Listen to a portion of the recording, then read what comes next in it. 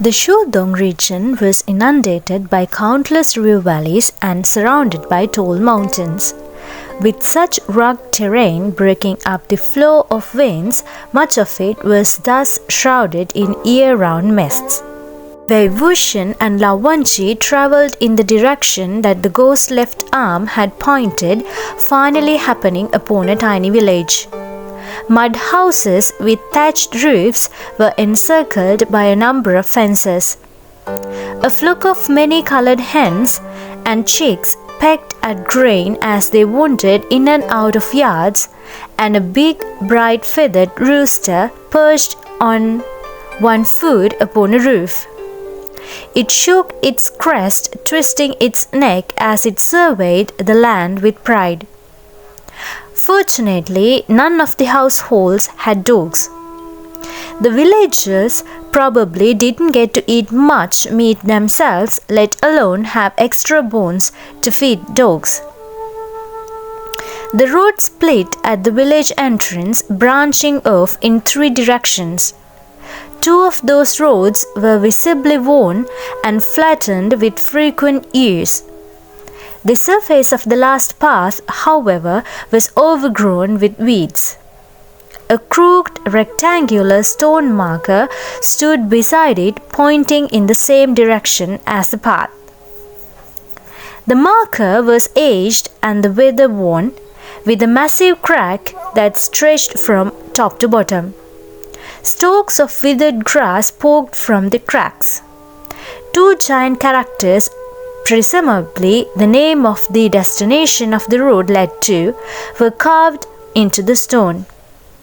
The lower character was just barely legible as city, but the upper character had many strokes and a complicated shape. The giant crack was happened to cut through it too, and many stone fragments had been chipped off. Wei Wuxian leaned over and peeled away the weeds, but even after studying the tablet for a long time, he couldn't figure out what that top character was. Of course, the direction the left arm pointed in just had to be down that road. "Why don't we go ask the villagers?" Wei Wuxian suggested. Wangji nodded. Needless to say, Wei Wuxian didn't expect him to do the asking. Face splitting into a wide smile, he walked toward a gaggle of farmer ladies who were sprinkling grain, feeding the chickens. The women were a mix of young and old. When they saw a strange young man approaching, they all tensed, looking ready to drop their winnowing pans and escape back into their houses. Only after Wei Wuxian spoke to them, still smiling cheerfully, did they gradually calm down and begin to shyly answer his questions. Wei Wuxian pointed at the stone marker and made an inquiry. All at once the women's faces changed. It was with significant hesitation that they haltingly conversed with him on the topic, pointing and gesturing. During the conversation, they didn't dare glance at Wangji, who still stood next to the stone marker. Wei Wuxian listened earnestly for a while, the corners of his lips raised the entire time. He seemed to change the subject toward the end, causing the farmer ladies to brighten, gradually relax, and bashfully return his smiles. Wangji stared at them from a distance. He waited for a while, but Wei Wuxian appeared to have no intention of returning.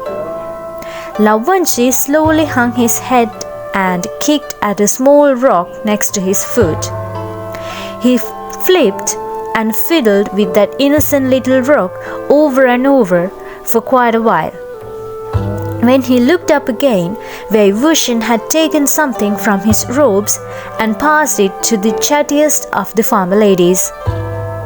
Wangji stood there dumbly until he could endure it no longer. Just as he was about to walk over, however, Wei Wuxian finally returned, strolling leisurely back over with his hands clasped behind him.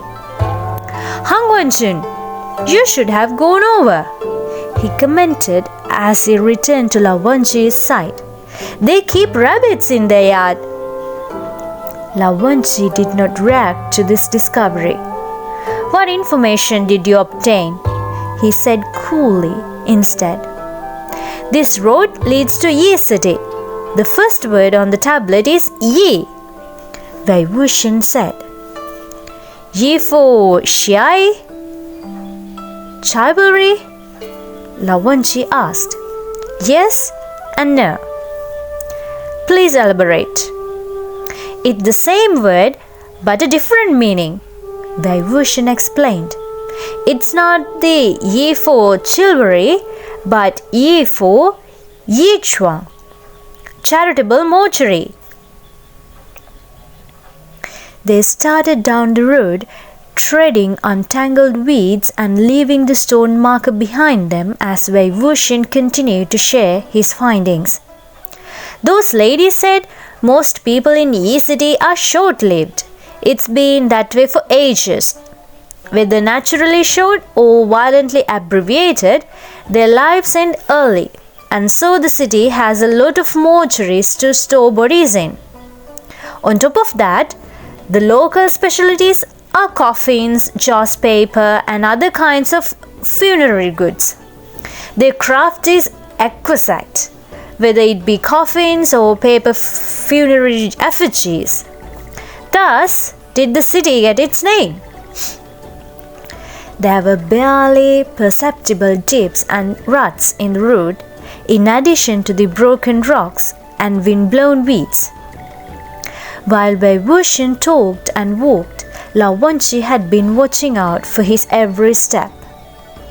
"They said the people of their village rarely go to Yi City, and those from Yi City rarely leave it unless it's to deliver goods.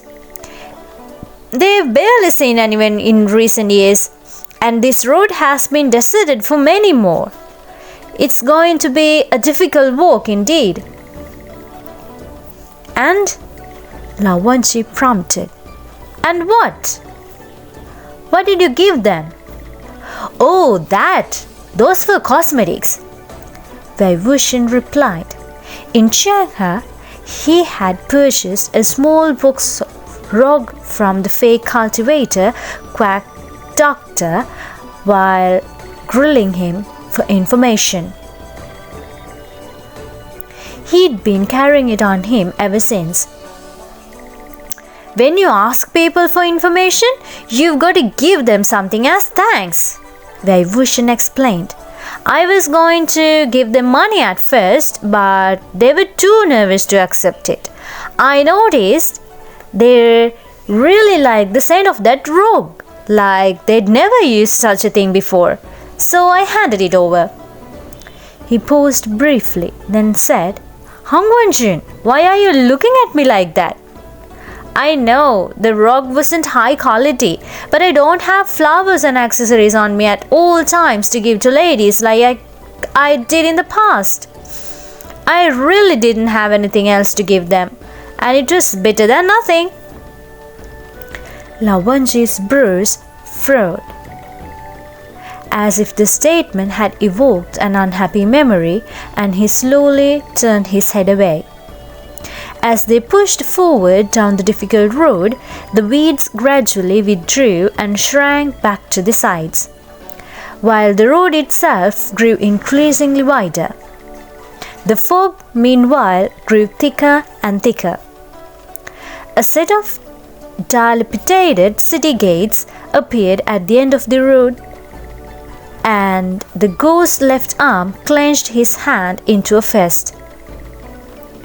The turret atop the city wall had missing tiles and peeling paint, and one of the corners was chipped. The overall impression was derelict and unsightly. The city walls themselves were chalked with graffiti painted by unknown individuals. The red of the city gates had practically faded to white, and every single one of the doornails had rusted black. The gates were not firmly shut. It appeared someone had pushed them slightly ajar and slipped inside. They had yet to set foot in the city itself, but the ominous atmosphere clearly warned that this was a hellish place, a place where evil swarmed. Wei Wuxian had been examining the area along the way. Once they reached the city gates, he commented, "What a terrible feng shui!" Wangji nodded sagely. "A despairing landscape." Yi City was surrounded by tall mountains and steep cliffs. The mountains tilted sharply toward the city in an oppressive, threatening manner, as if they might collapse at any moment. To be surrounded by such dark and massive mountains, hidden so shrunken and pitiful in this white fog, this place was as evil as could be. Simply standing here made one feel suffocated by anxiety, suffused with apprehension. The saying, "Rich land fosters talent," has been in use since ancient times, and the opposite also held true. Some places had abominable feng shui simply due to their geography, as if the air was shrouded in lingering mildew. Those who resided in such places were commonly short-lived and doomed in all their endeavors. If they remained rooted there for generations, their ill fortune sank into the very marrow of their bones and festered there. Supernatural manifestations were also frequent in such places. Corpse reanimation, the rising of malicious ghosts, and other such things occurred far more often than usual. Obviously, Yi City was such a place. Places like these were usually remote, far from the reach of the prominent clans of the cultivation world. Of course, those clans never wanted to deal with them regardless. A waterborne abyss could be driven out, but the natural landscape was difficult to alter. If no one came knocking at their door crying for help, the clans kept their eyes closed and pretended to be unaware of any manifestations. The best way for the city's residents to extricate themselves from their predicament was to move out, but if someone had been rooted there for generations, it was very difficult to find the resolve to leave the only home they knew. Even if more than half the people in their hometown were short-lived, perhaps they would be one of the lucky ones, they might think. Such thoughts made things seem bearable. Wei Wuxian and Wangji came to the city gates and exchanged a look. Creak! The gate, misaligned due to the axles buckling under its hefty weight, slowly swung open. The sight that greeted them was not a bustling street, nor lurching fierce corpses. There was nothing but white. Thick fog permeated the air. It was several orders thicker than the fog outside the city walls, and they had to strain to make out a long straight street ahead with houses on either side. Not a single person could be seen. The two instinctively shuffled a couple of steps closer to each other before entering the city together. Though it was daytime, it was still and quiet within the city. Not only were there no human voices to be heard, but even the chuckling of chickens or barking of dogs was absent. Extremely strange. Then again, since this was the destination indicated by the ghost's left arm, it would be strange for the place not to be abnormal. They walked along the long street for a while. The deeper they entered the city, the thicker the white fog grew, as if the air overflowed with evil energy. At first, they could still see about 10 steps ahead, then only 5 steps. Finally, they could hardly see their own outstretched fingers.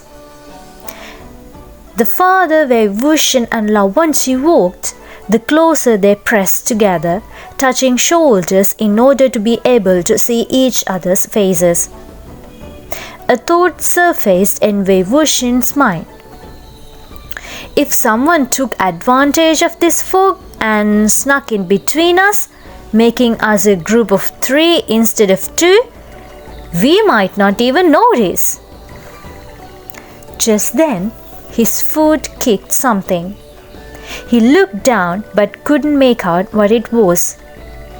Wei Wuxian grabbed Wangji's hand so he wouldn't walk off on his own and bent down, squinting to get a closer look. A human head, its eyes bulging with fury, assaulted its vision through the fog. The head bore the appearance of a man, thick-burrowed and large-eyed, with unusually bright circles of blush on either side of his cheeks. Wei Wuxian had almost sent it flying when he kicked it, so he was aware of its weight, aware that it was too light to be a real head. He picked it up and squeezed it, and the man's cheeks carved in, smearing the blush in the process. So, it was a human head made of paper. The paper head was remarkably lifelike. While the makeup was exaggerated, its 5 features were quite exquisite. Yi City specialized in the production of funerary items, so the quality of their paper effigies was naturally excellent. Funerary paper effigies included something known as a substitute doll.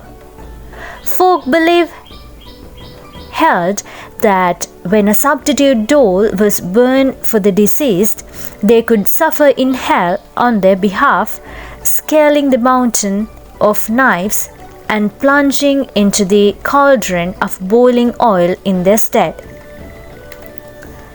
There were also maids and beauties to serve the forebear in the netherworld, massaging their backs and legs. Of course, these were nothing but comforts the living craved for their own solace. This paper head then should be from a Yin Mussulman. The Yin Mussulman, as its name implied, was a hired roughneck. It was said that once it went down below, it could protect the forebear from being bullied by malicious ghosts or wily judges, and would ensure that Joe's money burned for the forebear wouldn't get snatched up by beastly little ghouls. The head must have originally had a large solid paper body to match, but someone had torn it off and tossed it onto the street. Countless strands of lustrous, ebony black hair flowed from the paper scalp. Wei Wuxian reached out and felt it, finding the hair firmly attached to the scalp, as if it had naturally grown there. This craftsmanship really is excellent. Was real hair used and glued in place?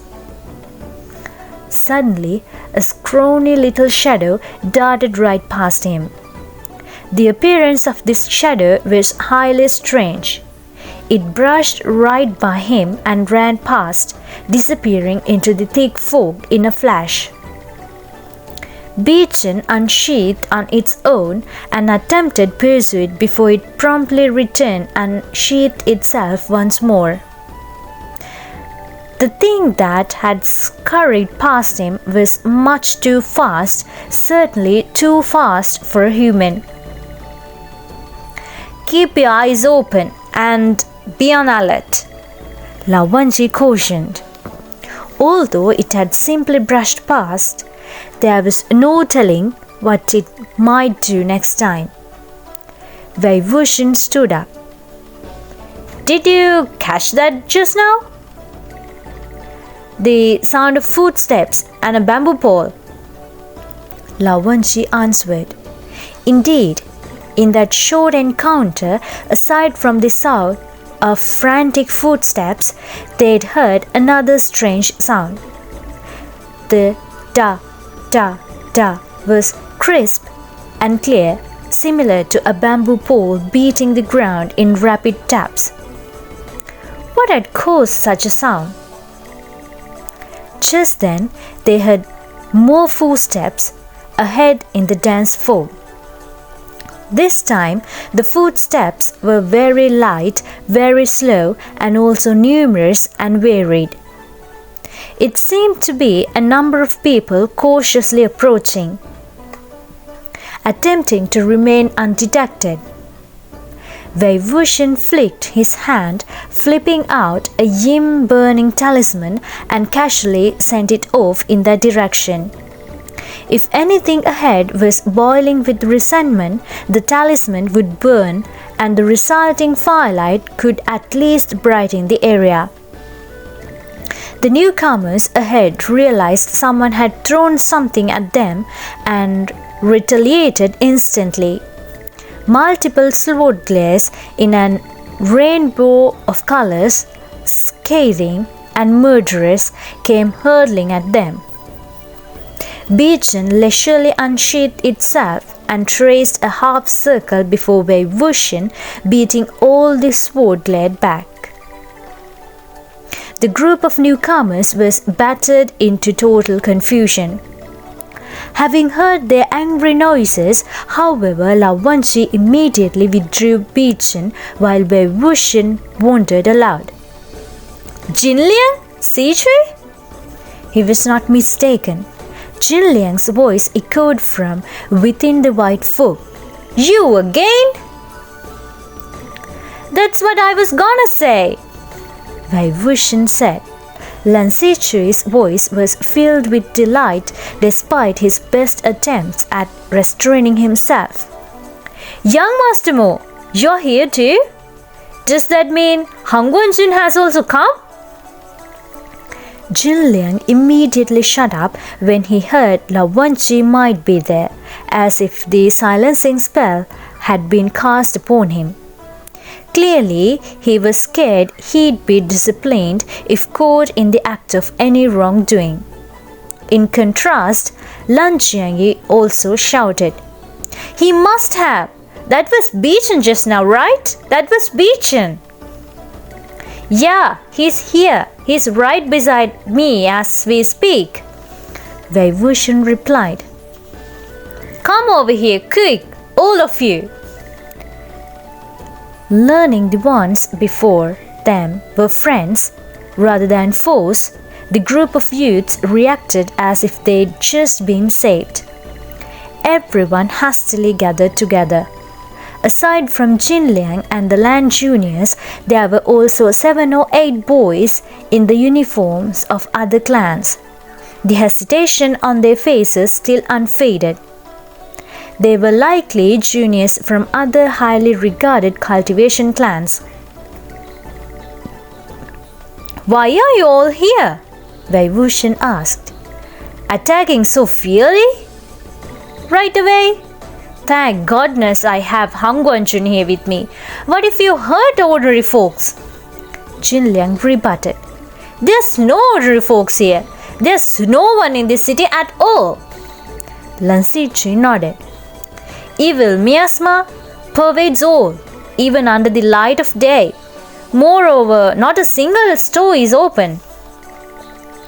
"That's not important," Wuxian said. How did you all manage to gather here?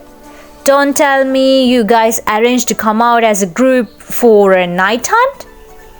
Xingchen had an imperious temperament and a certain tendency to pick fights with anyone he considered intolerable, which was, in fact, everyone. Taking into account the previous friction between Xingchen and the land juniors, how could they have willingly gone on a night hunt together? Lan Ziqi, who was the kind to answer every question posed to him, explained accordingly. That's a long story. We were originally... Right then, the unusually piercing sound of bamboo hitting the ground came from within the dense fog. Ka, ka, ka, da, da, da. Startled, the juniors' faces changed color. It's here again! The sound of bamboo hitting the ground would come suddenly and disappear equally suddenly. Sometimes far, sometimes near. It was impossible to determine its location, nor its source. Gather close and don't move. Don't draw your swords either, Wuxian said. The juniors, frantically brandishing swords in this dense fog, would probably end with them injuring themselves before the enemy suffered any blows. A moment later, the sound came to an abrupt stop.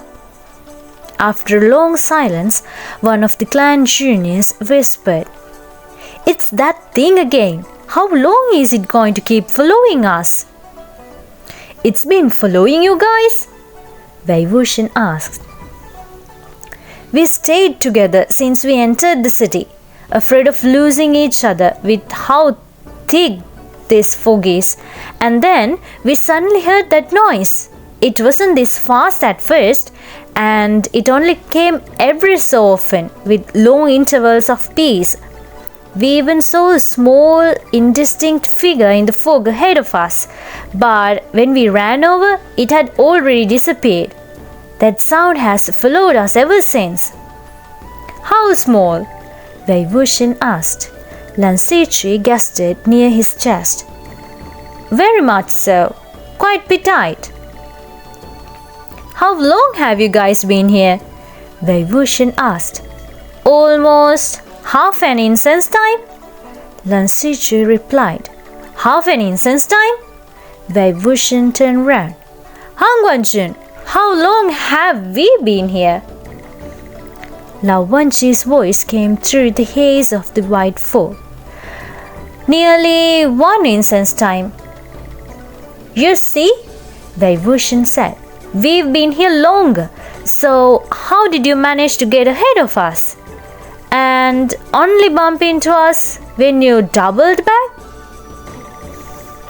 Xingchen finally cut in, despite himself. "But we didn't double back. We've been following this road forward." If they were all going forward, then could this road have been tampered with? Turned into a recursive maze array? "Have you tried mounting your swords to fly up and look down from above?" Wuxian asked. "Yes," Lan Ziqi answered. "It felt like I'd flown up a very long distance, but in reality, I didn't rise very high at all. Moreover, there were some blurry black shadows scurrying about in the air. I was afraid I wouldn't be able to handle them, so I came back down." Silence blanketed the group. Shudong was a region rife with fog to begin with, so they'd paid the white fog of Yesterday no mind in the beginning. However, it was beginning to look like this wasn't a naturally occurring fog, but an evil miasma instead. Lan Xiangyi was alarmed. "This fog isn't poisonous, is it?" "Probably not," Wuxian said. We've been standing in it for a long time and we are still alive." "Had I known?" I would have brought Fairy with me, Xingchen said. It's all the fault of that damn donkey of yours.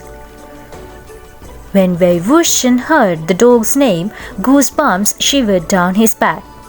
Lan Jiang shot back. We didn't even blame your dog. It was the one who bit first and got walloped by Little Apple's hooves for it. So who's the one at fault? Either way, neither of them can move right now. What? Wuxian cut in. My Little Apple got bitten by a dog? Xingchen scoffed. How can you compare that donkey to my spirit dog? Fairy was a special gift to me from my little uncle. I'm telling you, if anything happens to it, even 10,000 donkeys won't be enough recompense. Wuxian easily derailed this argument with some nonsense of his own. Don't you go trying to intimidate people with Liang Fensung's name.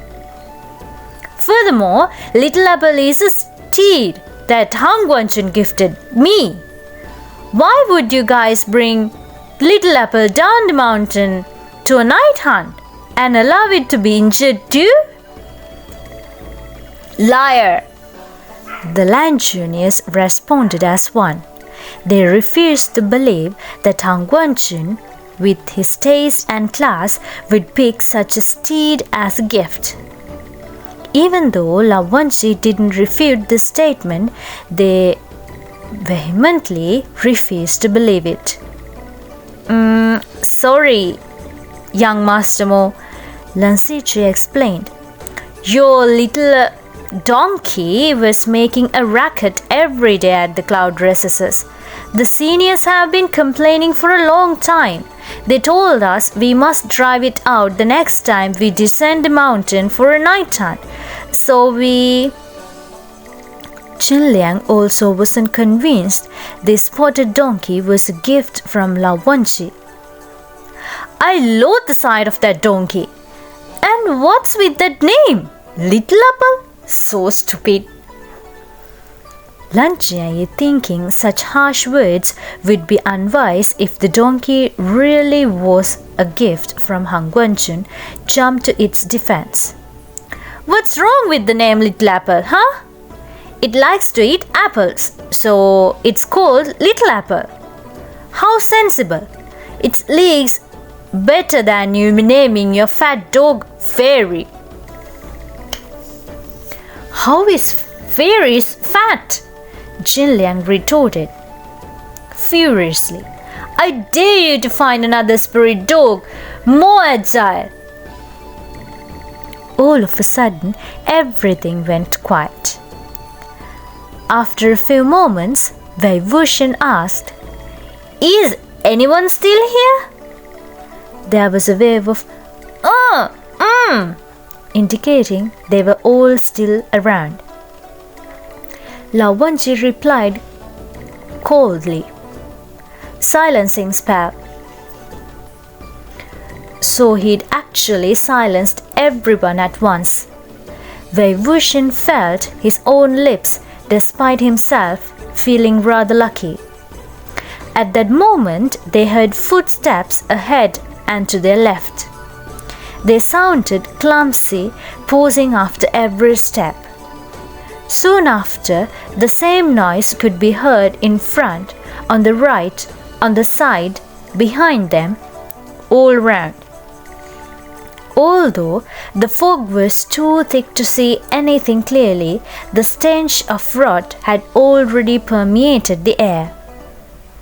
Of course, Wuxian didn't care about mere walking corpses. He blew a soft whistle with a rising end note, embedded with the intent to expel.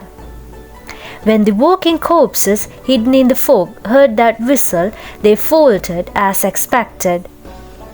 Then the next second, they unexpectedly came hurtling over. Never in his life could Wuxian have imagined his expulsion command not just being ineffective but aggravating. the walking corpses on top of that. He could never have mixed up the commands for expulsion and aggravate. But there was no time for him to think further. 7 or 8 wobbling figures surfaced from the depths of the white fog.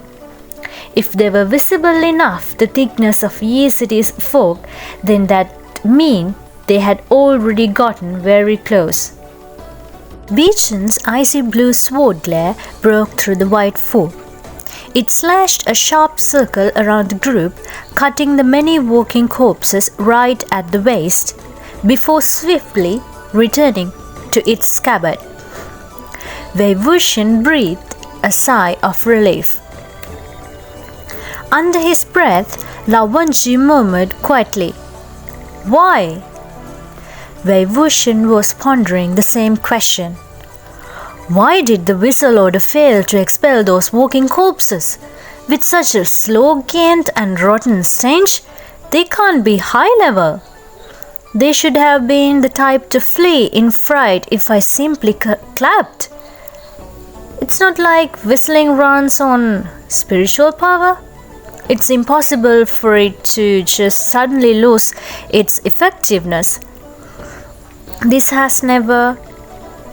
Abruptly, a realization hit him, and a light sheen of sweat sprung up on his back.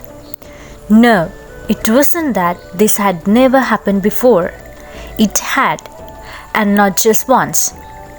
There was indeed a kind of fierce corpse or malicious spirit he couldn't command, the ones already under the control of the Stygian tiger sail.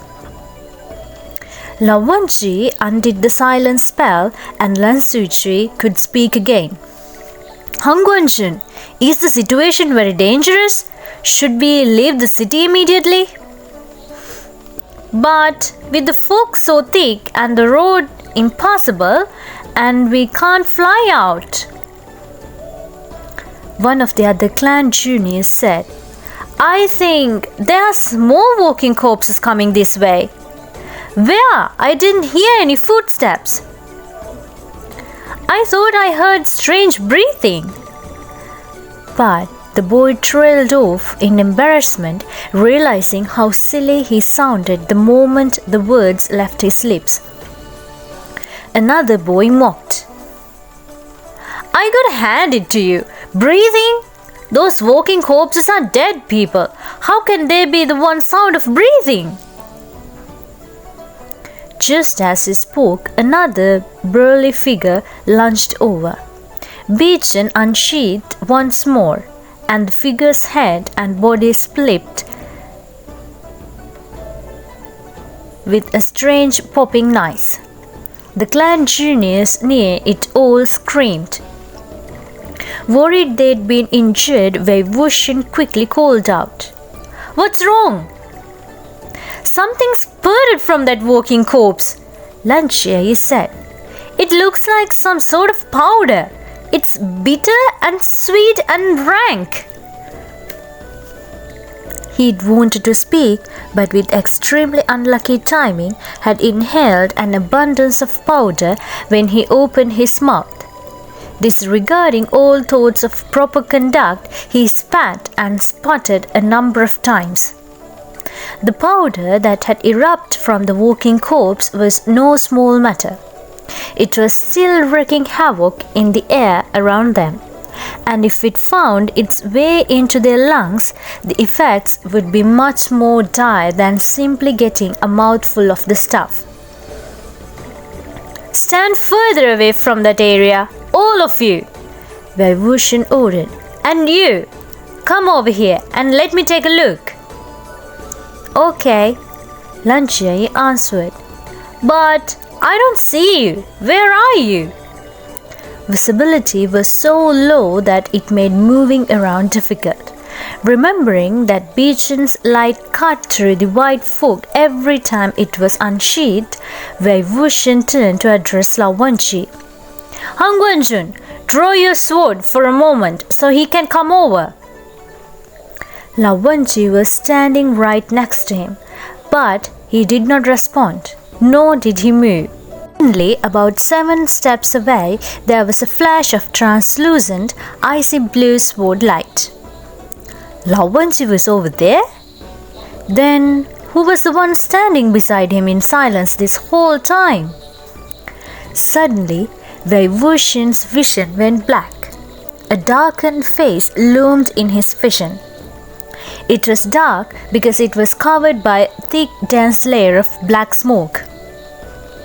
This smoke-masked person grabbed at the evil-sealing Xiang pouch that hung from his waist. But the Xiang pouch abruptly swelled, breaking the string tying it shut. 3 malicious spirits, entangled as one and all boiling with resentment, burst from the bag and charged forth. Wuxian laughed. "Oh, you wanted to steal the evil-sealing Xiang pouch? Then you should get your eyes checked. What are you doing grabbing my spirit-trapping pouch?" Ever since the encounter at the cemetery of the Chang clan of Yueyang, when Wuxian and Wangji had taken the torso that the grave digger had unearthed and forced them to retreat, they had been on the lookout. They figured they wouldn't give up so easily, but would seek to wrest the torso from their possession at an opportune time. Sure enough, when they entered Yi City, the gravedigger had taken advantage of the thick fog and the crowd to make a move. And they'd certainly succeeded. Except Wuxian had long since swapped the evil-sealing Xiang pouch carrying the ghost's left arm with his spirit-trapping pouch. Swing! The other leapt backward and drew a sword. Spite-filled, resentful screeching immediately followed from the malicious spirits, thrown into confusion by that single slash. An individual with high cultivation? Just as I suspected, Wuxian thought. He quickly called out, "Hang Guanjun, that grave-robbing guy is here!" There was no need for the reminder. Wangji's ear alone told him there was a problem. He remained silent, with Bichen's swift, relentless movement his only response. The situation wasn't good. The gravedigger's sword was covered in black smoke to prevent its glare from shining through, and it was well hidden within the white fog to begin with, while Bichen could not block its own light at all. He was in the light, the enemy was in the dark, and their opponent's cultivation was not low. Not to mention, they were familiar with the sword techniques of the clan of Gusu. On top of that, while they were both fighting blind in the miasma, the gravedigger could strike without reservation, while Wangji had to be careful not to injure his own party by mistake. Truly, he was at a grave disadvantage. Wuxian listened to the sounds of the clashing blades, and his heart lurched. He blurted out, "Lanchan, are you injured?" From the distance came a muffled grunt, as if a vital point had been injured, but it was obviously not Wangji's voice. "Impossible," Wangji replied. Wuxian laughed. "True." Their opponent seemed to sneer and then brandished the sword to fight again. Bichen's light and the sound of clashing swords moved farther and farther away. Wuxian knew Wangji had intentionally shifted the battleground to deal with the gravedigger, not wanting to hurt them by mistake. And so the rest was up to him. He spun around and questioned aloud, "How is everyone? Who breathed in the powder doing?" "They are having trouble standing," Lan Sichu replied. Wuxian said, "Gather here. at the center and give me a head count. Thankfully, once the wave of walking corpses had been taken care of and the gravedigger led away, nothing else moved to harass them, not even the sound of the bamboo tapping upon the ground. The remaining clan juniors gathered together and counted their numbers. No one was missing. Wuxian took Lao Jiayi and felt his forehead, which was a bit hot. It was the same for the other boys who had breathed in the powder the walking corpse spewed. He peeled back one of Lao Jiayi's eyelids and said, "Stick out your tongue and let me see." "Ah." Lao Jiayi obliged. "Ah." "Yep.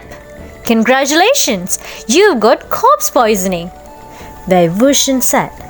"What's there to be congratulate?" Jinlian barked. "It's an experience, a tale to tell when you're old," Wuxian said. Normally, one contracted corpse poisoning from being scratched or bitten by turned corpses or from having a wound contaminated by a turned corpse tainted blood. Very rarely did cultivators allow a walking corpse to get close enough to scratch or bite, and so no one made a habit of carrying the antidote on them. Lan Xichui was very worried. "Young Master Mo, will anything happen to them?" "Not immediately," Wuxian replied. "But once it's in their bloodstream and makes it to the heart, then it's bye-bye." "What? What will happen?" Lan Xichui asked. Whatever the corpse is like is what you'll turn to," Wuxian said. "Best case scenario, you'll just rot and stink. Worst case, you'll turn into a long-haired Jiangshi, doomed to hop about forevermore." The poisoned juniors all drew in a sharp breath. "You want to be cured, huh?" Wuxian pressed.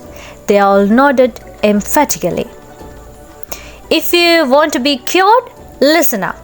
From now on, heed well my every word, every single one of you."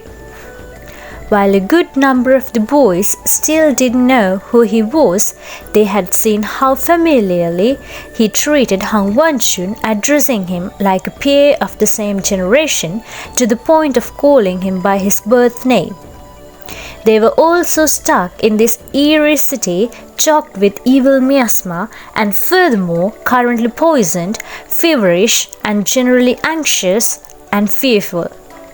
They instinctively wanted someone to depend on, and the way Wuxian spoke carried an inexplicable confidence as if there were nothing to be afraid of. This made it easy for him to lead them around by the nose. They answered in unison. "Okay." Wuxian received an inch and went on to take a mile. "You'll do everything I say without objections, understand?" "Yes." Wuxian clapped. "Everybody, on your feet. The unpoisoned will carry the poisoned. Best hold them on your backs. But if it takes two of you to lift them, remember to have their heads and heart elevated over the rest of their body." Lan Jiayi protested. "I can walk, you know. Why do I have to be carried?" "Well, elder brother," Wuxian began sarcastically, "if you gamble around, your blood will circulate faster and reach your heart faster too, so you'll have to move less. Ideally, not at all." One of the boys on the back of his seckmate grumbled. The corpse that spurted out that poisonous powder really was breathing. "I already told you," The boy carrying him said gruffly, "If it can breathe, then it's a living human." Lan Xichui said, "Young Master Mo, we are ready. Where are we going?" As usual, Lan Xichui was the most well-behaved, obedient, and untroublesome of the lot. Wei Wuxian said, "There's no way we can leave the city for the time being. Go knock on doors." "Knock on what doors?" Jinlian asked. Wei Wuxian turned that question over in his mind for a moment. Does anything else have doors other than houses?" "You want us to go into those houses?" Jinliang demanded. "It's perilous enough outside. Who knows what's hiding inside those houses, spying on us?" The moment those words left his lips, everyone immediately felt like there really were many pairs of eyes hiding in the thick fog within the houses, intently watching their every move and listening to their every word. It gave them the creeps. Wei Wuxian said, "You're not wrong. It's hard to say if it's more dangerous out here or indoors. But since it's already this bad outside, no matter how terrible the inside is, it can't be much worse. Go on then. There's no time to lose. We've got poison to cure." Having already promised as such, the group had to do as he said.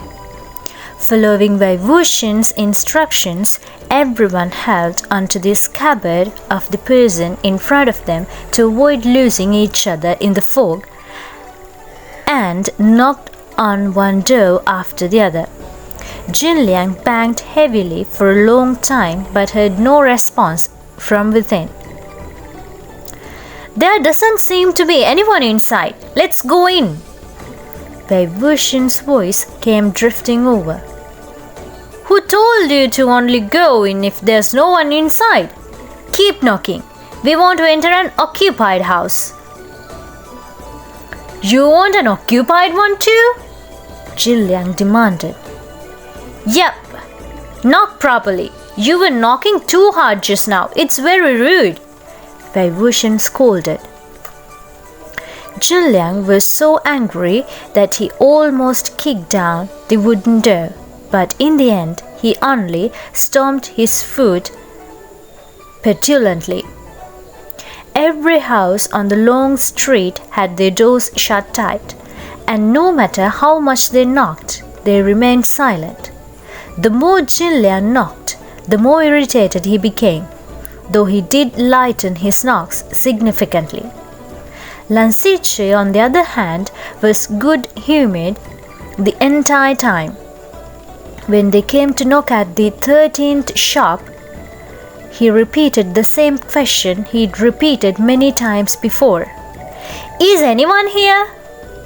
Suddenly, the door moved slightly, cracking open a thin black slit. It was very dark inside, and nothing was visible through the crack. Nor did the one who opened the door speak a word. The closest boys took an unconscious step back. Lan Xichui composed himself and asked, "May I ask if you are the shopkeeper?" It was a while before a strange, old and hoarse voice leaked from the crack. "Yes." Wei Wuxian approached, patted Lan Xichui's shoulder to have him move back, and then spoke up. "Shopkeeper, this is our first time in the area, and we got lost because of the thick fog. We are a little tired from walking for so long. Might we be able to take a brief rest in your store?" The strange voice replied, "This shop of mine is not a place for rest." Wei Wuxian acted as if he found nothing amiss. He said, looking perfectly normal, "But there doesn't seem to be anyone occupying the other stores. Will you really not grant us this reprieve?" "We'll pay a handsome sum." Liang couldn't help but comment, "And where did you get the money to pay a handsome sum? Let's get this clear right now. I'm not lending you any money." Wuxian swung an exquisite little money pouch in front of his eyes. "Do you see what this is?" Lan Jianyi was greatly alarmed. "The audacity! That belongs to Han Guanjun!" As they quarreled, the door opened a little further. Though the interior of the house still wasn't visible, they could now at least see that the one standing behind the door was an expressionless old lady with a head of grayish-white hair. Although her back was hunched and she looked aged at first glance, she actually didn't have too many wrinkles or age spots. Calling her an auntie would have been appropriate too. She opened the door and then stepped aside. It would appear she had relented. Liang, greatly surprised, mumbled in a small voice, "She's really letting us in?" Wuxian whispered back, "Of course, I've got one foot stuck in that crack, so she can't close the door even if she wanted to. If she didn't let us in, I would have just kicked it down." Liang was speechless. His city was already unnatural and eerie. Its residents were hardly ordinary either. This old lady was suspicious enough to have the juniors all grumbling in their heads, but although they loathed thought of going inside 1,000 times over, no, 1,000,000 times, there was nowhere else to go. Desperate times called for desperate measures. They had no choice but to pick up their poisoned companions who were standing stiff and afraid to move and enter the shop one by one. The old lady watched impassively, guarding the door. Once they were all inside, she immediately closed it. The interior was instantly plunged into total darkness once more. Wuxian asked, "Might Madam Shopkeeper turn on the light?" "The light's on the table. Turn it on yourself," the old lady replied. Lan Ziqi just so happened to be standing next to a table, so he groped around carefully until he came upon an oil lamp, smearing his hand with ease of built-up dust in the process. He flipped out a fire talisman, but just as he brought it close to the wick of the lamp, he unwittingly glanced up. In that instant, chills shot from the soles of his foot to the top of his head. Boom! He was paralyzed with fear. The main room of this shop was crammed full of people, packed densely elbow to elbow, all staring unblinkingly at them with bulging eyes. He unconsciously slackened his grip before the oil lamp dropped to the ground. However, Wuxian saved it. He leisurely swept the burning fire talisman still in Lan Ziqi's hand and lit the wick before placing the lamp back on the table. "Did Granny make all these? Such excellent craftsmanship," Wuxian complimented. Only then did the group realize that the people packed into this house weren't real humans but a crowd of paper effigies. The faces, heads, and bodies of the effigies were all sized like those of real people and exquisitely made. There were men and women, even children. The men were all yin muscle men, tall and well built, faces enraged. The women were all beauties with their hair coiffed with either the double ring style or the top loose bun style. Their figures were noticeably slender and graceful despite being covered by their large paper robes.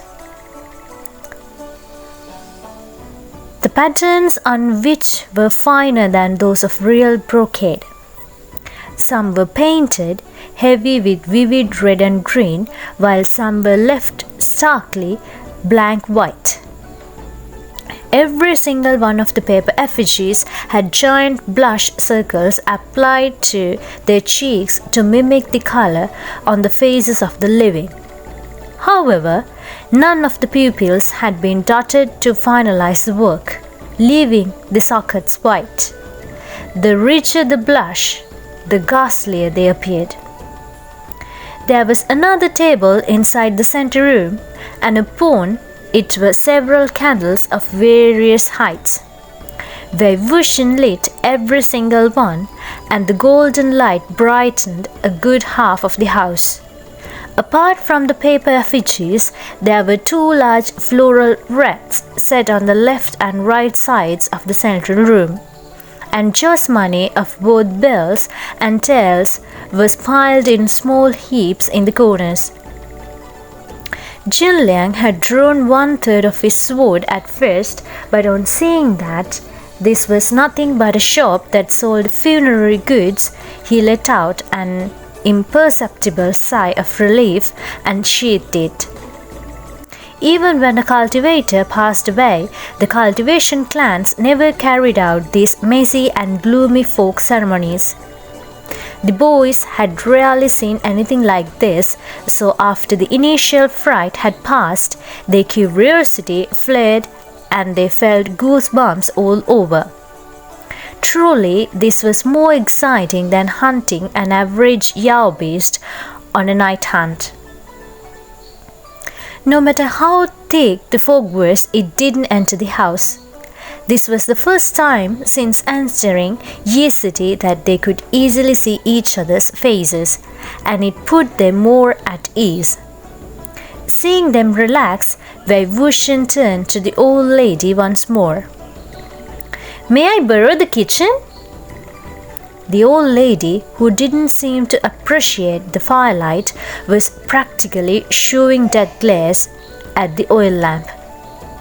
"The kitchen is in the back. Help yourself." Then she ducked into another room like she was hiding from the god of misfortune. She slammed the door extremely loudly, making everyone jump. Xingchen said, "There must be something odd going on with that old witch. You..." "All right, that's enough." Wuxian cut him off. "I need a hand. Who's coming with me?" Lan Xizhi quickly responded, "I'll come." Lan Jie was still standing as straight as a broom. "Then what about me?" "Keep standing. Don't move unless I tell you to," Wuxian said. Lan Xizhi followed Wuxian to the kitchen in the back. The moment they entered, a putrid stench assaulted their faces. Lan Xizhi had never smelled anything so horrible in his entire life. His head swam for a moment, but he managed not to retreat. Xingchen followed them in, but then hopped immediately black out, fanning himself desperately for air. "What the hell is this smell? Why are you wasting time here instead of coming up with a cure?" "Oh, perfect timing," Wuxian said. "How did you know I wanted to call you over? Come and help." "I'm not here to help," Xingchen barked. Did someone forget to bury the body after they killed it?" "Young Mistress Jin, are you coming or not? If you're coming, get in here and help.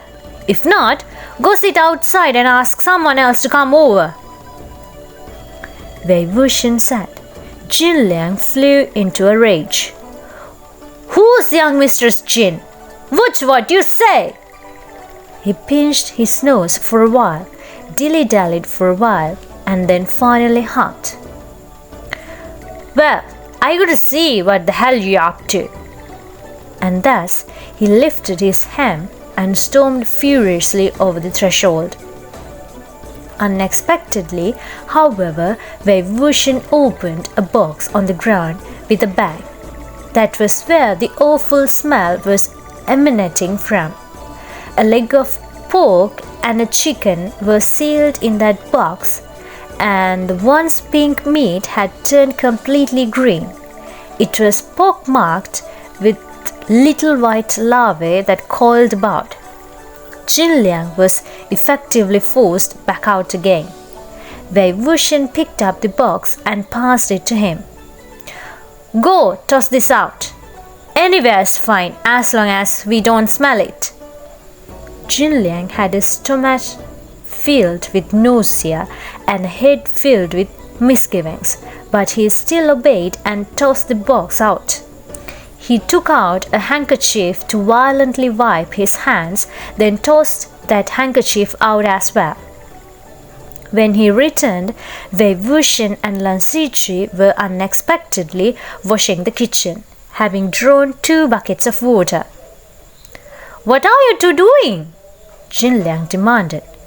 "Washing the stovetop, as you can see," Lan Ziqi replied as he wiped diligently. "Why wash that? It's not like we are cooking," Jin Liang said. "Who said we aren't?" Wuxian said. "Of course we are cooking. Come and help. Dust. Get rid of those cobwebs up there." He spoke with such conviction, so matter-of-factly, that when Jin Liang was randomly handed a broom, he confusedly began to do as he was told. The more he dusted, however, the more he felt something was wrong.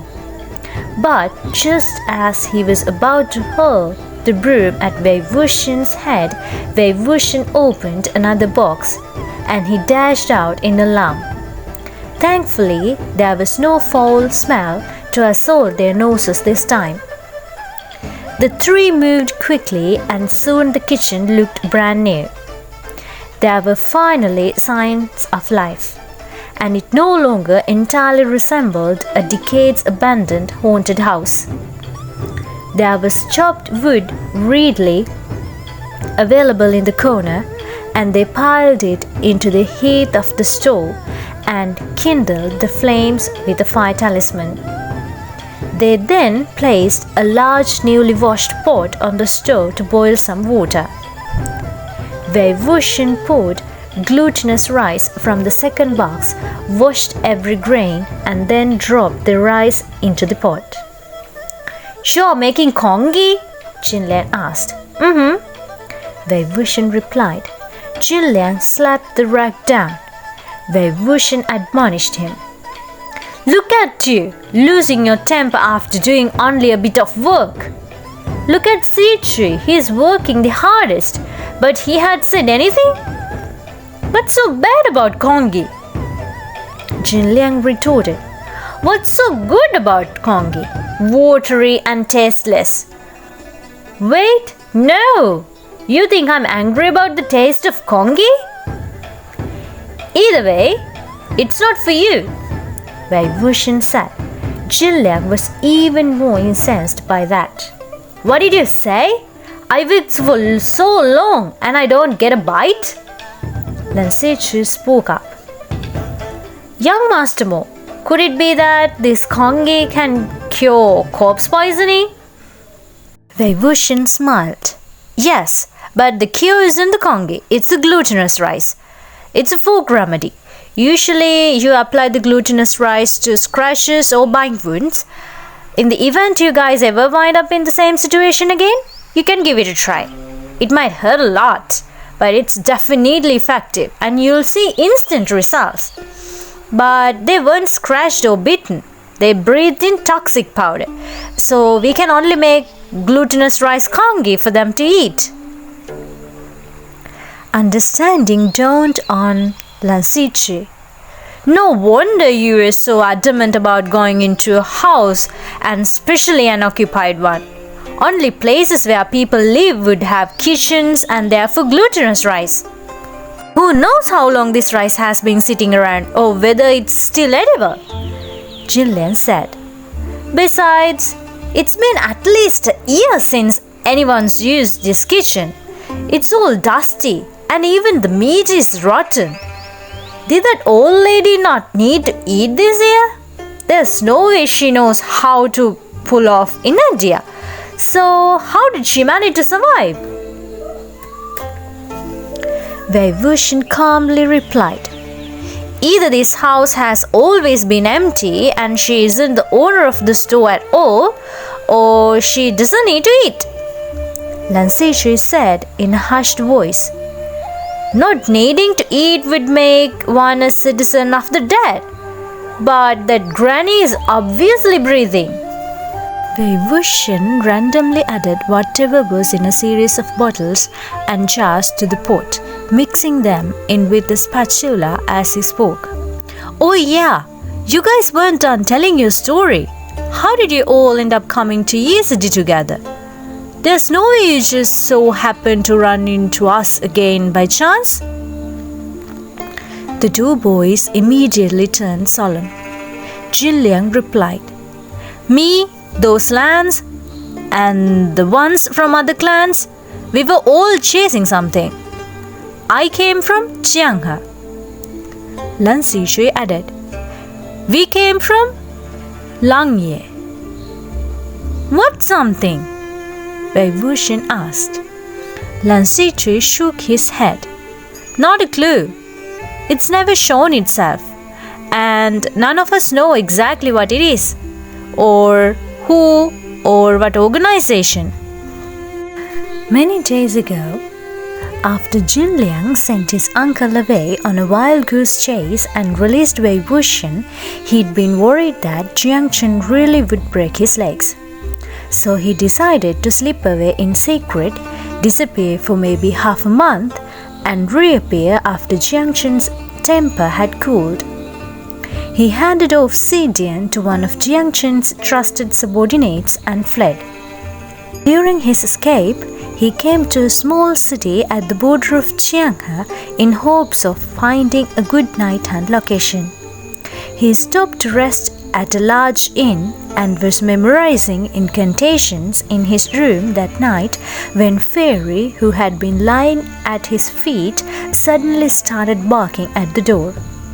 It was already late and Xingchen scolded the spirit dogs to stop barking, but then he heard a knock.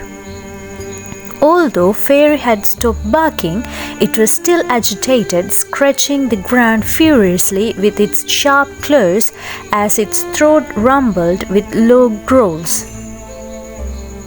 Xingchen went on alert and sharply demanded to know who was at the door. Since there was no response, he ignored it. But an hour later, the sound of knocking came again. Xingchen hopped out of the window with Fairy in tow, then went around the building and rounded the stairs from the level above. He was ready to strike this person from behind, catch them off guard, and see who exactly was playing tricks in the middle of the night. Unexpectedly, he found only empty air. Even after spying on his door in secret for a while, he saw no one. He kept his eyes open and had Fairy guard the door, ready to attack anyone lurking about at a moment's notice. They didn't sleep the entire night, but nothing else happened, except that he kept hearing a strange noise, a sound like dripping water. Early the next morning, a scream came from outside the door. Xingchen kicked the door open and rushed out, stepping right into a pool of blood. Something fell from above the door, only narrowly missing Xingchen as he ducked back. A black cat. Someone had nailed a dead cat above his door without his knowledge. The strange sound he'd heard in the middle of the night was the dripping of the cat's blood. I switched between a number of ends, and the same thing kept happening, Qinliang said. So I decided to take the initiative and pursue the culprit. Whenever I heard about the dead body of a dead cat randomly appearing somewhere, I'd go there to check it out. I had to uncover who was playing these foul tricks. Wei Wuxian turned to Lan Xichui. Are you guys the same? Lan Xichui nodded. Yes. Many days ago, we were hunting in Langye. One night during dinner, the head of a cat with its pelt still intact was suddenly ladled up from the soup. At first, we didn't know it was targeting us. But that same day, when we switched to a different interest, another dead cat was discovered in the bedding. This went on for days. We followed it all the way to Yue, where we ran into young Master Jin. We discovered we were all investigating the same case, so we joined forces. It was only today that we find our way to this region. When we asked a huntsman in the village in front of a stone tablet, we were pointed to Yi City. A huntsman? Wei Wuxian wondered. The juniors should have passed by the village at the fork with the same stone tablet later than he and Wangji did, but they hadn't seen any huntsmen at the time. Only a few shy farmer ladies feeding chickens and minding house, claiming their men had gone to deliver goods and wouldn't be back for a long time. The more Wei Wuxian pondered, the more solemn he became. Now that he'd heard their stories, it seemed the other party had committed no crimes other than killing cats and tossing their bodies around.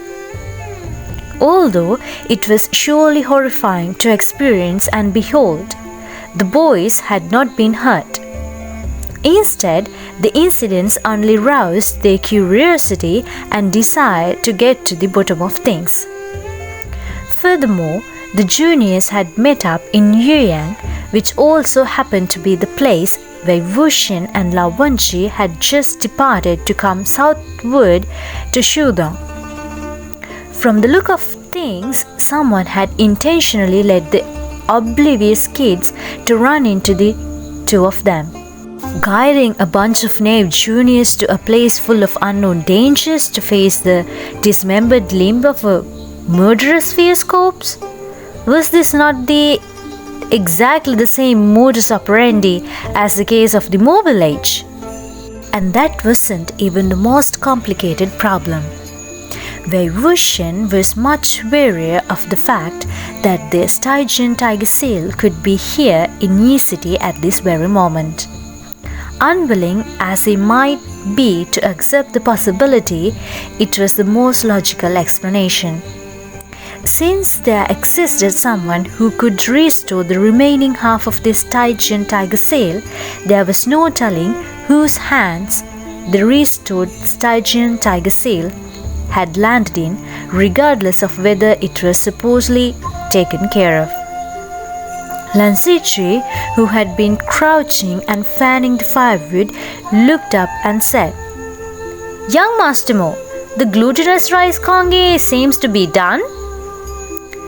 Wei Wuxian snapped out of it and stopped mixing. He took the bowl Lan Xichui had just washed and ladled out a bit to taste. "It's done. You can bring it out. Everyone who's poisoned gets a bowl. Feed it to them." Lan Jiayi had only taken one bite after the congee was served. However, before he spat it out, "What is this? Poison?" "What poison? This is the antidote. Glutinous rice congee," Wei Wuxian stated. Lan Jiangyi rebuked the very idea. "Setting aside why glutinous rice is the antidote, I've never eaten such spicy congee." The others, who had taken bites, all nodded in agreement with watery eyes. Wuxian stroked his chin. He had grown up in Yumeng, a place that was very fond of hot spices, and Wuxian was hardened as they came. Whenever he cooked, he invariably made the food so spicy that even Xingchen couldn't stand it and would hurl the bowl away while loudly cursing its horrible taste. And yet, he remained forever unable to stop himself from adding spoon after spoon of spice. It would seem he had once again failed to control his hand. Lan Ziqi tasted it out of curiosity and flushed from head to toe. He pursed his lips and managed not to sputter, but both his eyes were red. A thought crossed his mind. This flavor, it's so terrible that it's giving me deja vu. Medicine is 3 parts poison. Spice helps you sweat, so you'll recover faster, Wuxian said. The boys awed, expressing their disbelief, but still ate all the congee with scrunched up faces. For a while after, everyone was bright red and drenched with sweat, suffering so greatly that they felt they might as well die. Wuxian couldn't help but ask, "Is this really necessary? Xingchen is also a man of Gusu, but he can eat really spicy food. So why are you guys like this?" Lan Ziqi had his hand covering his mouth as he spoke. "That's not right, young master. Xingchen's tastes are very mild. He never eats spicy things." Wuxian was slightly taken aback. "Really?" He remembered one meeting Wangji at Yiliang in his previous life after he defected from the Xiang clan of Yumeng. Although Wuxian was still widely hated and condemned at the time, things hadn't yet reached the point where everyone was calling for his annihilation. So, thick-skinned as he was, he demanded Wangji have a meal with him to catch up. All Wangji had ordered at the time were spicy dishes rife with Sichuan peppercorns, so Wuxian had always assumed they shared a similar palate. Surprisingly, now that he thought back, he couldn't recall whether Wangji had actually touched those dishes, but he'd even forgotten to pay for the meal despite saying it was his treat, leaving Wangji to foot the bill in the end. Of course, he wouldn't remember such minute details. For some reason, he suddenly very much wanted to see Wangji's face. Young Master Mo! Wuxian snapped out of it. Lan Ziqi said in a hushed voice, "The door to that old lady's room has opened." A gust of sinister wind had blown in out of nowhere and pushed the door to the small room open a crack. It swung open and closed intermittently. It was pitch black inside the room, and they could only vaguely see a hunched shadow sitting next to a table. Wuxian gestured for them not to move and walked into the room himself. The light of the oil lamp and the candles from the central room seeped inside. The old lady had her head bowed as if she didn't notice anyone come in. There was a piece of cloth in her lap tied taut to an embroidery frame. She appeared to be doing needlework.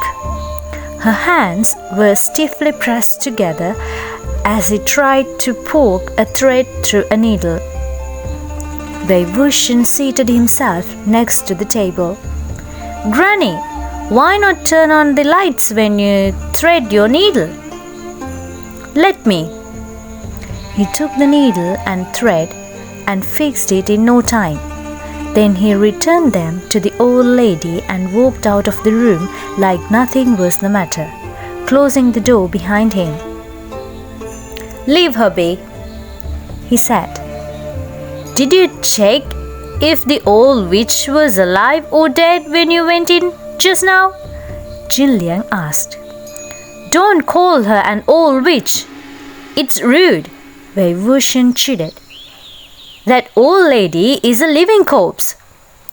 The boys exchanged looks of dismay. Lan Sitri asked, "What's a living corpse?" A living corpse is when an individual has all the characteristics of a corpse from head to toe, but the person themselves is still alive. Xingchen was greatly alarmed. "You're saying she's still alive? Did you guys see inside the room just now?" Wuxian asked. "Yes." "What did you see? What was she doing?" "Threading a needle." "Did she succeed?" "No." "That's right, she didn't. The muscles of the dead are stiff, so complicated actions such as threading a needle are impossible. Those aren't age spots on her face, but rather liver motifs. And she doesn't need to eat, but she can still breathe, so she's alive," Lan Sitri said. But this granny is very old. Many old ladies have poor eyesight and can't thread needles by themselves. Which is why I did it for her, Wuxian said. But did you guys notice something else? In the time between opening the front door and now, she hasn't blinked a single time. The youths themselves blinked. The living blink to prevent their eyes from drying out, but the dead don't need to do that, Wuxian explained. And when I threaded the needle, did anyone notice how she looked at me? Xingchen answered. She didn't move her eyes. It was her head that turned. That's it, exactly, Wuxian said. Usually, when you look in a different direction, your eyes move at least a little. But the dead are not the same. Since they can't manage minute actions like moving their eyeballs, they can only move their whole head and neck. Lan Jie was dazed. Should we be taking notes? A good habit to have, Wuxian stated. But where will you find time to flip through your notes during a night hunt? Use your brain, memorize it. Xingchen gritted his teeth. Walking corpses are crazy enough. Why is there such a thing as a living corpse? Wuxian answered. Living corpses are rarely formed naturally. They are usually deliberately made, like this one is. Deliberately? Why? The dead have many shortcomings, Wuxian lectured. Stiff muscles, slow movements, and so on. But they have their advantages too. They don't fear pain, can't think, and they are easy to control. Some people think those shortcomings can be improved upon, and that by doing so they can construct a perfect puppet. That's where the concept of living corpses came from. While the boys didn't blurt it out, their faces were already boldly written with an obvious sentiment. That person must be Wuxian. Wuxian didn't know whether to laugh or cry. But I've never made such a thing, he thought. Although it did indeed sound like his style. Alright, it was Wuxian who started the trend, but he successfully refined Wen, that is, the ghost general, he said. To be honest, I always wondered who came up with that nickname. It was so stupid. Anyway, others tried to mimic him but could only produce poor imitations at best. They ended up going down a deviant path and set their eyes on the living instead, coming up with living corpses like this, he concluded. They are failed replicas.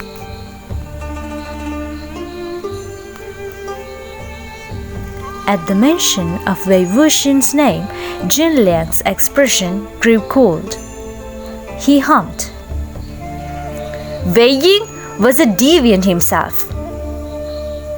Yeah, so those who make living corpses are extra deviant.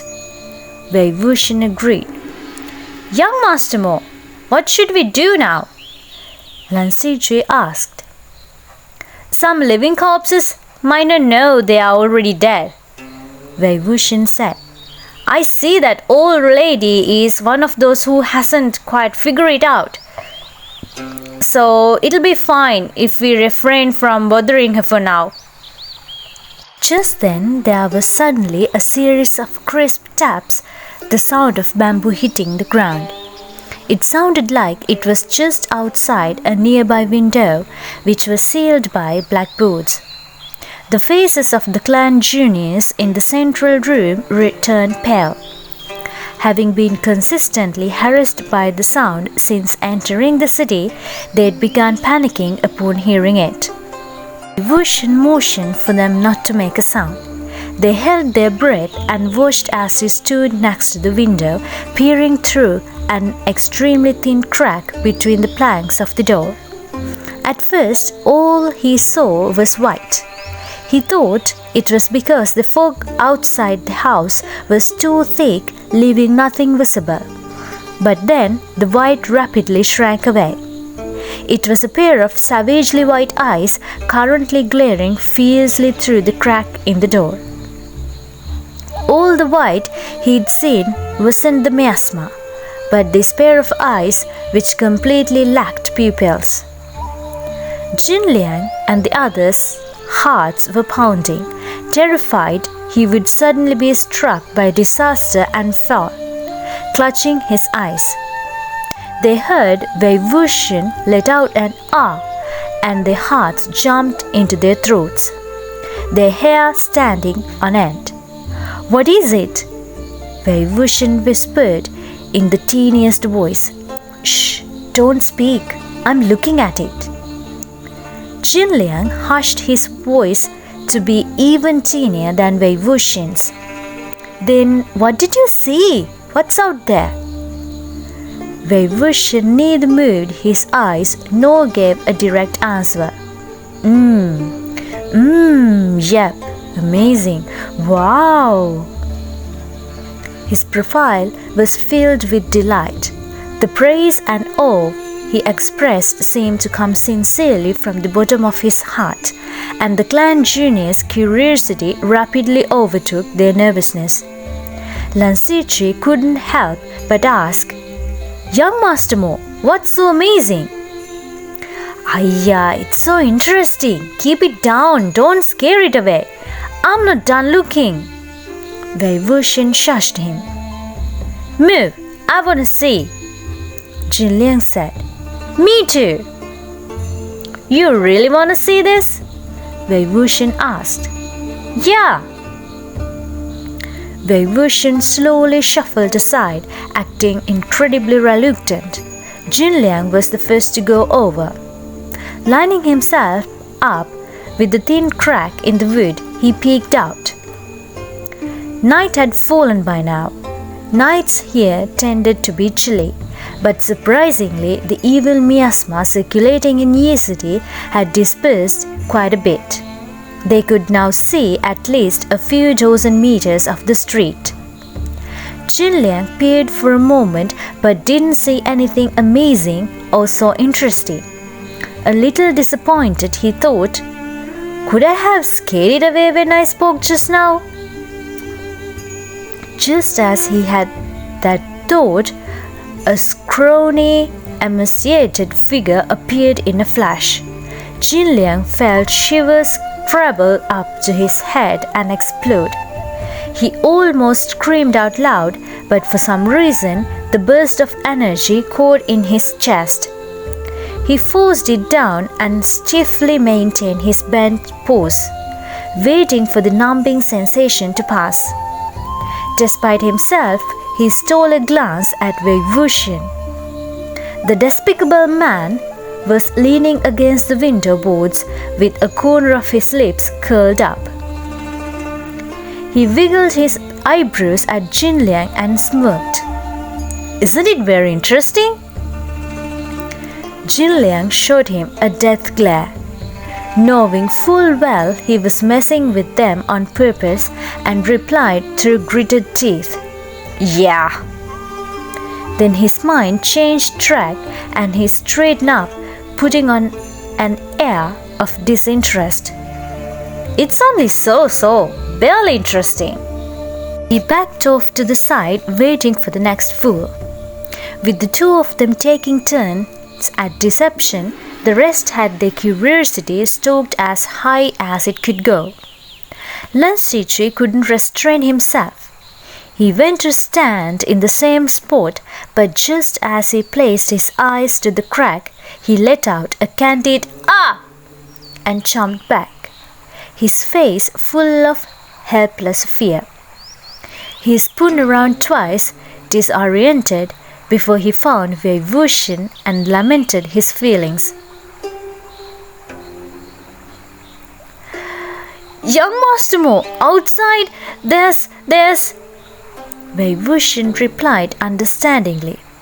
"That, right? Don't tell. There'll be no surprise once you tell. Let everyone go see for themselves." As if anyone else dared to go up after seeing the terrified state Lan Shichi was in. "What surprise? Scare, you mean?" And thus they all waved him off. "No, it's fine. We're not looking." Jinliang clicked his tongue. "Tricking people for fun? At a time like this? What were you thinking?" "Weren't you in on it too?" Wuxian said. "Don't imitate your Uncle Stone." "Shichi, was that thing just now scary?" Lan Shichi nodded and replied honestly, "Yes." "Scary is right," Wuxian said. "This is a fantastic opportunity to further your training, you know? Why do ghosts scare people? Because when people are scared, their will falters and their primordial spirit becomes agitated. That's when it's easiest to drain their young energy. So creatures like ghosts are most fearful of the brave. Since the brave are fearless, they can't do anything to them or take advantage of them. Which is why, as clan juniors, your first priority is to strengthen your courage."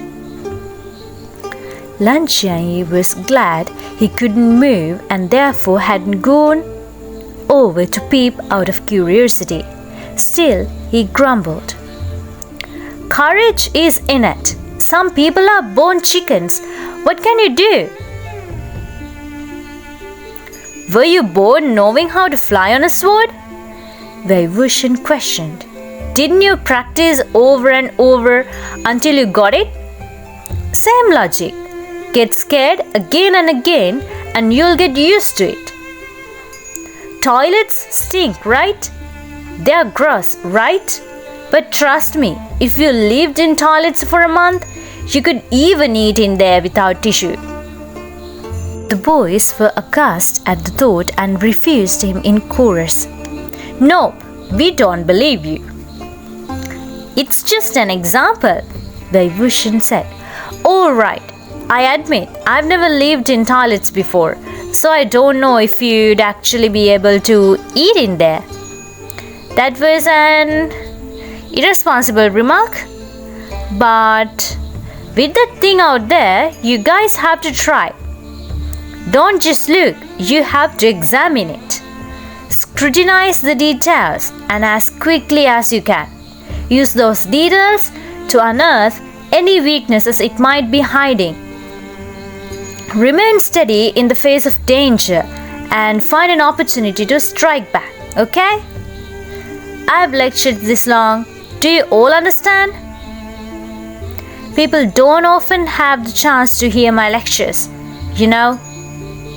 You have to cherish this opportunity. Don't back away now.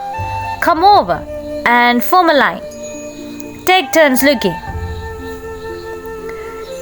Do we have to? Of course, Wuxian said. I'm never one to joke around, nor do I play tricks on people. Let's start with Xiang. Jinliang and Siqi have both had their turns already. Huh? Lan Jiayi protested. I can be excused, right? Those who were poisoned can't move. That's what you said. Wuxian directed. Stick out your tongue. Ah. Lan Jiayi compiled once more. Ah. Wuxian gave his blessing. Congratulations! You're cured of the poison. Now bravely take your first step. Come. Lan Jiayi balked. Cured that fast? You're lying, right? His protests were ineffective, and so he had to force himself to boldly walk to the window. He looked, then looked away, looked and looked away. Wuxian knocked on the wooden plank. What are you scared of? I'm standing right here. It won't dare break through this board. It's not going to eat your eyeball. Lan Jiayi jumped away. I'm done. Then came the turn of the next person in line. Each person gasped sharply when they looked. Once everyone had taken their turn, Wuxian said, All done? Then why don't each of you share what you saw? Let's summarize. Jinliang rushed to answer first. White eyes, female, very short, very skinny. Okay appearance, she is holding a bamboo pole. Lan Siqi thought for a moment, then said, The girl's head reaches my chest. Her clothing is ragged and not too clean, kind of like the garb of wandering street urchins. The bamboo pole seems to be a cane used by the blind. It's possible those white eyes were not formed after death, but rather that she was blind while alive. Wuxian commented. Jinliang saw a lot, but Siqi saw details. Jinliang pursed his lips. Another boy said, The girl is about 15 or 16 years old. She has a heart-shaped face, very delicate and pretty. But there's a sense of vitality in those fine features. She uses a wooden hairpin to pin up her long hair. The end of the pin is carved with the head of a little fox. She is small yet slender. Although unclean, she is not repellently filthy. If she was just given a chance to clean up, she'd definitely be cured. A real beauty. When Wuxian heard this, he instantly felt the boy's prospects were limitless. Very good, very good, he praised energetically. A detailed observation with a unique focus. Our little friend will definitely be a romantic in the future. The youth blushed, covered his face, and turned to face the wall, ignoring his companion's laughter. Another youth said, It seemed the sound of bamboo hitting the ground was her walking. If she was already blind when alive, she'd still be unable to see after returning into a phantom in death. She has to depend on that cane. Yet another youth countered. But that's not right. You've all seen blind people before, right? Since their sight is hindered, they walk and move very slowly, scared to bump into something. But the phantom outside the door is quick and agile. I've never seen such an agile blind person. Wuxian smiled. That's an excellent point. Very good. That's exactly how you should be analyzing the situation. Don't overlook any points of suspicion. Now, let's invite her in and clear up those suspicions with answers. Just as he said that, he immediately tore off one of the door planks. Not just the boys inside the house, but also the phantom outside the window jumped in surprise at the abrupt action. She raised her bamboo pole immediately on guard. Wuxian began by greeting the phantom. Then he asked, "Miss, you've been following them all this time. Do you have some business with them?" That girl widened her eyes. If she were alive, she would have been absolutely adorable, but with those blank white eyes exuding streams of blood, the motion just made her look doubly savage. Someone inhaled sharply behind Wuxian. Wuxian asked, "What's there to be scared of? You'll see plenty of bleeding from the 7 apertures in the future. Is 2 apertures already too much for you? That's why I'm telling you guys to practice more." Prior to this, the girl had been fretfully pacing in circles before the window, hitting the ground with her bamboo pole, stomping, glaring, and flailing her arms. But now she suddenly changed course, gesturing like she wanted to tell them something. Jinliang wondered. "That's weird. Can't she talk?" The phantom girl paused mid-action at this and opened her mouth to show them. Blood poured from her empty mouth. It seemed her tongue had been yanked out at the root. The clan juniors were covered with goosebumps, but at the same time sympathy bloomed in their hearts.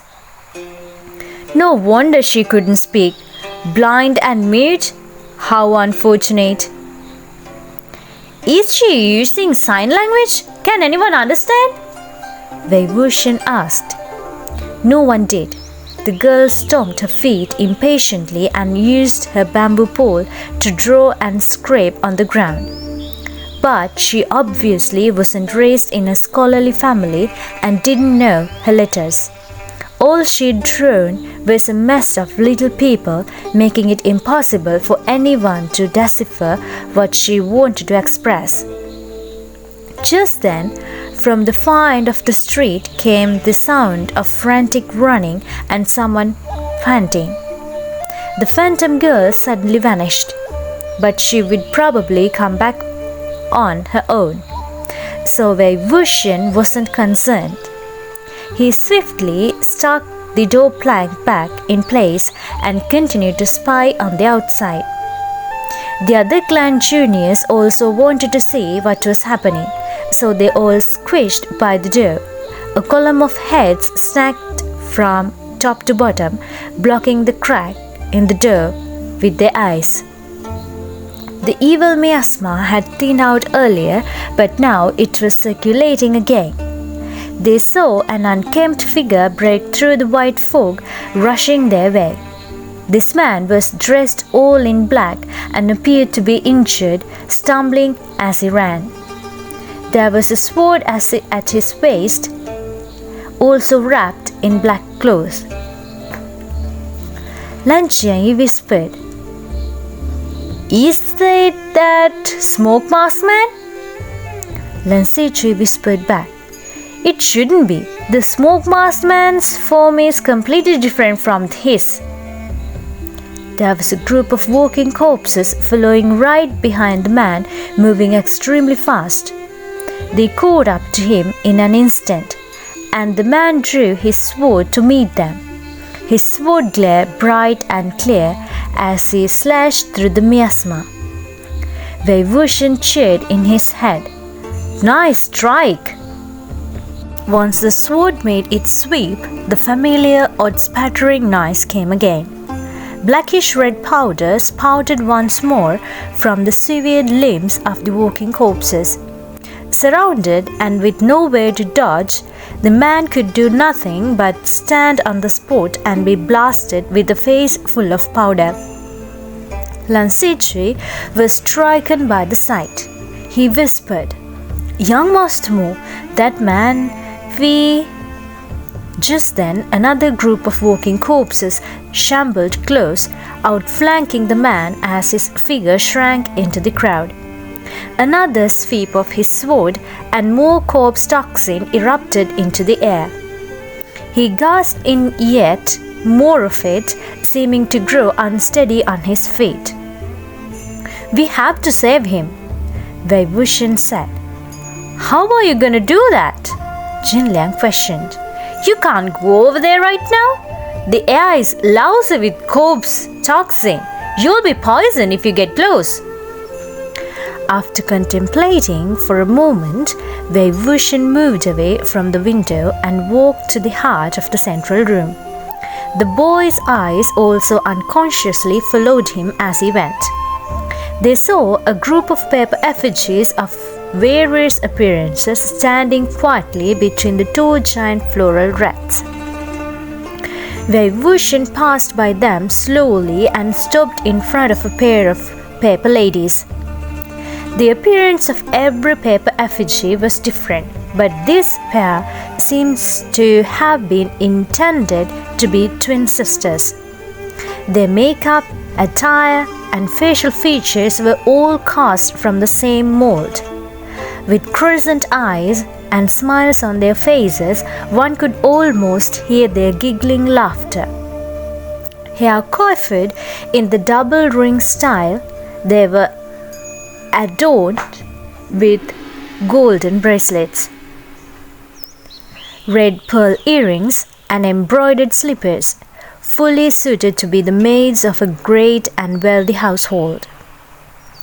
"Let's go with these two," Wuxian said. He lightly swept his hand over one of the youth's unsheathed swords. Using the blood from the cut on his thumb, he spun around to dot the two pairs of eyes with 4 eyeballs. He then took a step back and gave a light smile. Coy eyes and seductive wiles, red lips part to chase a smile. Ask not of good or evil done. With these final dots, let the warrior come. A gust of sinister wind blew from out of nowhere, abruptly engulfing the entire stir. The boys unconsciously gripped their swords. Suddenly, the pair of paper effigy twin sisters jolted. In the next heartbeat, there came the sound of giggling laughter drifting from those bright red painted lips. The final eye summoning. It was as though the pair of paper effigies had seen or heard something extremely funny. They giggled like tremulous flowering bows. Those eyes, dotted with the blood of the living, rattled in their sockets as they trilled about, painting a picture that was both extremely charming and extremely horrifying. Wuxian stood in front of them and inclined his head shallowly, giving them a courteous nod. The pair of paper effigies reciprocated with a deep bow, showing him great courtesy. Wuxian pointed to the door. "Go bring the living in. Obliterate everything else." Shrill laughter shrieked from the mouths of the paper effigies. A blast of sinister wind rushed past and flung open the 2 doors of the entrance.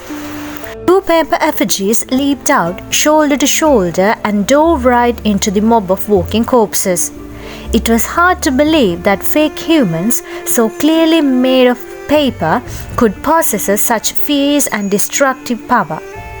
Stepping with their fine embroidered shoes and fluttering their airy sleeves, they slashed off a walking corpse's arm with one sweep and sliced a head in half with another.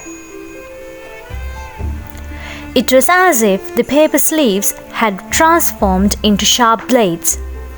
That charming laughter echoed incessantly down the long street, rousing the mind yet raising the hair. It wasn't long before over a dozen walking corpses had been sliced to mangled pieces by the pair of effigies.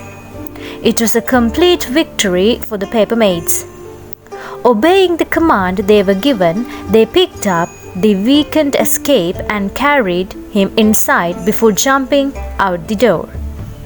The door closed automatically behind them, and they quieted down as they stood one on either side, watching the entrance like guardian lions.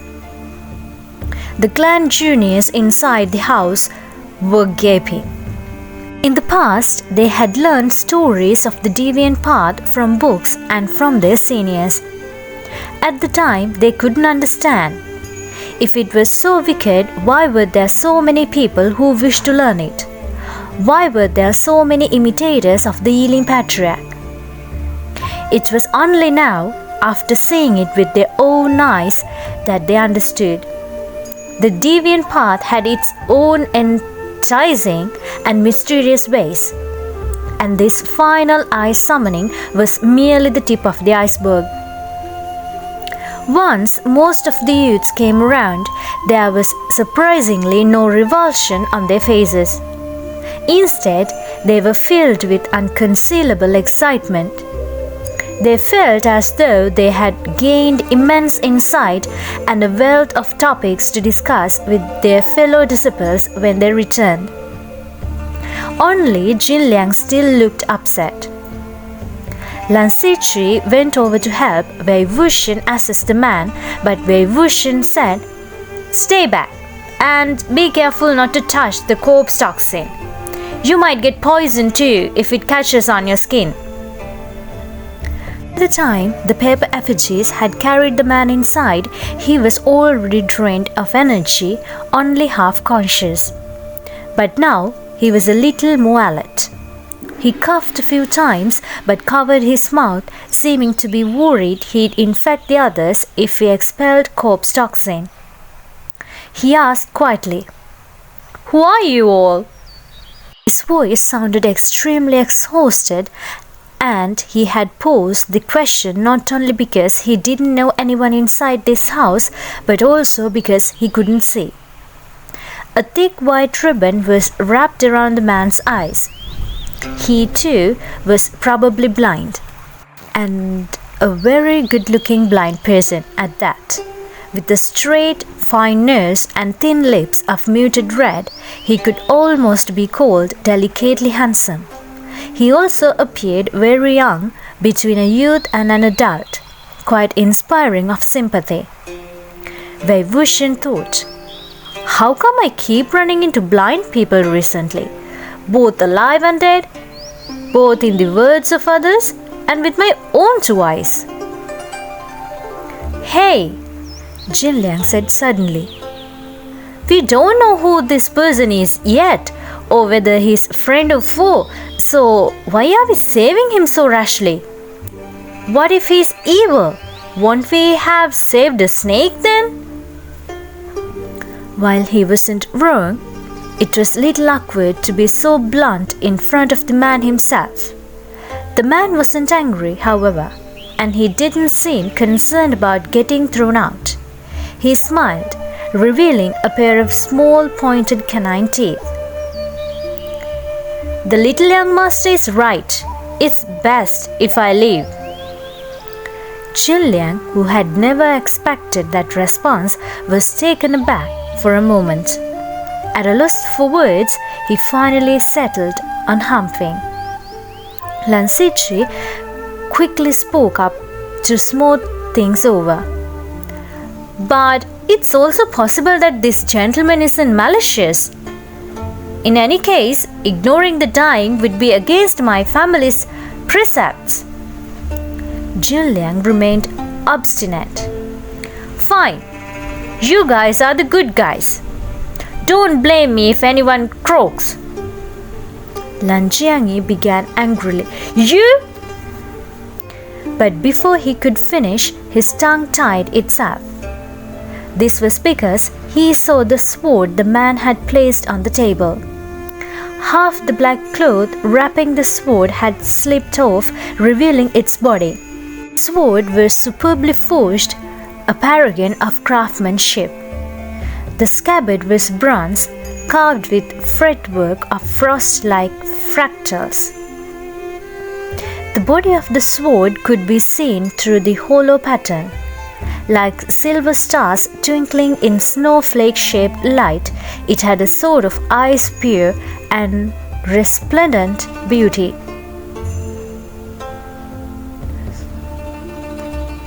Lan Jiangyi's eyes bulged, looking like he was about to blurt something out.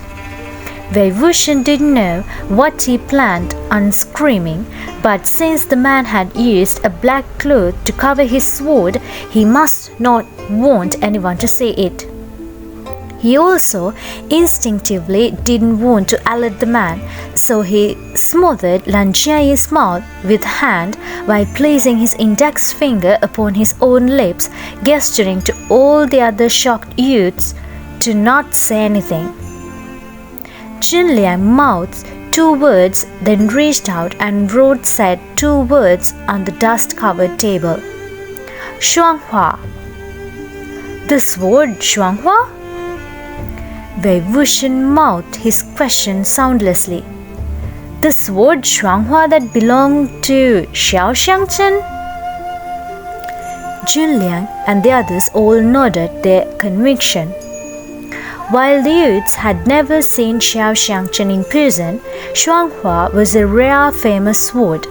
Not only was its spiritual power strong, but its physical appearance was also beautiful and unique. Once upon a time, it had been featured in countless editions of the Illustrated Almanac of Spiritual Sword and the Atlas of Notable Blades, making it unforgettable. Wuxian mulled over this information. If the sword was Shuanghua and the man was blind, one of the boys had arrived at the same conclusion and was reaching out to touch the bandage over the man's eyes, wanting to unravel it to see if his eyes were still there. But his hand had only just touched the bandage when the man seemed to be in extreme pain. He shifted back imperceptibly, apparently very scared of others touching his eyes. The boy noticed his own impropriety and quickly withdrew his hand. I'm sorry, I didn't mean to." The man raised his left hand, which was covered in a thin black glove, and seemed to want to cover his eyes, even though he was afraid to touch them himself. Gentle contact already caused him unbearable pain. A thin sheen of sweat had broken out on his forehead. He replied arduously, "It's fine." Still, his voice quivered. Such a display was surely enough to deduce that this man was Xingchen, who had gone missing after the case of the Chang clan of Yuyang. Xingchen still hadn't realized his identity had been seen through. After enduring the wave of pain, he fumbled to reach for Shuanghua. Wuxian's hand moved as fast as his eyes saw, pulling up the black cloth that had slipped off. Having felt Shuanghua, Xingchen nodded. "Many thanks for rescuing me. I will take my leave." "Don't go yet. You got corpse poisoning," Wuxian said. "Is it serious?" Xingchen asked. "Very," Wuxian replied. Since it is serious, then why stay? Xingchen said. It is hopeless, regardless. Why not kill a few more walking corpses before I turn? Hearing he had no care for his life or death, hot blood surged within the chests of the boys in the house. Who said it's hopeless? Wangji blurted in spite of himself. Stay, he can cure you. Wuxian said curiously. Me? Sorry, are you talking about me? He really didn't have the heart to tell the truth. Xingchen had already breathed in too much of the corpse toxin. His face was tinted a faint blackish red. He was poisoned too severely, and glutinous rice congee probably wouldn't work anymore. I already killed plenty of walking corpses in this city, Xingchen said. They have been following me. More will shortly and endlessly follow. If I stay, you will all be overwhelmed by the mob sooner or later. Does my lord know why Yi City became this way? Wuxian asked.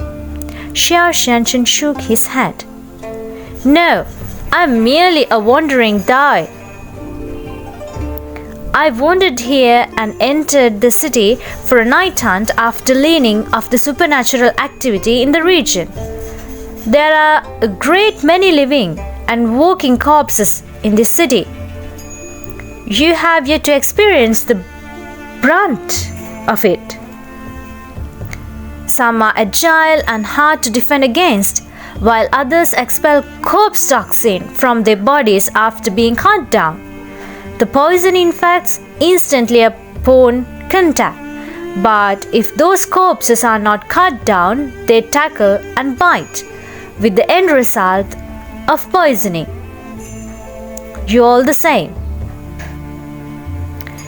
They are genuinely difficult to fight. Judging by your voices, there are many little young masters among you. Am I correct?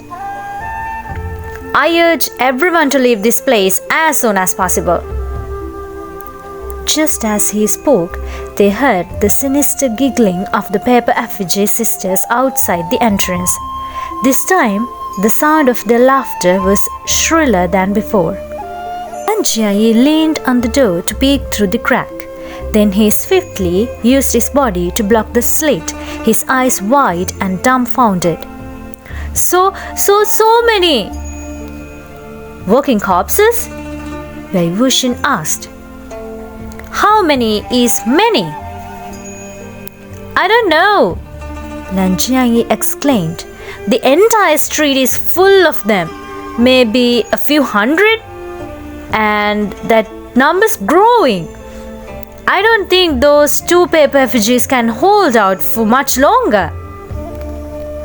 If the door guarding effigies fell, all the corpses walking the street would swarm into the shop. Cut them down, and poisoning would be imminent. In fact, the more vigorous the slaughter, the faster the poison could circulate. Don't cut them down, and inevitably be torn apart or bitten to death. Sword in hand, Xingchen clearly planned on pushing through the door to go out, probably hoping to fend off as many waves of those cadavers as he could with what strength remained in him. But his face suddenly turned purplish red and he fell backward onto the ground. Just sit tight, Wuxian said. This'll be resolved in a jiffy. Once more, he casually swept the index finger of his right hand over the blade of Wangji's sword. Blood dripped. Are you going to use the finalized summoning again? Wangji asked. How much blood would it take you to dot the eyes of every single effigy? How about I lend you some of mine? Other boys immediately rolled up their sleeves. Me too! Wuxian was caught between laughter and tears. No need. Do you have any blank talismans? These juniors were still young, not trained enough to be able to draw talismans on the spot for immediate use. All the talismans they had on them were pre-drawn. Lan Sichui shook his head. No. A pre-drawn one is fine too, Wei Wuxian said. Lan Sichui retrieved a stack of yellow talismans from his tiankun pouch. Wei Wuxian took only one sheet, glanced at it, and then pressed the index and middle fingers of his right hand together as his hand powerfully glided over the cinnabar paint from top to bottom. The vibrant red blood and the scarlet cinnabar formed a brand new set of symbols. He flicked his wrist and the red-marked yellow talisman ignited mid-air. Wei Wuxian reached out with his left hand and caught the ashes drifting from the burning paper. He clenched his fingers and looked slightly downward. As he opened his palm, he gently blew the black ashes toward the row of paper effigies. He murmured, "Wildfires cannot destroy, for the life shall rise again in this spring breeze." The talisman ash stormed and whirled. A yin muscle man standing at the forefront picked up a machete that was next to his feet and slung it over his shoulder. Beside him was a sumptuously dressed paper beauty with her hair styled in a high loose bun. She slowly raised her right hand, nimbly flexing her long and slender fingers. She appeared to be a languid noble woman, haughtily admiring her long nails, which were painted blood red. Next to the beauty's feet stood a golden boy and a jade maiden. The golden boy yanked mischievously on the jade maiden's braid, and the jade maiden stuck out her tongue at him in response. A long tongue, almost 30 centimeters in length, abruptly slipped out of her small mouth and poked a giant hole in the boy's chest, like a venomous snake, before it was swiftly withdrawn with one vicious movement. The golden boy opened his mouth wide, revealing 2 chilling rows of white teeth, and bit her on the arm. Just like that, the paper effigy children started fighting each other first. 20 or 30 paper effigies started wobbling one after the other like they were working their joints, whispering to each other as they shook, while the sound of rustling undulated everywhere. They were not alive. No, they were far superior to the living. "Hold your breath," Wei Wuxian instructed. Then he sidestepped to make a way to the entrance. He bowed slightly and made a gesture of invitation. The wooden doors swung violently open once more. The sweet smell of corpse toxin gushed in, and everyone immediately covered their mouths, raising their sleeves in defense. The yin muscle man let out a loud roar and lunged first, before the rest of the paper effigies filed out. The wooden door closed anew behind the last paper effigy. "No one breathed any of that in, right?" Wei Wuxian asked the room. Everyone quickly replied, "No." Wei Wuxian helped Xingchen to his feet. He thought to find a place for the man to lie down, but shockingly no such space could be found, leaving him no choice but to sit on the frigid, dusty ground. Xingchen was still tightly gripping his sword Shuanghua. It was only with a strenuous effort that he roused himself from his half-conscious state. He coughed a few times, his voice feeble. "Sir, that was the finalized summoning?" "My knowledge is rough at best," Wei Wuxian replied. Xingchen pondered for a moment, then smiled. That was indeed the best way to obliterate those walking corpses. He paused, then added, However, cultivators who walk this path can easily find themselves facing mutiny from subordinate malicious ghosts and belligerent spirits. Not even the founding father of this path, the Yiling patriarch Wuxian, could escape that fate. This is just my personal suggestion, but if my lord is not his match, then do be more careful in the future. Best not to use that magic unless absolute necessary. Try cultivating another path. Wuxian sighed inwardly. Thank you for your exhortation. Most acclaimed cultivators made their stance on the matter very clear, drawing lines in the sand to advertise their profound hatred for a certain someone. However, the fact that this dear martial uncle of his would still advise him so diplomatically, reminding him to watch out for mutiny, even while he was half dead himself, it only spoke to how exceedingly gentle he was, how kind and soft-hearted. Looking at the thick layer of bandages over Xingchen's eyes and remembering what the man had gone through, Wuxian couldn't help but sigh regretfully. Young juniors with scant worldly experience were usually too fascinated by the demonic path to regard it with contempt. So other than Jinliang, who looked very upset the entire time, the other juniors were all crammed around the crack in the door to watch the spectacle unfold. Help! That effigy woman's nails are so scary. 1 slash leaves 5 gashes. Why is that little girl's tongue so long and so hard? Is she a hang's ghost? That guy's so strong. I can't believe he can pick up so many walking corpses at once. He's gonna slam them down. Look, look, look! He's done it. They're all smashed. After he had been pulled aside by Xingchen for a round of gentle counsel, Wuxian cracked the last bowl of glutinous rice congee on the table. Your poisoning is severe. I have something here that might be able to give you a slight reprieve, but it also might not, and it tastes quite awful. Do you want to give it a try? If you no longer wish to live, don't worry about it. Xingchen took the bowl with 2 hands. Of course, I want to live. If I may live on, then allow me to persist.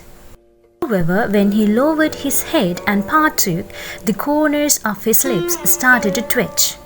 It was only by firmly pursuing his mouth that he managed to not bring it right back up. It was a good while before he very politely uttered, Thank you. Wuxian turned his head. Do you guys see that? You see that? Hear what he said? You're the ones being delicate and difficult. All those complaints while eating the congee, I slaved over. Did you slaved over anything? Jinliang accused. Besides dumping a bunch of strange things into a pot, what else did you accomplish? Xingchen said. However, upon further consideration, if I must eat this every day, then I choose death. Jinliang burst into mocking laughter without a shred of mercy, and not even Lan Xichui was able to contain himself, letting out a pff. Wuxian looked at them, speechless, and Lan Xichui immediately schooled himself. Right then, Lan Jianyi exclaimed happily, All right! They're all dead! We've won! Xingchen quickly put down the bowl. Do not open the door yet. Be careful. There might be more. Don't put down the bowl, Wuxian said. Pick it up and finish the Wangji. He approached the wooden door to look out through the crack. After the inhuman slaughter, the street was permeated with thin white fog and purplish red powder. The corpse toxin was gradually dissipating, and the paper effigies patrolled leisurely up and down the street. Pieces of the walking corpses were strewn all over the ground, and when they came across bits that still twitched, the effigies would viciously stomp down until those chunks were rendered into nothing more than puddles of blood and flesh. Beyond that, everything was still and quiet. No new walking corpses had rushed onto the scene yet. Just as Wuxian was about to relax, there was a very, very light movement just above his head. The sound was almost impossible to catch. It was as though someone was darting past on the roof tiles with the speed of a bird, their steps unusually light and agile, nearly silent. Were it not for Wuxian's sharp senses, he wouldn't have caught the minute sound of impact between the tiles. The movement couldn't deceive the blind either. Xiang channeled. Above, Wuxian barked. Spread out. Just as he spoke, the ceiling over the central room tore open. Broken tiles, accumulated dust, and scattered straw plunged down like rain. The boys had quickly dispersed, so thankfully no one was hurt. A black shadow jumped down through the gaping hole in the ceiling. This man was dressed in a set of black diced robes. He was tall, and his posture was straight as a pine tree. A Taoist whisk was tucked behind his back, and he wielded a long sword in hand. He was coolly handsome in appearance, and with his head slightly tilted up just so, he emanated a haughty and aloof demeanor. But his eyes had no pupils. They were pure, deathly white. A fierce corpse. Everyone present had only just managed to realize that fact when he lunged, brandishing his sword. He was aiming for Xingchen, the one closest to him. Xingchen drew his sword to parry, but the force behind the strike was immense and the impact numbed his arm. If not for the extraordinary spiritual power of his own sword, Suihua, he would probably have been struck dead. His attack unsuccessful, the black-clad fierce corpse swung again, moving as smoothly and brutally as a flowing current, as if his hatred was as profound as the sea. He aimed for Xingchen's arm, and in that moment of danger, Xingchen drew his sword and helped Xingchen block his attack. Doing so must have caused the poisoning to surge, for he collapsed at last, unmoving. Lan Zhenyi was horrified. Is he dead or alive? I've never seen such a fierce corpse with such agility and such expertise with the sword. But he trailed off because he suddenly remembered that yes, he had. Because of course, the ghost general was the same. Wuxian's eyes had been firmly glued to this Taoist, his mind churning rapidly. He pulled out the bamboo flute tucked at his waist and played a long shrill note, so piercing that everyone else covered their ears. When the Taoist heard the sound of the flute, his body lurched. Although the hand gripping the sword shook tremendously, in the end he still lunged. He could not be controlled. That meant this fierce corpse had a master. Wei Wuxian dodged the lightning-fast attack, leisurely playing another tune as he sidestepped. Soon, the paper effigies patrolling outside leaped onto the roof and jumped in through the gaping hole. Noticing the movement, the fierce Taoist corpse swung his sword back into 2 quick slashes. 2 paper effigies were cut into 4 pieces, top to bottom. He drew his whisk with his left hand, and it was as if thousands of those soft white threads had suddenly transformed into metal whips and poisonous thorns. A simple swing could burst skulls and sever limbs. An accidental brush would turn a bystander into sieve, pouring blood like water. Though his hands were full, Wei Wuxian called out, "Don't come over here! Stay in your corner!" Then he continued issuing commands. The music of the flute whimsical and flighty and marked by ferocious chords. Although the fierce Taoist was fighting with both hands, endless paper effigies jumped down from above, surrounding and attacking him. If he struck here, there'd be more there. Kill the one in front, and more would come from the back. His strength alone was inadequate. Suddenly, a yin muscle man dropped from above and grappled him, stomping down on his shoulder and pushing him to the ground.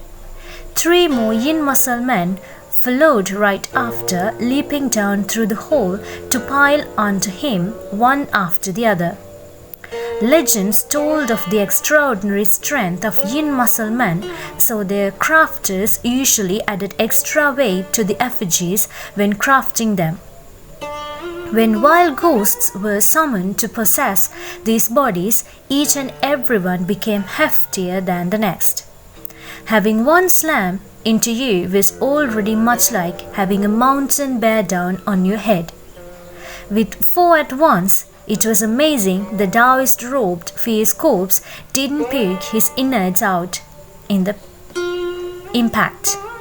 He was pinned completely in place, unable to move a muscle. Wei Wuxian walked over, observing a section of damaged clothing on his back. When he flattened the tear to examine further, a thin narrow gash could be seen by the corpse's left shoulder blade. "Flip him over," Wei Wuxian ordered. The 4 yin muscle men flipped the Taoist over to face the ceiling, making it easier for him to examine the man. Wei Wuxian reached out with the fingers he'd cut earlier and smeared them over the lips of each of the 4 paper effigies as reward. The yin muscle men stuck out their red paper tongues and cherished the blood with slow licks, seemingly savoring the delicacy. Only then did Wei Wuxian look down to continue his inspection. The area near the Taoist heart seemed to have sustained the same damage as his back. The same tear, the same narrow gash. It was as if he had died from being stabbed through the heart.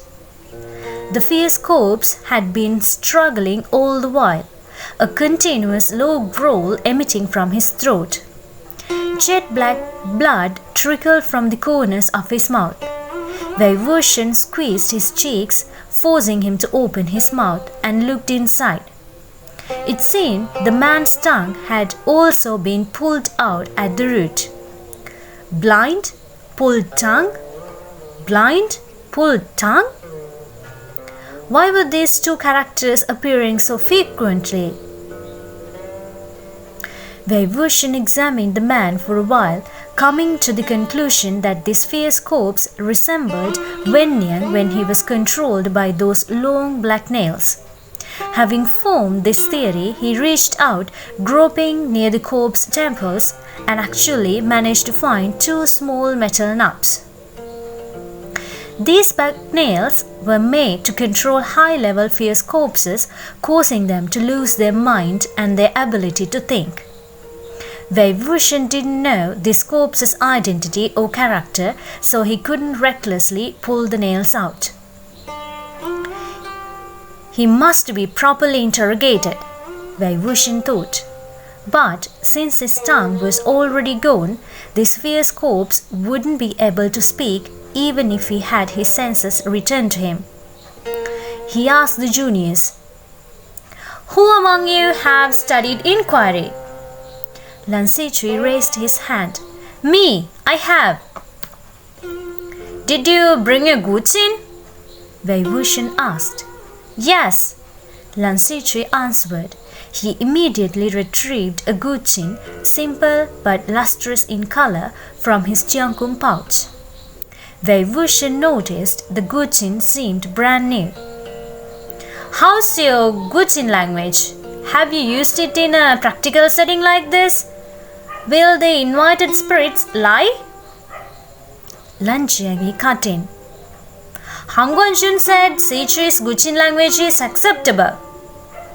If Lao Wangji had said acceptable, then it must be acceptable. He wouldn't have exaggerated nor played it down. Wei Wuxian relaxed. Lan Sichui said, "Han Guanxun told me to practice quality, not quantity. The invited spirits can choose not to respond, but they definitely cannot lie. So whatever they answer will be the truth." "Let's start then," Wei Wuxian said. The Guqin was placed on the ground above the Taoist head. Lan Sichui sat down, the hems of his robes spreading neatly out around him. He tried 2 notes and then nodded. "First question, ask who he is," Wei Wuxian said. Lan Sichui thought for a moment, then mouthed the incantation to himself before daring to pluck out the first verse. A good moment later, the strings vibrated and 2 notes blasted forth like bedrock splitting. Lan Sichui widened his eyes. Lan Jiangyi urged, "What did he say?" "Songlan," Lan Sichui said. "The best friend and fellow cultivator of Xiao Xingchen, Songlan?" Everyone turned to look at the unconscious Xiao Xingchen on the ground. Lan Sichui murmured, "I wonder if he knows this is Songlan." Jin Liang also hushed his voice. "Probably not. He's blind and Songlan is mute. Not to mention, he's become a mindless fierce corpse. So, best if he doesn't." Wei Wuxian said, "Second question, ask who killed him." Lan Sichui played a verse seriously. This time, the silence lasted 3 times longer than before. Just when they thought Songlan's soul wasn't willing to answer this question, the strings trembled and 3 notes resounded with profound pain. "Impossible!" Lan Sichui blurted. "What did he say?" Wei Wuxian asked. Lan Sichui was incredulous. "He said, 'Xiao Xingchen.'" The one who killed Songlan was Xiao Xingchen? They had only asked 2 questions. Who could have imagined each answer would be more shocking than the last? Jin Liang was dubious. "You played wrong, right?" Lan Sichui replied. "Who art thou and who killed thee are the easiest and most frequently asked questions during the session of inquiry. They are the first and second verses everyone who studies inquiry learns. I've practiced them at least 1,000 times, and I checked repeatedly before playing them. I most certainly did not make a mistake." "Well, either your inquirers played wrong or you misinterpreted the Guqin language," Jin Liang determined, adamant. Lan Sichui shook his head. "If the notes were not wrong, misinterpretation is even more impossible. Xiao Xingchen is an uncommon phrase or name, rarely heard from invited spirits. If we had answered with a different name and I misinterpreted it, there's no way it would just so happen to be this name. Lan Jianyi mumbled. Songlan went to find the missing Xiao Xingchen, but Xiao Xingchen killed him. Why would he kill his best friend? He doesn't seem to be the type to do that. Don't worry about all of that for now, Wei Wuxian said. Sichui, ask the third question. Who is controlling him? Lan Sichui's face was serious and he didn't dare breathe too hard as he played the third verse. Many eyes were glued to the strings, waiting for Songlan's answer. Then they heard Lan Sichui interpret the response, one word at a time. The one behind you. Everyone's heads shot up. Xiao Xingchen, who had been lying on the ground unconscious, was now sitting up with one hand propping up his cheek as he smiled at them. He raised his black glove left hand and snapped his fingers. That crisp sound went right to the ears of Songland, who was on the ground. It was as if the sound had exploded in his skull. He suddenly seized the 4 yin musclemen who held him down and sent them flying. He leaped to his feet, brandishing his long sword, and whisked once more, and sliced and diced the 4 yin musclemen, shredding them into multicolored paper crabs. His long sword was pointed at Wei Wuxian, while his whisk was aimed threateningly at the clan juniors. The tables had suddenly turned. Here is in this small shop. Jin Liang put his hand on his sword. Wei Wuxian saw from the corner of his eye and quickly said, "Don't move! Don't add to the problem. When it comes to swordplay, everyone here combined would still not be matched for this Songlan." This body of his was weak in spiritual power and his sword wasn't around. Besides, there was no Xiao Xingchen next to them to contend with. His motives unclear and whether he was friend or foe wholly unknown. Xiao Xingchen said, "The adults are talking. Why don't you kids go out?" He made a hand gesture at Songlan, who obeyed silently, moving to the herd of the clan juniors out. Wei Wuxian said to the boys, "Gone. You guys can't help here anyway. The corpse toxin outside should have settled by now, so don't go running around and stirring it up again. Slow your breathing." When Jin Liang heard, "You guys can't help here anyway," he was both indignant and frustrated, refusing to give up without a fight. But at the same time, he knew he was powerless. So he petulantly stormed out first. Lan Sichui was hesitant to leave, looking as if he had something to say. Wei Wuxian said, "Sichui, you're the most sensible here. Take the lead and guide them. Can you do that?" Lan Sichui nodded, and Wei Wuxian added, "Don't be scared." "I'm not scared," Lan Sichui said. "Really?" "Really." With that, Lan Sichui laughed surprisingly. "Young master, you and Han Guanzhen are so alike." Wei Wuxian was amazed. "Alike? How?" They were clearly two drastically different people. Lan Sichui did not answer but only smiled and acceded, taking the rest of the boys with him. "I don't know either," Lan Sichui quietly thought to himself, "but they feel very similar. It feels like there's no need to be scared if anything if either one of them is around." Xiao Xingchen fished a little red pill out of nowhere and swallowed it. "Such a moving display." Once he ate this pill, The purplish red color of his face faded rapidly. Wei Wuxian asked, "Corpse toxin antidote?" "Yes," Xingchen replied. "Much more effective than that terrifying congee of yours, right? And it's sweet too." "Really? Quite the performance, sir," Wei Wuxian complimented. "From the brave charge against the corpses that exhausted you terribly, to blocking the blow mean for Jinliang and losing consciousness, was that all an act for us?"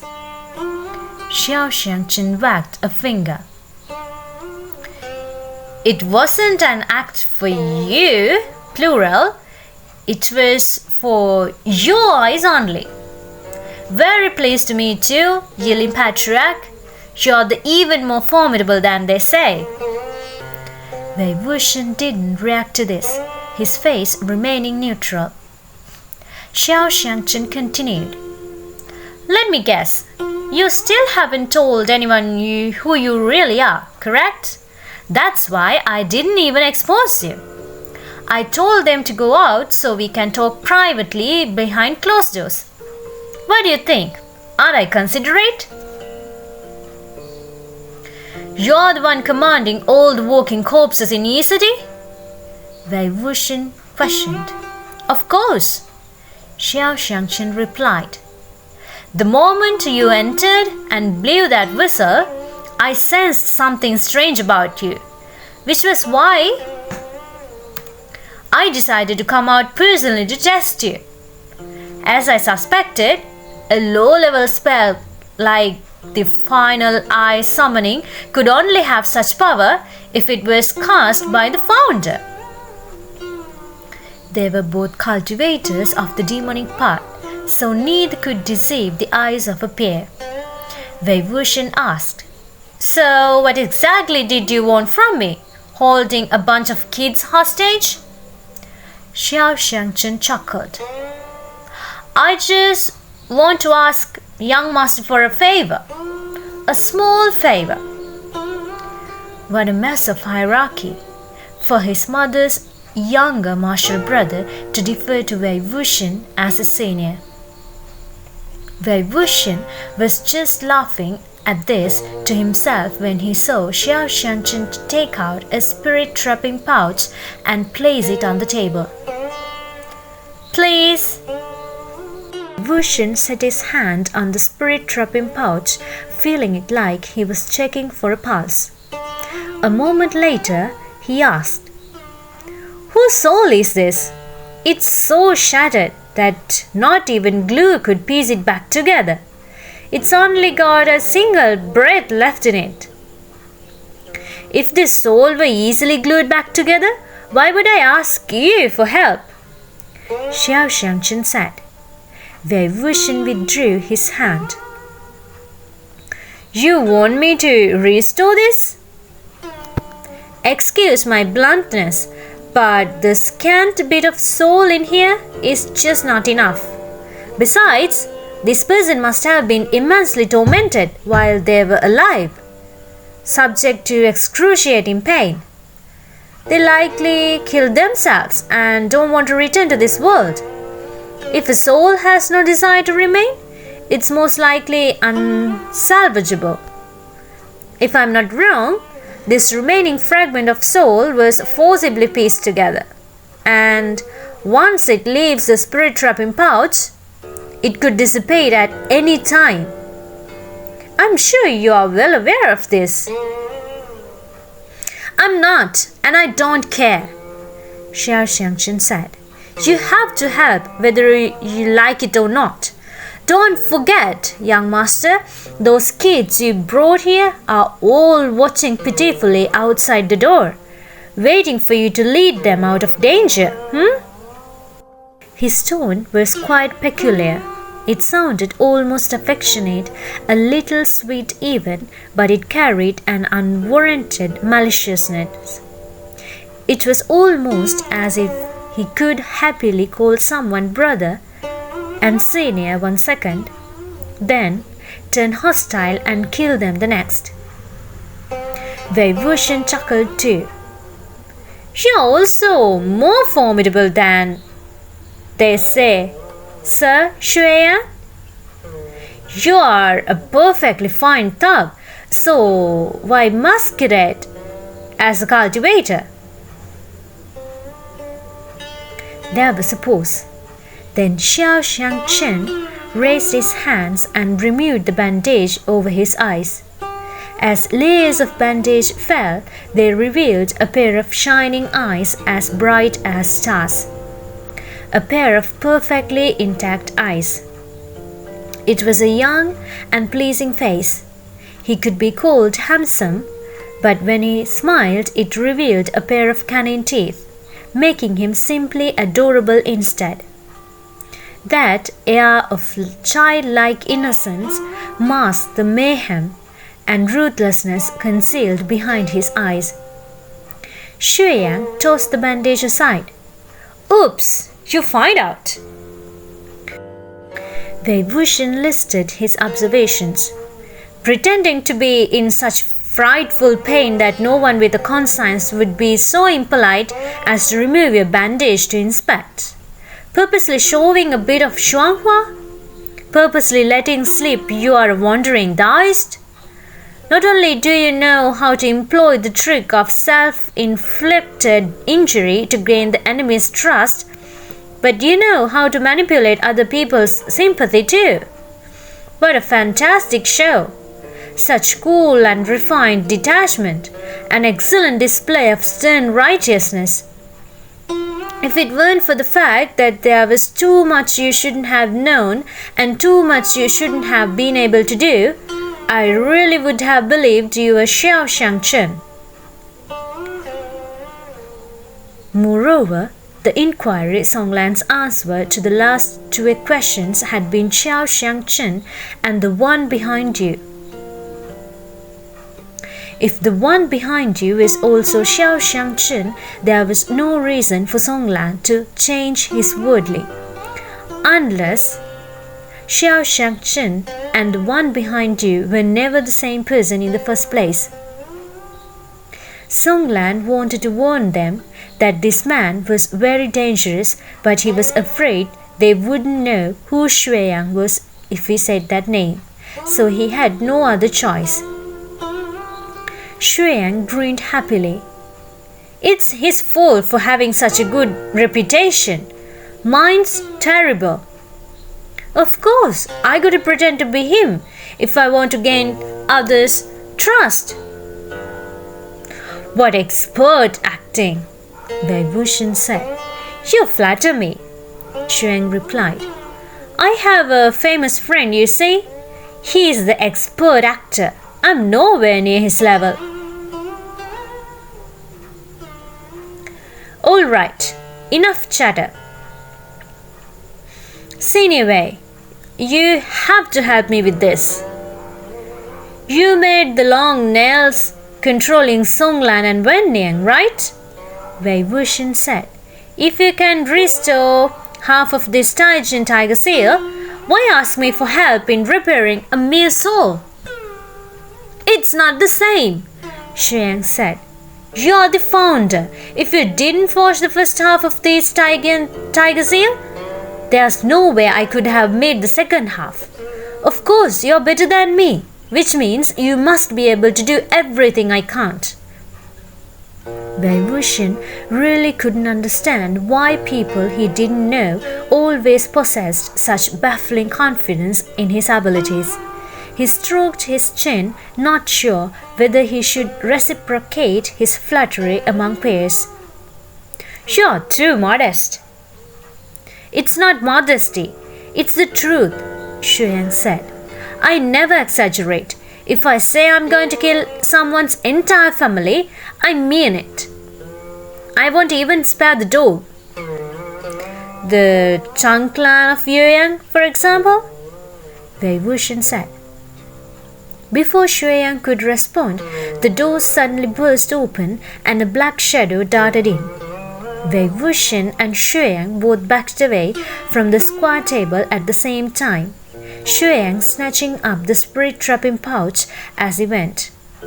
Songlan lightly vaulted off the table with a hand flipping in the air and landed atop the table, letting it absorb the force of his landing. He then immediately looked to the doorway, black veins crawling up his cheeks. Wennian, his body weighed down with chains, crashed heavily through the door. With him came a gust of white fog and black wind. Wuxian had sent out a summons for Wennian with the verses he played on his flute earlier.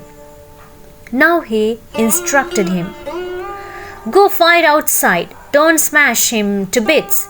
Keep the living safe and don't let other walking corpses near."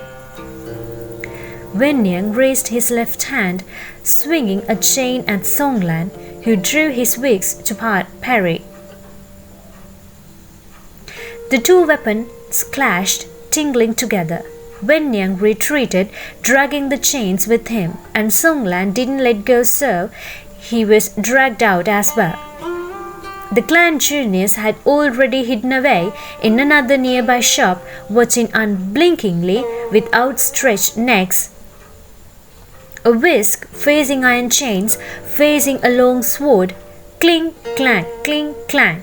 Sparks were flying everywhere. The only thought in their mind was that the showdown between these two fierce corpses was truly, incomparably ferocious. Every move was brutal, every punch battered flesh. Only fierce corpses could brawl like this. If these were two live humans, there would surely have been severed limbs or bashed out brains by now. "Guess who's gonna win?" Xiao asked. "Is there a need to guess? It'll be Wennian for sure," Wuxian replied. "It's too bad he refused to be obedient, despite my hammering so many skull-spearing nails into him. It really is inconvenient when things prove to be too loyal." Wuxian blandly noted, "Wennian is no thing." Xiang burst out laughing. "You know, what you said has a double meaning." When he reached the sword, he suddenly drew his sword and lunged. Wuxian dodged. "Do you always ambush people like this halfway through talking?" Xiang appeared surprised. "Of course. I'm a thug, you know this. It's not like I want to kill you either.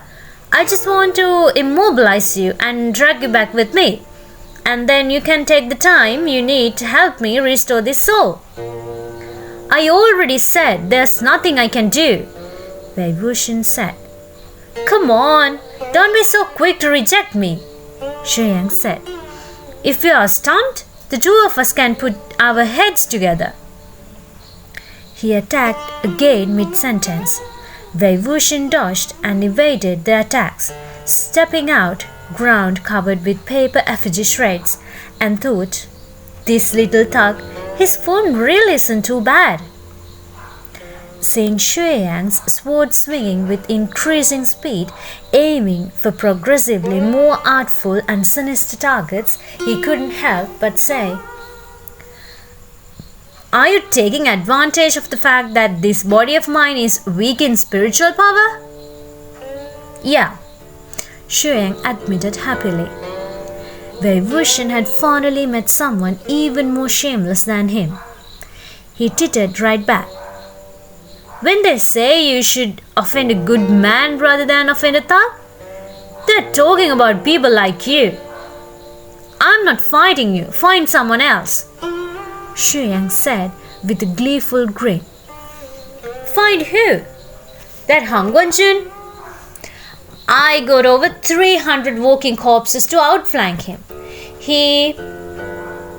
Before he finished, a streak of white descended from the sky, and the icy cold, clear blue light of Wuxian came striking at him. Like an enveloping blanket of frost, Wangji shielded Wuxian. Xiang flung out Shuanghua to help him block Wuxian's strike. The two famous swords clashed, then each flew back to the hands of their owners. Better to arrive at the nick of the time than to arrive early, huh? Wuxian said. As soon as Wangji replied, he continued crossing swords with Xiang. While Xiang had been chasing Wuxian all over the shop earlier, he was now being beaten back again and again by Wangji. Seeing the situation turning against him, an idea came to Xiang, and his lips curled. He suddenly switched Shuanghua to his left hand and thrust the right inside his jiangkung sleeve. Wuxian tensed, thinking he might hurl some kind of powdered toxin at them or drew a secret weapon, but what he shook out instead was a long sword. Xiang attacked them again, seamlessly dual-wielding both blades. The long sword he'd pulled from his sleeve had an eerie, gloomy glare. When swung, it emitted strands of black qi, making a stark contrast against the cool, bright silver of Shuanghua. Xiang lunged with both swords, the left and right flowing in perfect harmony, and his assault was immediately intensified. Jiangsai? Wangji thought aloud. Huh? Hanggunji knows this sword? What an honor! Xiang said, feigning shock. Jiangsai, meaning to call for disaster, was Xueyang's own sword. True to both its name and its master, it was an ominous sword that called for death and destruction. Wuxian interrupted to comment. Well, isn't that name just a perfect match for you? Stand back, Wangji said. You're not needed here. Wuxian humbly took his advice and backed off. He backed all the way to the entrance and took a peek outside. Wenyang was in the middle of stoically strangling Songlan, lifting the man by his neck and slamming him into the wall, creating a giant man-shaped hole in the process. Songlan, also expressionless, seized Wenyang's wrist and flipped him over, crashing him into the ground. Loud, incessant bangs and booms accompanied the battle between the two stone-faced fierce corpses. Neither side could feel pain, nor were they afraid of injuries. Unless they were cut to pieces, they could keep fighting no matter how many limbs they broke. There doesn't seem to be a need for me either, Wuxian mumbled to himself. Suddenly, he noticed Lan Jianyi waving wildly at him from inside the pitch-black shop across the street. Huh! They must need me there, at least. He had just left when Bichun's glare grew by magnitudes. In a split second, Xiang's hand slipped and Shuanghua dropped from his grip. Wangji took the chance and caught the sword. Seeing Shuanghua had fallen into the hands of another, Jiangsai struck straight for the arm Wangji had used to take it. The strike was unsuccessful, and a chilling fury flashed in Xiang's eyes. He bit out darkly, "Give me the sword!" "You're unworthy of it," Wangji stated. Xiang sneered. Wuxian walked over to where the clan juniors were and was immediately surrounded by the group of boys. He asked aloud, "Everyone okay?" "Yes." We all listened and held our breath. "Good," Wuxian said. "If any of you don't listen, then I'll make more glutinous rice congee for the culprits to eat." The few who had already experienced the state nearly retched. Just then, Footsteps sounded all round them. Silhouettes began to come in to weave at the end of the long street. Wangji also heard the sound. With a wave of his sleeve, he flipped out his Wuxian, Wangji, and slammed it down flat on the table. He tossed Bichen into his left hand and continued to fight Xiao, the will of the sword undiminished. Even while keeping up the assault, he raised his right hand and swept his fingers over the strings. The strings strummed, resounding far down to the ends of the street.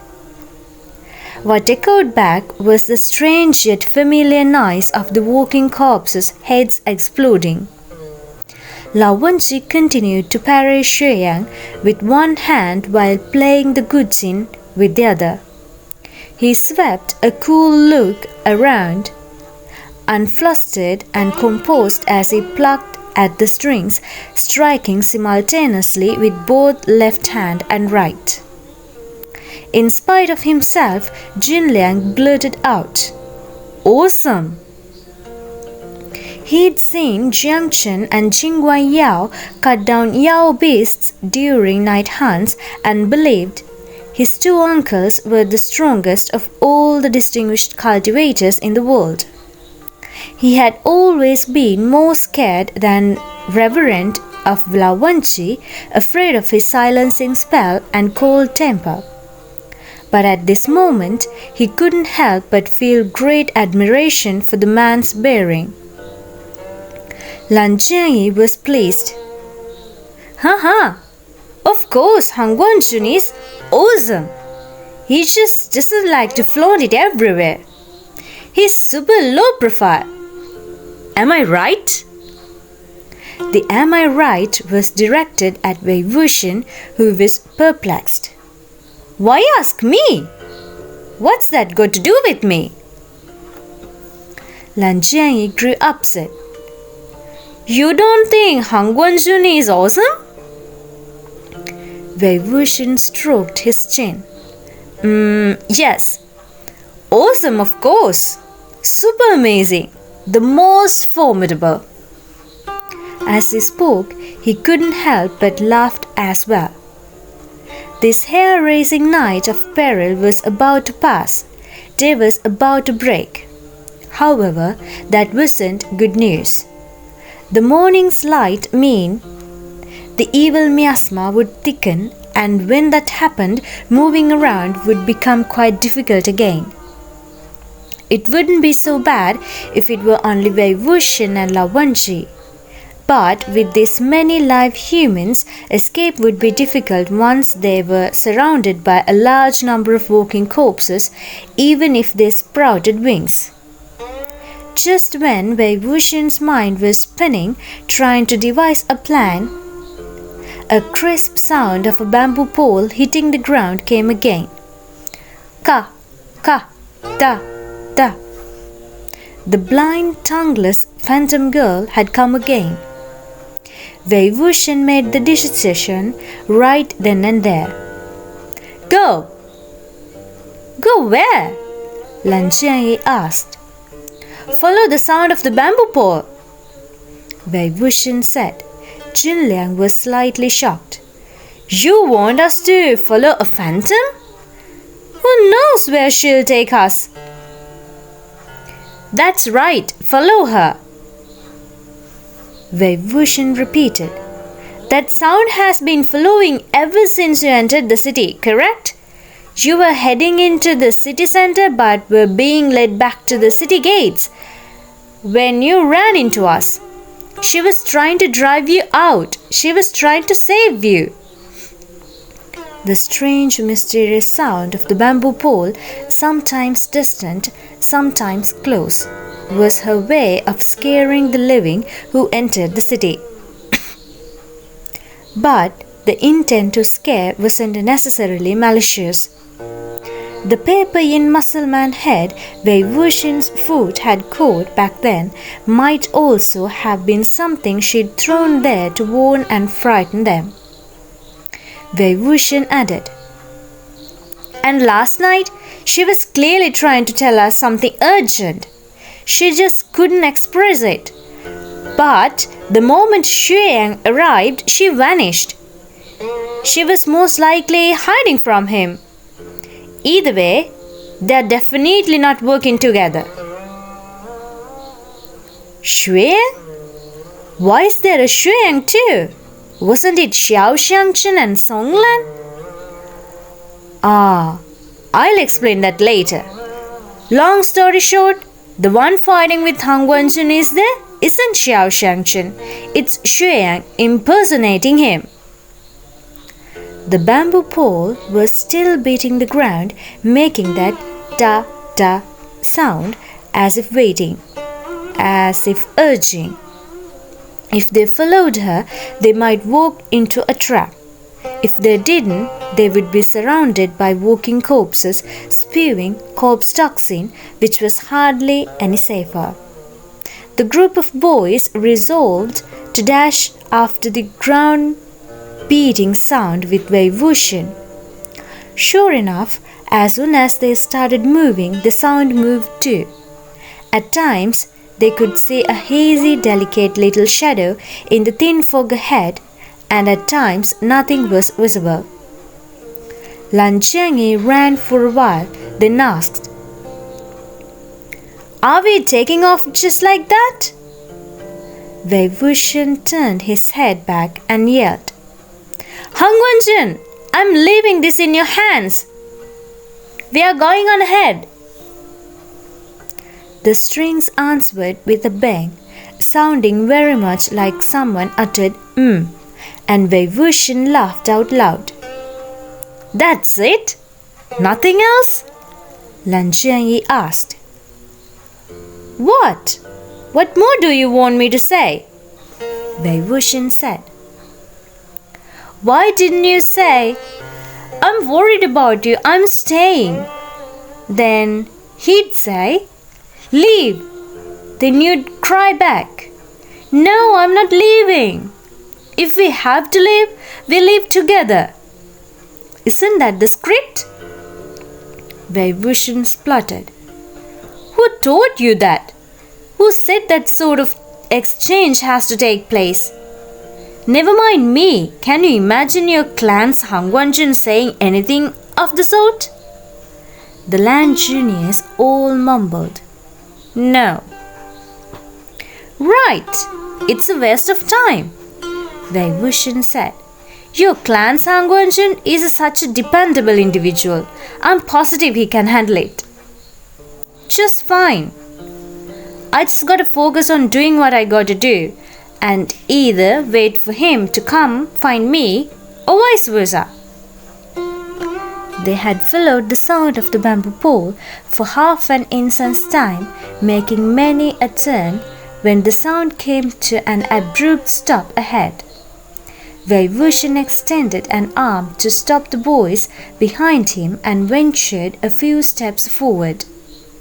A lone house stood amidst the thickening evil miasma. Creak! The door of the house was already pushed open, silently waiting for this group of strangers to enter. Wuxian had a hunch there must be something inside. Nothing perilous or life-threatening, but something that could answer some questions, solve some mysteries. "Since we are already here, let's go in," he determined. He lifted his foot and crossed the threshold. As he adjusted to the darkness, he reminded the rest without looking back. "Watch out for the threshold, careful not to trip." One of the boys indeed almost ripped over the very tall threshold and was confused. "Why is the threshold so tall? It's not like this is a temple." "It's not a temple, but it is also a place that requires a very tall threshold," Wuxian explained. A few of the boys ignited 5 to 6 illumination talismans, and the flickering orange-yellow light brightened the house. There was straw scattered across the floor.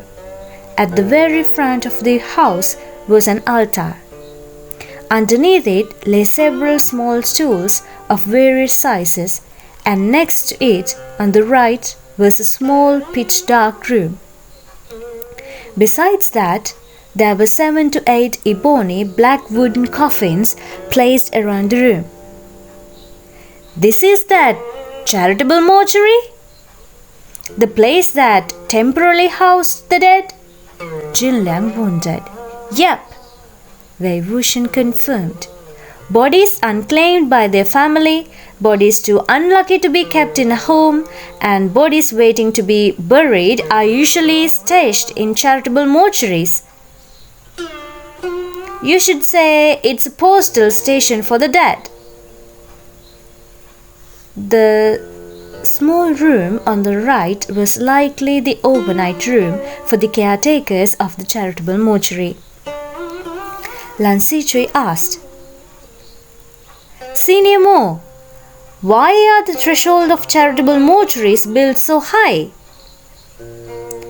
"To guard against corpses that have returned," Wuxian replied.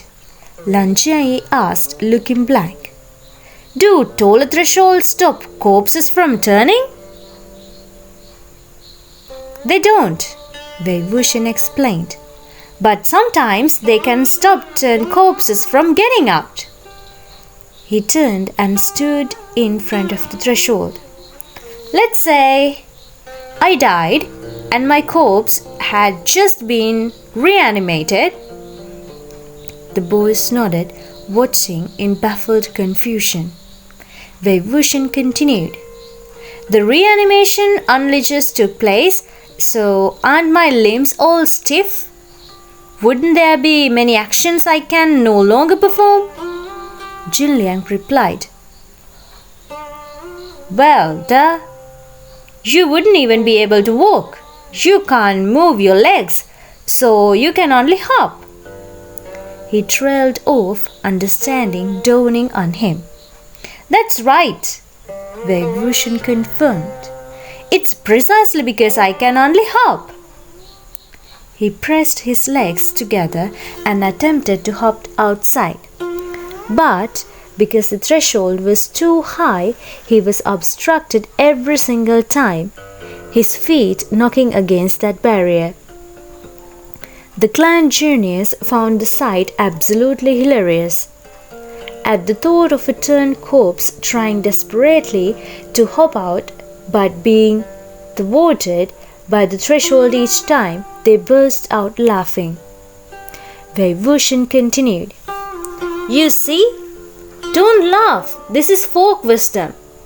As tacky as it is, and as crude as it looks, it's effective against low-level turned corpses. Even if the turned corpse trips on the threshold and falls out, its stiff limbs won't allow it to crawl back up in a timely manner. By the time it can get to its feet, either the sky will be brightening and the roosters crowing, or it'll be discovered by the caretakers here. It's impressive, actually, for common folks without cultivation backgrounds to have thoughts of this method." Xingchen had laughed too, but his laughter faded immediately.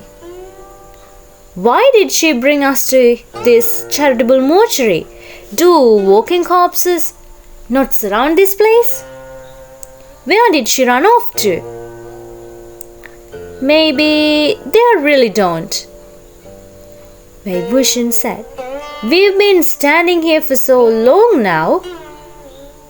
Have any of you seen walking corpses shambling around?" Just as he spoke, the apparition of the girl suddenly appeared on top of a coffin. Since everyone had carefully examined the girl's appearance earlier under Wuxian's lead, including her bleeding eyes and tongueless mouth, no one felt nervous or scared to see her again. Just as Wuxian had said, one's courage grew in tandem with the number of times one was spooked, and thus one could face these situations calmly. The girl did not possess a solid body, but her spirit form emitted a faint haunting glow. She was dainty in frame, the shape of her face similarly petite. If she was cleaned up, she would be the charming, lovely girl next door. But seeing how she sat cross-legged, she had none of the required manners. The bamboo pole she used as a cane was leaning sloppily against the coffin, and she dropped her two skinny little legs down to impatiently swing them back and forth. Still sitting atop the coffin, she slapped lightly on the lid. Then she jumped down, circling around the coffin, making gestures at them. Her gestures were easy to understand this time. It was a motion of open. "She wants us to help her open this coffin?" Jillian asked. Lan Xizhui speculated. "Could it be her body lying inside? And she's hoping we'll give her a proper burial?" This was the most logical deduction. Many souls were not at peace because their bodies hadn't received proper burials. Wuxian shuffled to one side of the coffin while several boys stood on the other, wanting to help him lift the lid. "No need to help. Stand back," Wuxian instructed. "Gotta be careful that it's not a cadaver that gives you a face full of corpse toxins or something." He lifted the coffin lid open by himself and threw it back, letting it fall to the ground. When he peered in, he indeed saw a cadaver. However, it wasn't the dead body of the girl, but of someone else. It was the body of a young man placed in a very peaceful posture. Under the folded hands there lay a whisk. Dressed in a snow-white Taoist robe, the contours of the bottom half of his face were fine and elegant. His complexion was pale and his lips were light in color. The upper half of his face was wrapped in layers upon layers of bandages, the width of 4 fingers. Under the bandage, where the eyes should have been, however, there was no visible curve. It was sunken in. There were no eyes there at all, only 2 empty holes. When the girl heard them open the coffin lid, she shuffled over and reached her hand in to fumble about. When her hands felt the corpse's face, she stomped her feet and 2 screams of blood tears flowed from her blind eyes. Everyone understood, without the need of any words or gestures. This lonesome corpse, placed in this lonesome charitable mortuary, was the real Xiao Xingchen. The tears of a phantom could not fail. The girl let her tears roll silently for a moment before silently gritting her teeth and rising her to feet. She ah-ahed at them, looking pressed and furious, like she desperately wanted to tell her tale.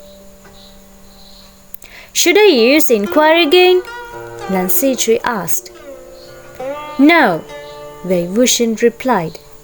"We might not be able to guess the questions she wants us to ask. Besides, I think her answers would be very complicated, very hard to interpret."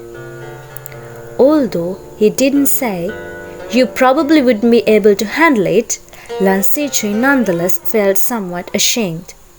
He inwardly resolved, "Once I get back, I must practice inquiry more diligently. I must reach Hangguanshun's level and know everything by heart, be able to ask and answer at will, to interpret and understand immediately." Lan Jianyi asked, "What do we do then?" "Use empathy, I guess," Wei Wuxian said. Every major clan had their own expert way of obtaining intelligence and gathering information from resentful spirits.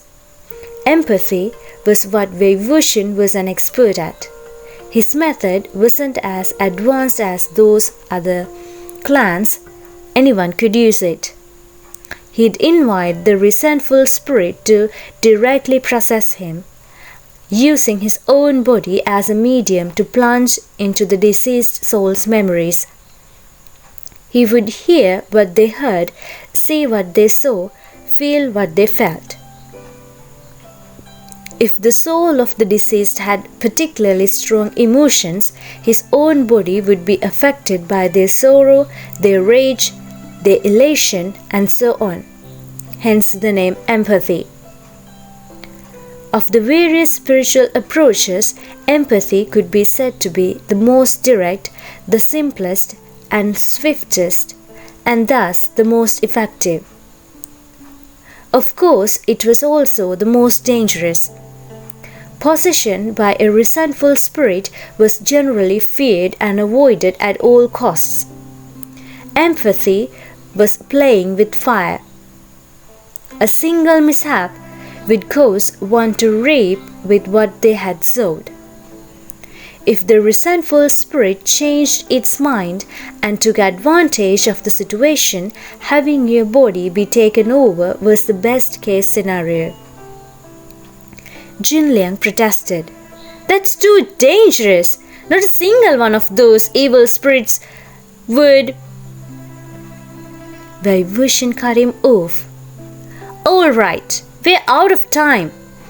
Stand in position, all of you, quickly. We still gotta go back to find Han Guangjun when we are done. Xingchen, you're the monitor. The monitor was an essential actor in the empathy ritual. To keep from sinking too deeply into the emotions of the resentful spirit and being unable to extricate themselves, the empathizer needed to agree on a signal with the monitor, ideally a phrase or voice the empathizer was very familiar with. The monitor would supervise the entirety of the session. As soon as they sensed the situation turning sour, they needed to act immediately to pull the empathizer out. Xingchen pointed at himself. Me? You want me to supervise you doing such a thing? If young Master Jin won't, let me, Xingchen said. Xingchen, did you bring that silver bell? Wei Wuxian asked. The silver bell was a signature accessory of the Jian clan of Yunmeng. Xingchen had been raised by two families staying at the Golden Carp Tower of the Jin clan of Lanlian half the time and the Lotus Spear of the Jiang clan of Yunmeng the other half. Thus, he should have things from both families on him. Sure enough, though he looked immensely doubtful, he took out a quaint little bell. The Jiang clan's insignia, the 9-petaled lotus, was engraved on its body. Wei Wuxian stared at the silver bell for a moment.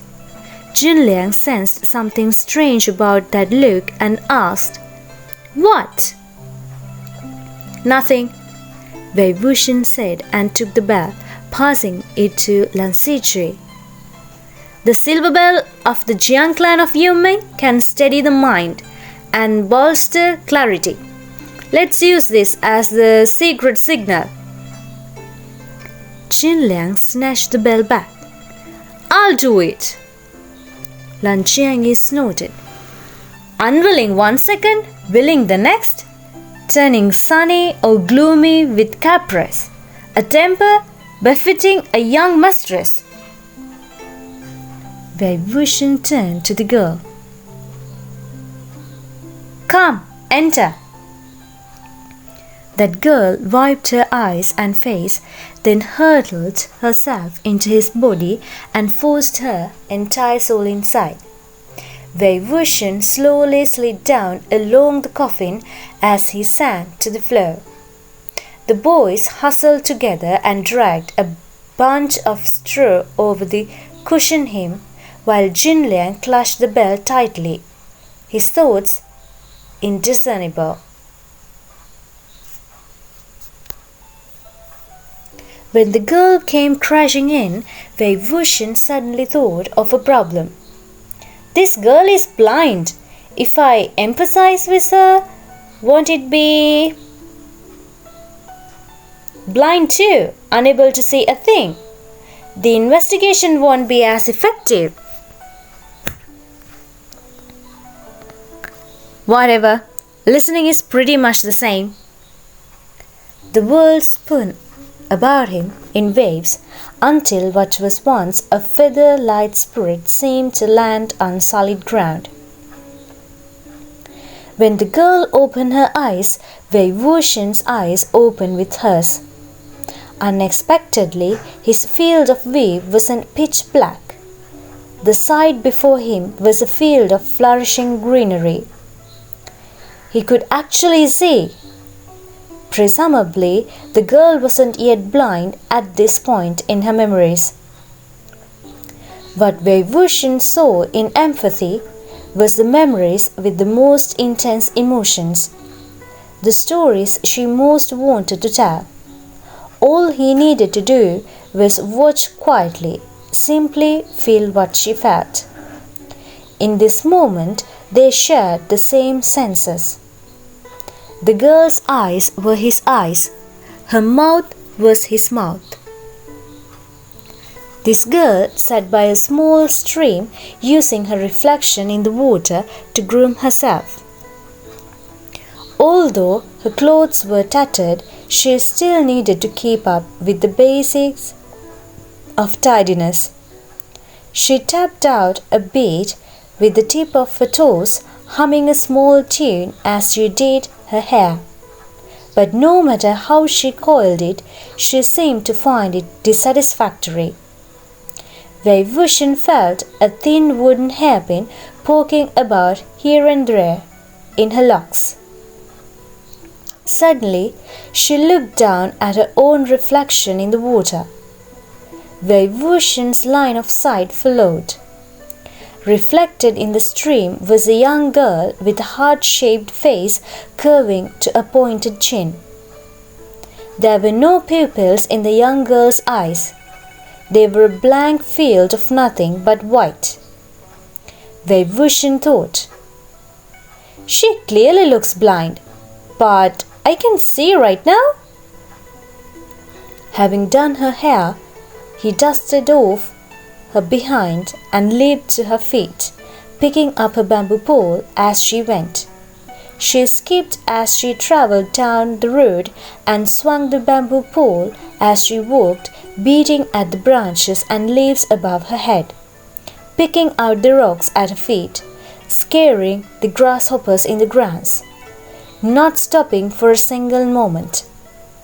Some distance ahead, people approached. The girl immediately stopped skipping and held the bamboo pole properly, hitting it against the ground as she walked at an exasperating pace, looking very careful and prudent.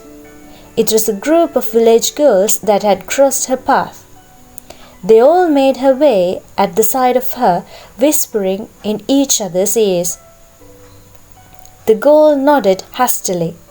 "Thank you, thank you." One of the village girls seemed to be sympathetic at the sight of her. She peeled back the white cloth covering her basket to retrieve a hot steaming bun to pass over. "Xiao, do watch your feet. Are you hungry? Here, take this." The girl gasped and said gratefully, "How could I possibly? I... That village girl stuffed the bun in her hand. "Just take it." And so she took it. "Xiang, Thanks, JJ. So this girl's name was Xiang. Bidding the village girls farewell, Xiang quickly gobbled down the steamed bun and began to bounce merrily again.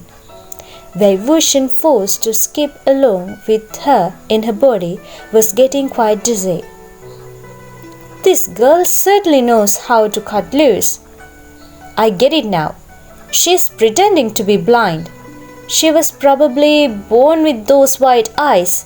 While she appears to be blind, she can in fact see. She's using that, putting on an act to deceive others and win sympathy. A lone, wandering, seemingly blind child. Since others thought she couldn't see, it was only natural they dropped their guard around her, when in fact she could see everything and react accordingly. All in all, it was a clever way to protect herself. But Xiang's spirit was truly blind, meaning she had lost her sight at some point while alive. So how did she go from being fake blind to genuinely blind? Could she have seen something she shouldn't have? When there was no one around, Xiang would skip.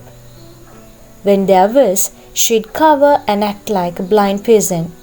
Stopping and going in turn, she haltingly came to a marketplace. The presence of a crowd meant she had to display her acting abilities to the fullest, of course. She was in her element, performatively tapping and knocking with her bamboo pole as she sluggishly moved through the stream of people. Suddenly, she bumped headfirst into a middle-aged man dressed in vibrant, sumptuous clothes. Appearing petrified, she stammered incessantly, I'm sorry, I can't say I'm sorry." What did she mean she couldn't see? She was clearly targeting the man. Having been bumped into, the man furiously whipped his head around, looking like he wanted to curse out loud. But when he saw it was a blind person, and a pretty young girl at that, he knew he'd be criticized by those milling around him if he slapped in her in the middle of the street. So he only spat a nasty reply. "What's where you're going?" Xiang apologized non-stop, but the man remained riled up even as he made to storm off. He reached out to give Xiang's rear end a crass, hard pinch. It was as if he'd pinched Wei Wuxian's ass as well, since he felt what she did. The pinch made his skin crawl with acres of goosebumps, and he dearly wanted nothing but to knock that man to the ground.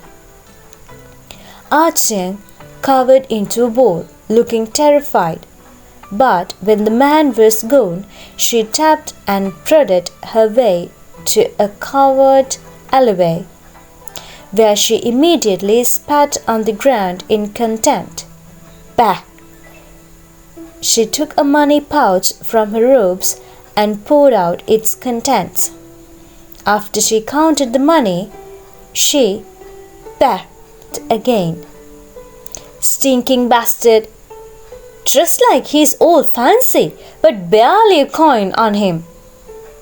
Grab him by the neck and shake him, and you won't even get a clink for the trouble." Wei Wuxian didn't know whether to laugh or cry. Xiang was only in her teens. She probably wasn't even 15, but she sure was smooth when it came to spitting out insults, and smoother still when it came to picking pockets. He thought, "If you'd picked my pocket, you definitely wouldn't curse like that. I was once rich, you know." He was still lost in wonder at his own improvised state when Xiang found her next target. She exited the alleyway, resuming her blind act. She walked for a stretch, then employing the same trick, yelped as she bumped into a white-clad Taoist cultivator. She cried again, I'm sorry, I can't see, I'm sorry. Wuxian shook his head. Not even going to change your lines, sweetie? That cultivator swayed from the impact, then turned his head and helped steady her before considering himself. I'm fine. Can you also not see, miss? This man was very young, his Taoist robe simple and clean. Strapped to his back was a long sword wrapped in white cloth. The bottom half of his face was clean cut and shapely, albeit somewhat emaciated. The upper half of his face was wrapped with a bandage the width of 4 fingers. From beneath the bandage there bloomed the faint color of blood. Xiang seemed to go blank for a moment before she could manage a reply. Yeah. Then walk slower. Do not move so fast. It'll be no good if you bump into anyone else. Xingchen chided. He didn't say a word about how he couldn't see either. Holding her hand, he led her to the side of the road. Walk on this side of the road. There are fewer people. His speech and actions were both gentle and careful. Xiang's hand reached out, then hesitated. In the end, she still speedily swiped the money pouch that hung on his waist. Xiang thanks Gerga. It's not Gerga, it's Daochang, Xingchen replied. Xiang blinked. It's Daochang, but Gerga as well. Xingchen chuckled. Since you wish to call me Gerga, why don't you return Gerga's money pouch? Even if Xiang's street hooligan fingers had been 10 times faster, she still couldn't deceive the sense of a cultivator. Immediately knowing she was in trouble, she bolted with pole in hand but didn't even manage 2 steps before Xingchen seized her by the collar. Did I not say not to run so fast? What if you bump into someone again? Xiang struggled and fought. Her mouth moved, upper teeth biting down her bottom lip. Wuxian thought, oh no, she's gonna yell harassment. Just then, a middle-aged man whirled around the street corner in a rush. When he saw Xiang, his eyes lit up. Swearing and grumbling, he stalked over. I've caught you, you little tramp! Give me back my money! The cussing wasn't enough to exhaust his anger. He raised a hand to slap her, and Xiang shut her eyes and lunged in fright. Unexpectedly, the strike was stopped before it could land on her cheek. Please keep calm, sir, Xingchen said. Is it not improper to treat a little girl like this? Xiang cracked her eyes open and sneaked a peek. Though the middle-aged man had obviously put a great deal of force into the blow, his hand was seemingly effortlessly held in place by Xingchen. He couldn't move an inch. The man was clearly nervous, but he remained stubborn. You blind ass butting in out of nowhere. What? Are you trying to act the hero? For what? Is this little tramp your lover? Do you know she's a thief? She stole money in my money pouch. Since you are shielding her, you're a thief too. Xingchen was restraining the man with one hand while his other held Xiang by the scruff. He turned his head to her. "Return his money." Xiang quickly dug out the bit of money in her robes and handed it over. Xingchen released the middle-aged man who counted the coins and then peered at Xingchen. The amount was correct and it was clear the cultivator was no one to mess with, so he could only leave shamefaced.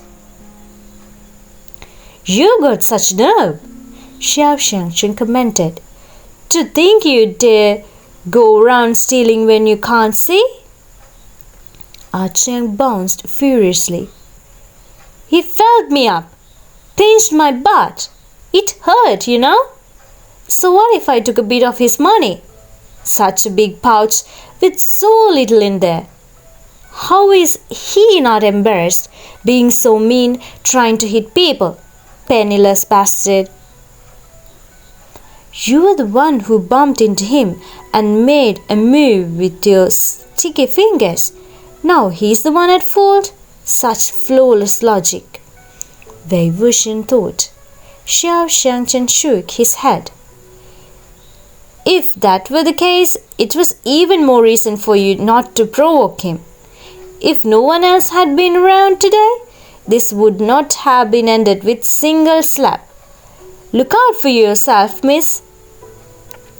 He then turned and walked off in a different direction. He didn't even ask for his own money pouch back, huh? Wei Wuxian thought. This shisha of mine sure was kind to the fairer sex. Xiang clutched the small money pouch she had stolen and stood there dumbly for a while.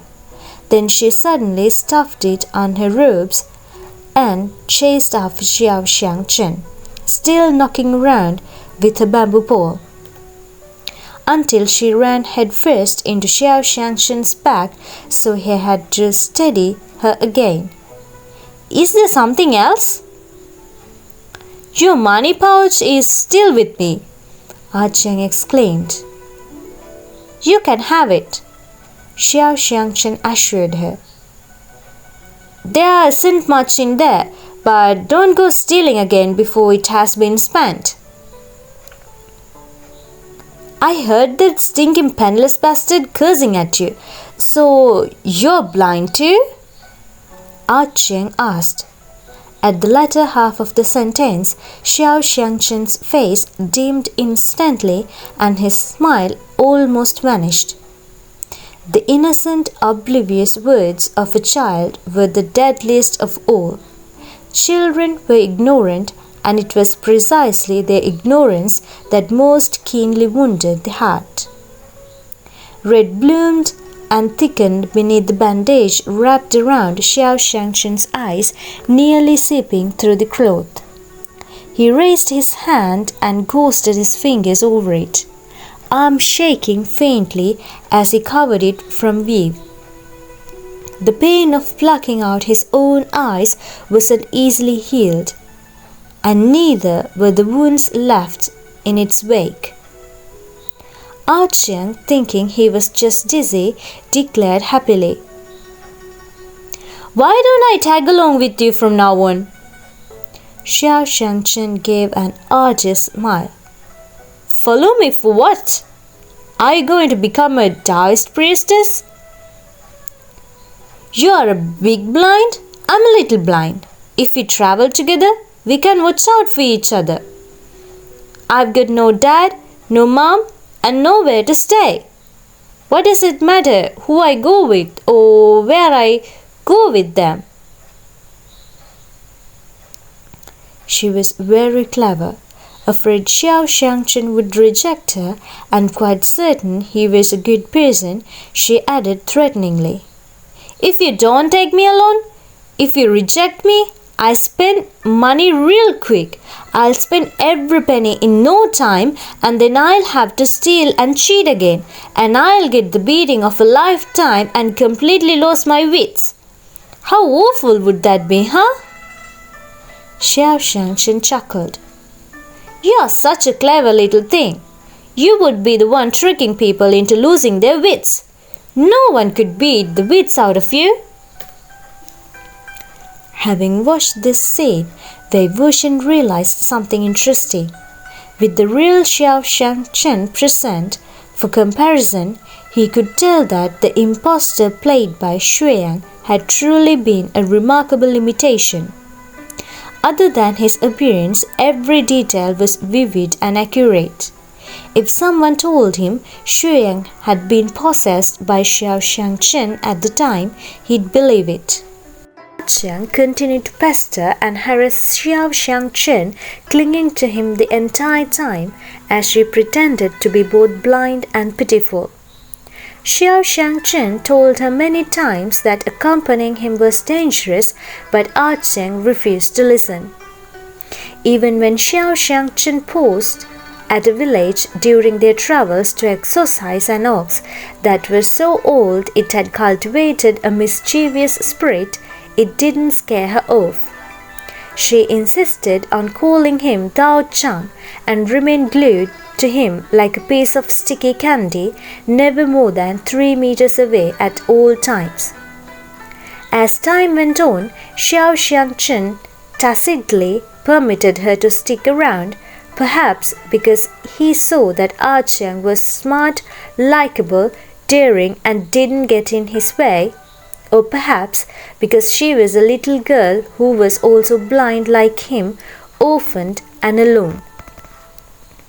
At first, Wuxian thought Xingchen had a destination in mind, but several segments of memories skipped past, and based on the local customs and dialects of the places they visited, his movements were scattered and unsystematic.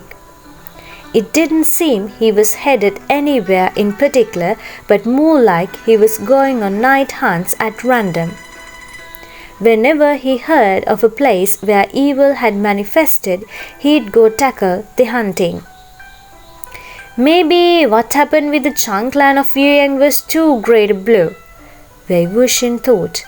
Maybe he wanted nothing to do with cultivation clans ever again, but couldn't bring himself to abandon his ideals, which was why he chose to wander from night hunts to night hunt, to help however he could, wherever problems arose.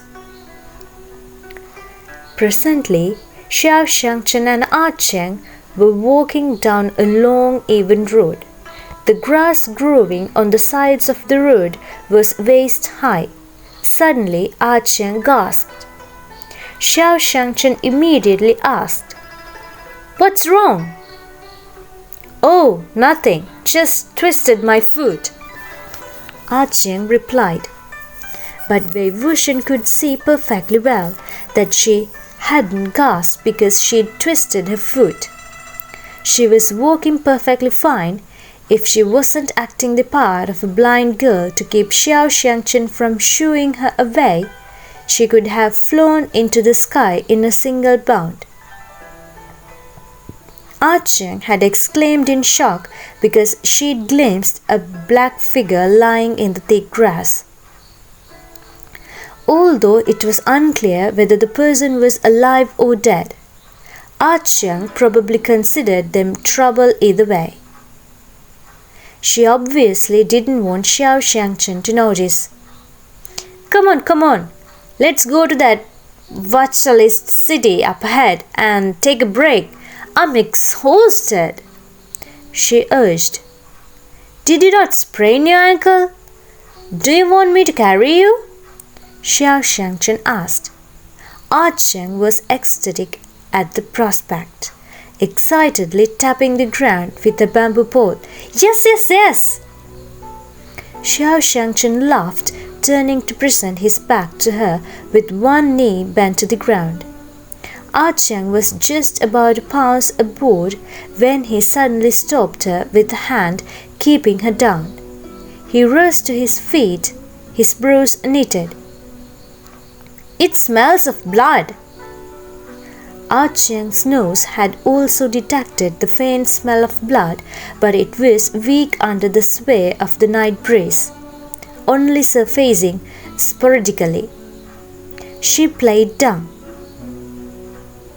"Oh, really? How come I don't smell nothing?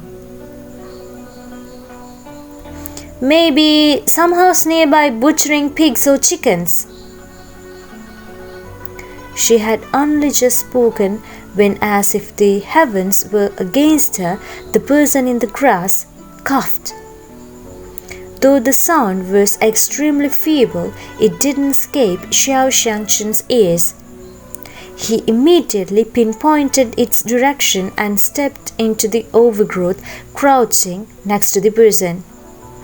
Seeing how the person had been discovered, Xiang stomped her foot and pretended to fumble over. "What's wrong?" Xingchen was feeling the person's pulse. "There's a person lying here." "No wonder it stank of blood so bad," Xiang said. "Is he dead? Are we gonna dig a hole and bury him?" A dead man was, of course, a little less troublesome than a live one, so Xiang was anxiously hoping this man was just that. But Xingchen replied with, "He's not yet dead, but he is gravely injured." After deliberating for a moment, he greatly lifted the person from the ground and put him on his back. Seeing her rightful spot had been usurped by a sticking man drenched in blood, and that the promised piggyback ride into town had thus also fallen through, Xiang pouted and jabbed a number of deep holes in the ground with a bamboo pole. But she knew Xingchen wouldn't be dissuaded from saving the man, so she couldn't exactly complain. The two returned to the road and continued on their way. The more they walked, the more Wuxian thought it looked familiar. Then suddenly it came to him.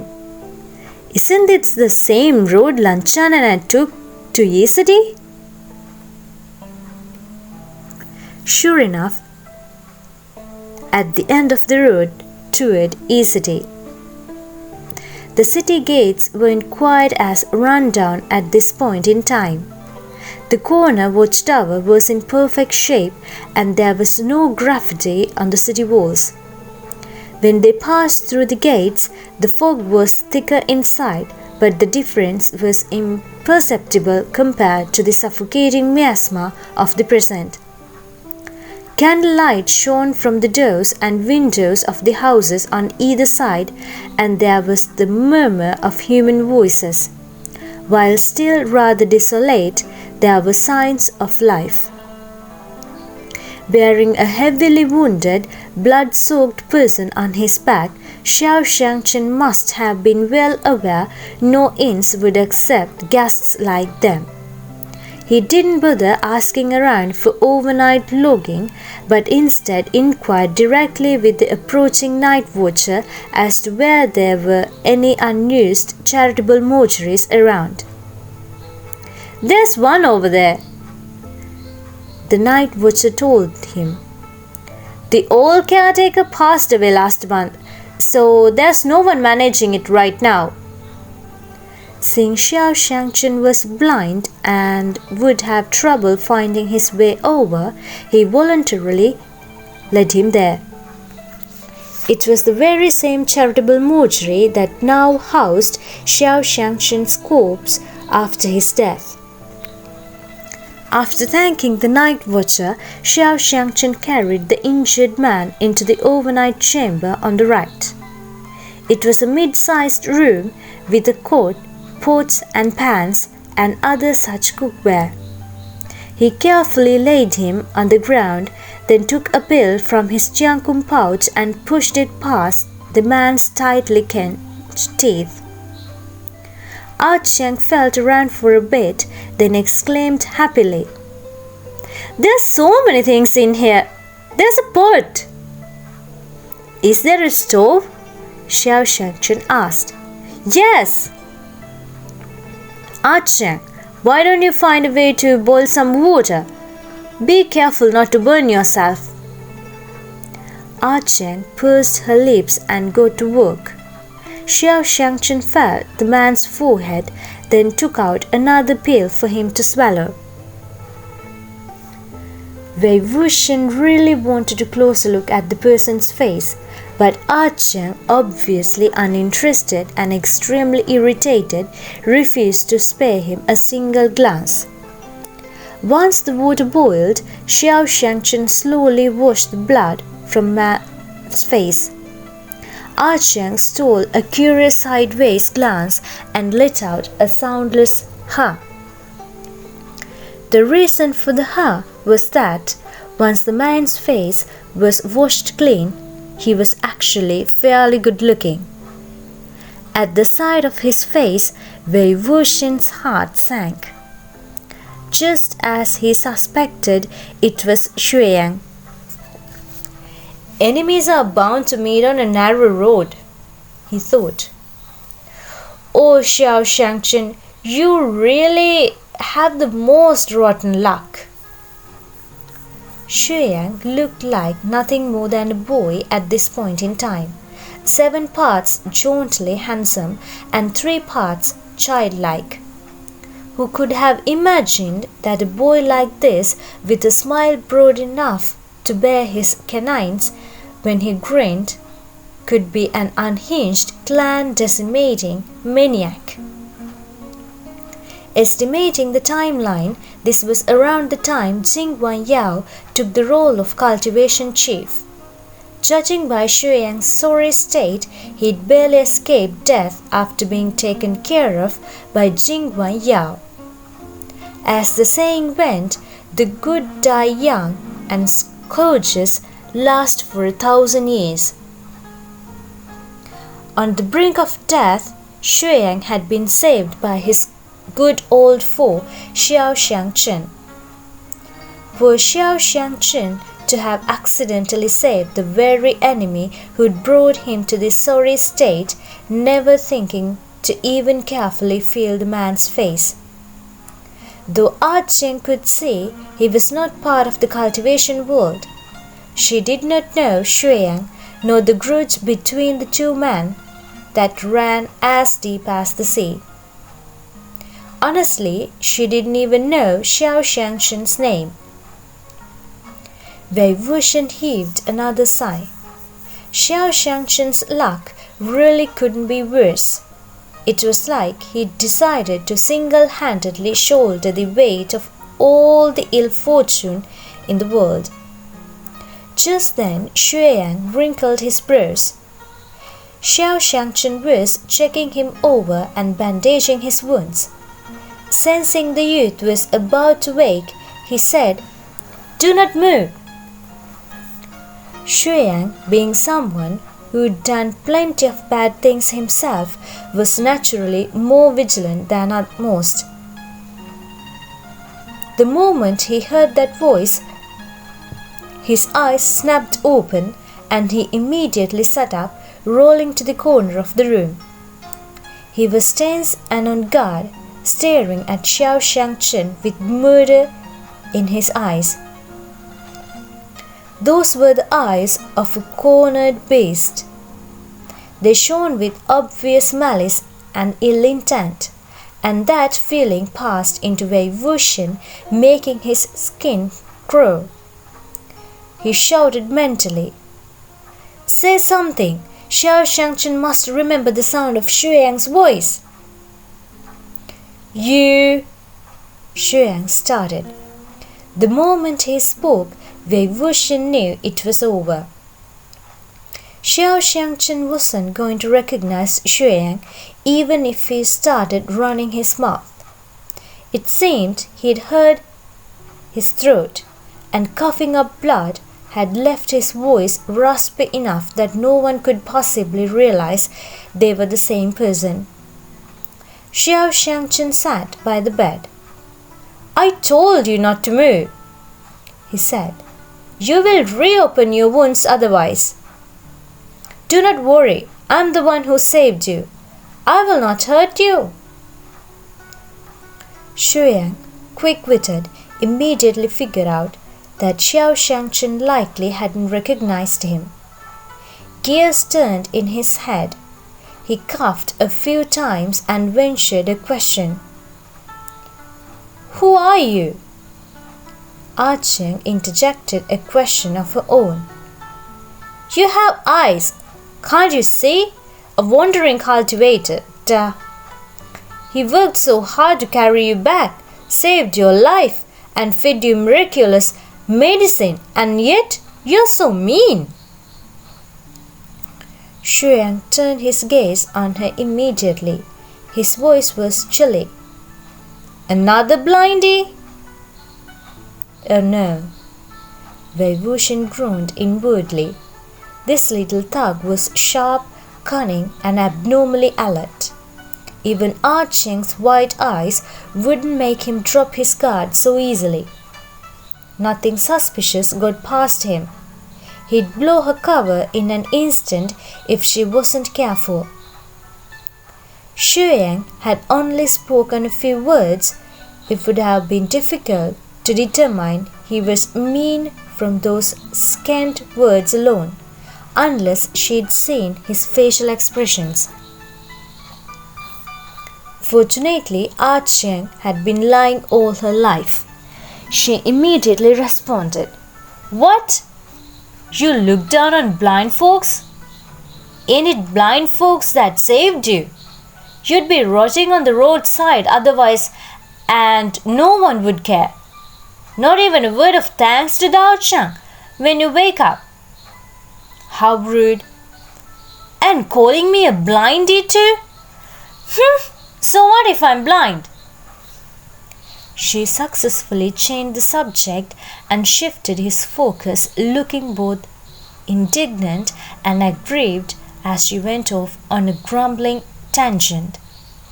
Xingchen hastily went to console her. Xiang, leaning against the wall in the corner, rolled his eyes. Xingchen then turned to him again. "Do not lean against the wall. I have yet to finish bandaging the wound on your leg. Come here." Xiang considered the idea with a cool expression. Xingchen added, "If you put off treating it for much longer, your leg might give out for good." At those words, Xiang made his choice. Wuxian surmised his thought process went something like this. He was severely wounded and having difficulty moving, making it unwise to refuse treatment. Since Xingchen was fool enough to offer himself up, why not accept that fool's help with open arms? And so he abruptly changed face. With gratitude suffusing his voice, he said, "Sorry for the trouble, Dao Chang." Having witnessed Xiang's ability to change in an instant from smiling to heartless, Wuxian couldn't help but break into a cold sweat on behalf of the two blind folk, one real, one fake, especially for Xiang, the faker. If Xiang ever found out she could see everything, he'd certainly kill her to protect his secret. Although Wuxian knew Xiang had most likely been killed by Xiang in the end, he still had to experience the journey, so he couldn't help but be on tenterhooks. Suddenly, he noticed Xiang was subtly avoiding letting Xingchen touch his left hand. Upon closer examination, it turned out that hand had a pinky missing. The stump was an old injury, not new, and Xingchen must have known Xiang was nine-fingered. No wonder Xiang had worn a black glove on his left hand when he was impersonating him. When it came to healing and helping other people, Xingchen gave it all his.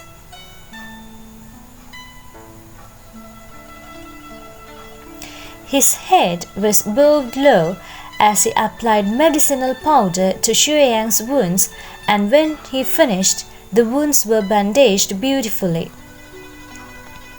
All done, but you best not move around, lest that broken bone shift.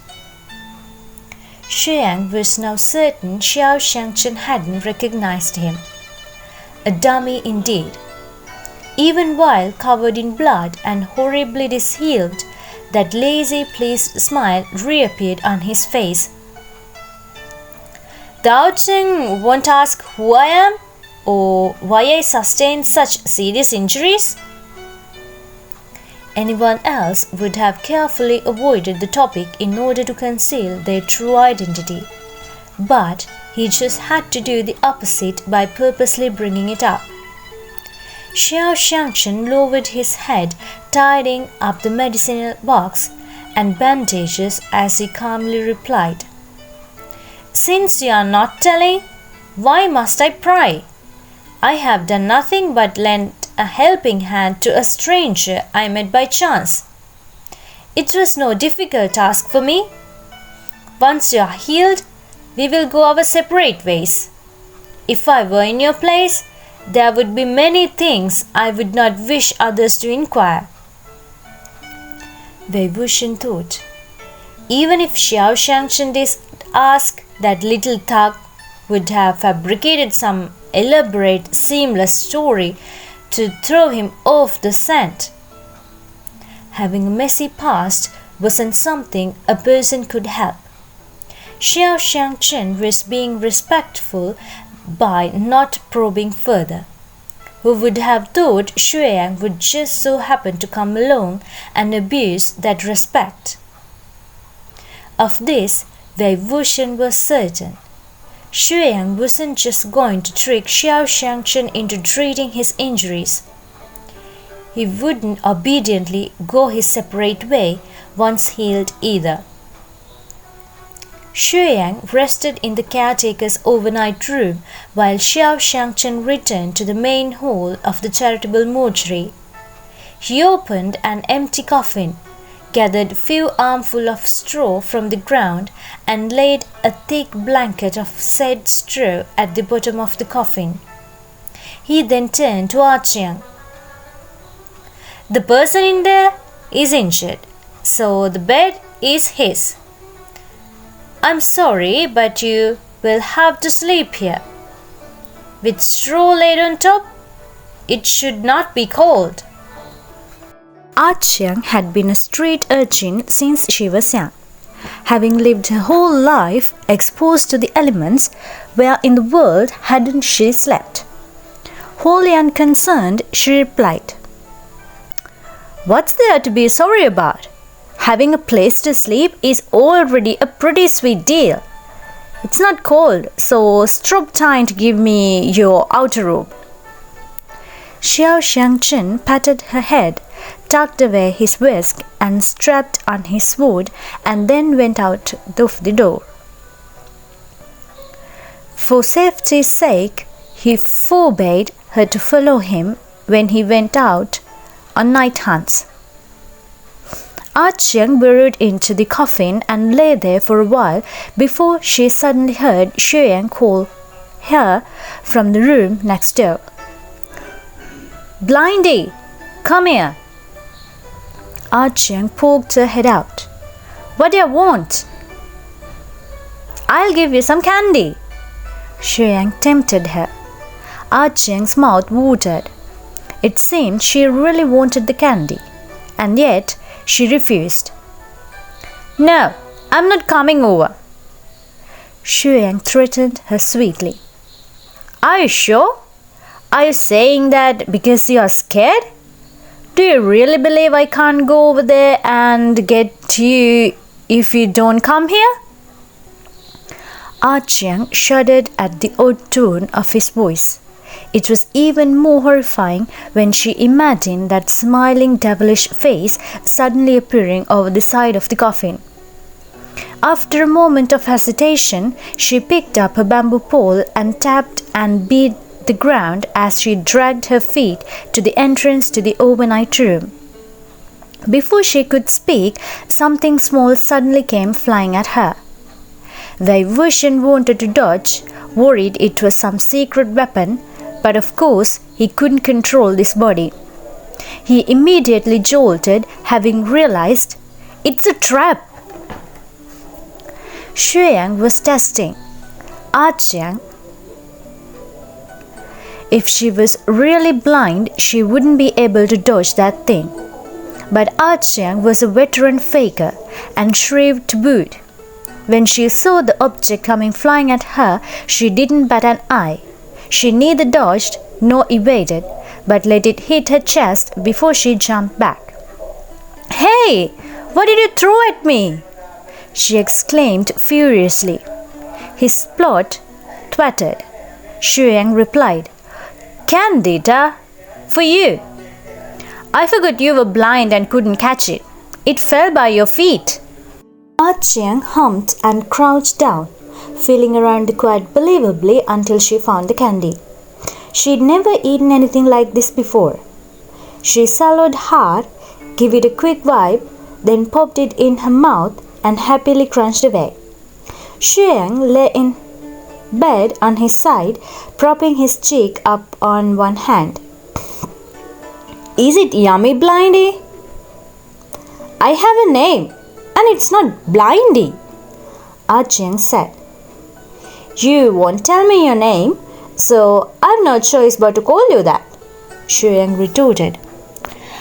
Xiang only gave her name to those who treated her nicely, but she had no choice but to tell him thanks to that awful name Xiang was calling her. "Listen up, my name is Xiang said. "Don't call me Blindy again."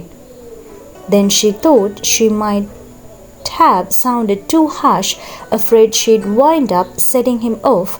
She immediately changed the subject.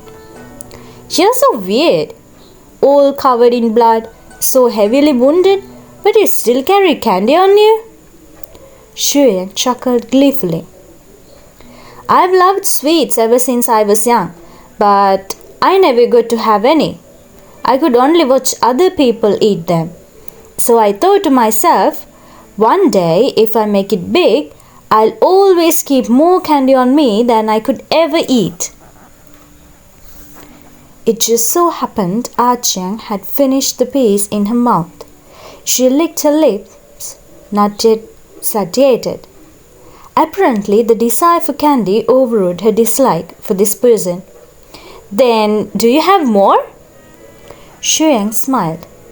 "Of course I do. Come here, and I'll give you another."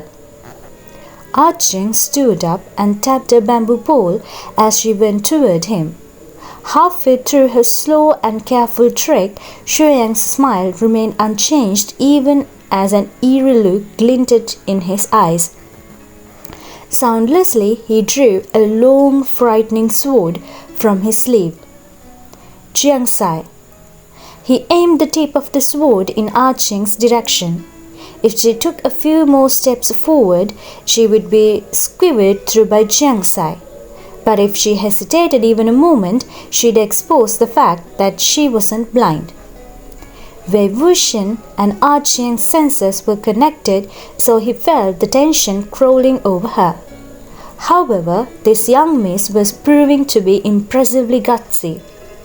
She remained calm and collected, fumbling about like everything was normal as she moved forward. Sure enough, when the tip of the sword was only about a centimeter from her belly, Xiang withdrew his hand and tucked Jiansai back into his sleeve. He exchanged it for 2 candies instead, one for Xiang, the other for his own mouth. "Xiang, where did that Dao Cheng of yours go in the middle of the night?" he asked. Xiang crunched on the candy as she replied, "I think he went hunting." "Hunting? You mean a night hunt?" Xiang scoffed. Xiang asked, "Is it? What's the difference? They both mean pretty much the same thing. Isn't it just helping other people fight ghosts and monsters? And for free too." Wei Wuxian, however, thought to himself, so astute. It wasn't that Xing didn't remember what it was. She remembered everything Xingchen ever said better than anyone else. She had purposely goofed the term night hunt, and the fact that Xiang corrected her was equal to him admitting he was also a cultivator. Not only had Xiang failed to test her, he'd been tested by her instead. Though young, this girl possessed a sharp mind. Disdain colored Xiang's face, but his tone was one of confusion. Can he even go on night hunts if he's blind? There you go again, Xing snapped back furiously. So what if he's blind? Dao Cheng is super amazing, even though he's blind. That sword goes swoosh, swoosh. I got one word to describe it, and it's fast. She was gesturing wildly when Xiang suddenly cut in. It's not like you can see. So how do you know his sword attacks are so fast? Cheng herself moved fast and moved to counter even faster. She snapped back shrewishly. If I say it's fast, then it's fast. Just because I can't see doesn't mean I can't hear. Really? What exactly are you trying to say here? Are you mocking us blind people? She sounded exactly like a naive young girl gushing about the one she admired. Her tone was more than convincing. At this point, all three of his attempts to probe her having been fruitless. Xiang's face finally relaxed. He was probably now convinced that Cheng truly was blind. For Cheng, however, alarm bells were sounding. The next day, Xingchen brought back some wood, straw, and tilting materials for roof renovations. The moment he entered, Cheng quietly tugged him back outside to whisper complaints for a good while. She told him how suspicious Xiang seemed, how he clearly shared Xingchen's profession but kept hiding this and that. She told him how she couldn't be a good person. Unfortunately, she must have determined Xiang's missing pinky to be of no significance and thus didn't mention the most critical point. Xingchen appeased her concerns. Since you have already taken his candy, stop trying to chase him off. He will leave on his own once he is healed. No one would want to stay with us in this charitable mortuary. That was certainly true. There was only a single bed in the shabby place. Thankfully, there had been no storms, or the roof would have been an issue too. No sensible person would want to stay here. Cheng was gearing up to badmouth Xiang some more when his voice suddenly came from behind them. Are you guys talking about me? He'd actually gotten out of bed again. Cheng didn't feel in the least bit guilty about being caught in the act. Who's talking about you? She snapped. Don't flatter yourself. She picked up her bamboo pole and tapped about as she found her way inside. She immediately crept to the window and ducked down under it to continue eavesdropping. Outside the charitable mortuary, Xingchen said, Your injuries have not healed, but you refuse to listen to me and keep moving about. Are you sure you will be all right? Injuries heal faster if you stay active, Xiang said. Besides, it's not like both my legs are broken. I'm used to wounds like this. I grew up catching beatings. Xingchen didn't seem to know how to respond to that. Should he console the youth or treat it like a joke? After a momentary pause, he said, I see. Xiang continued chatting. Dao-chan, the stuff you brought back, you're thinking of repairing the roof? I will probably stay here for the time being, Xingchen said. And with the sorry state the roof is in, it is not proper place for our Xiang or for your recovery. Need my help? Xiang offered. No need to trouble you. Xingchen declined him courteously. You really know how to do this, Dao Chang? Xiang asked. Xingchen muttered, much ashamed with a smile, and shook his head. I have not attempted something like this before. And so the two began to fix the roof together. One worked while the other directed. Xiang was eloquent and quite the wisecracker, with a wit that carried the wild and crude tone of the streets. It was likely Xingchen rarely crossed paths with people like him. It was also clear he was easily entertained. It didn't take much to make him laugh. Listening to their merry conversation, Xiang soundlessly moved her lips. When carefully observed, she seemed to be hatefully hissing. I'll beat you dead, you bad man. Wuxian felt the same way Xiang did. Xiang was gravely injured and had almost died.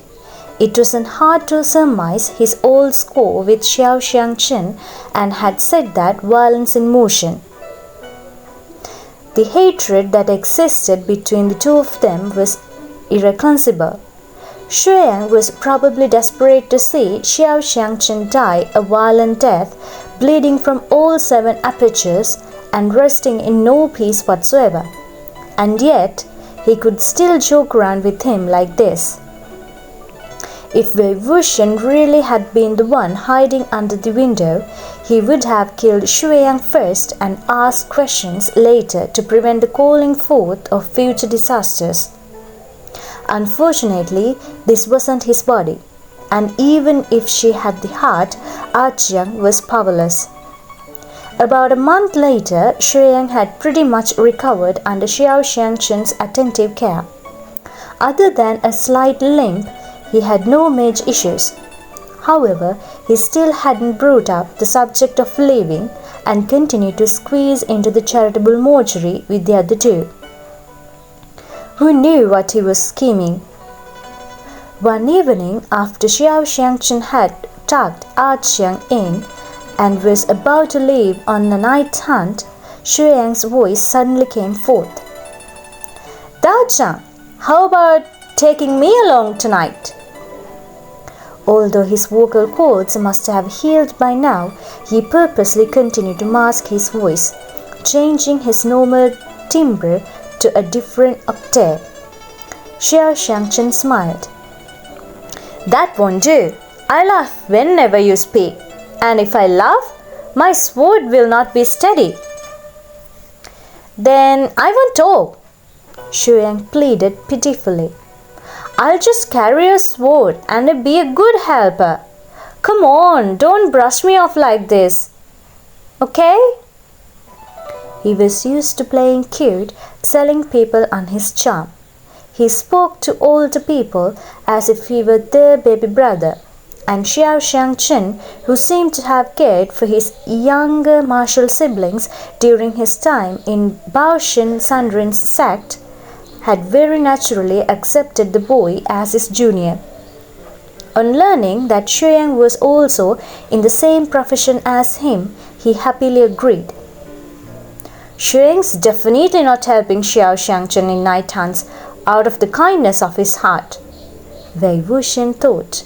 If Xiang doesn't follow them, she's going to miss some important information.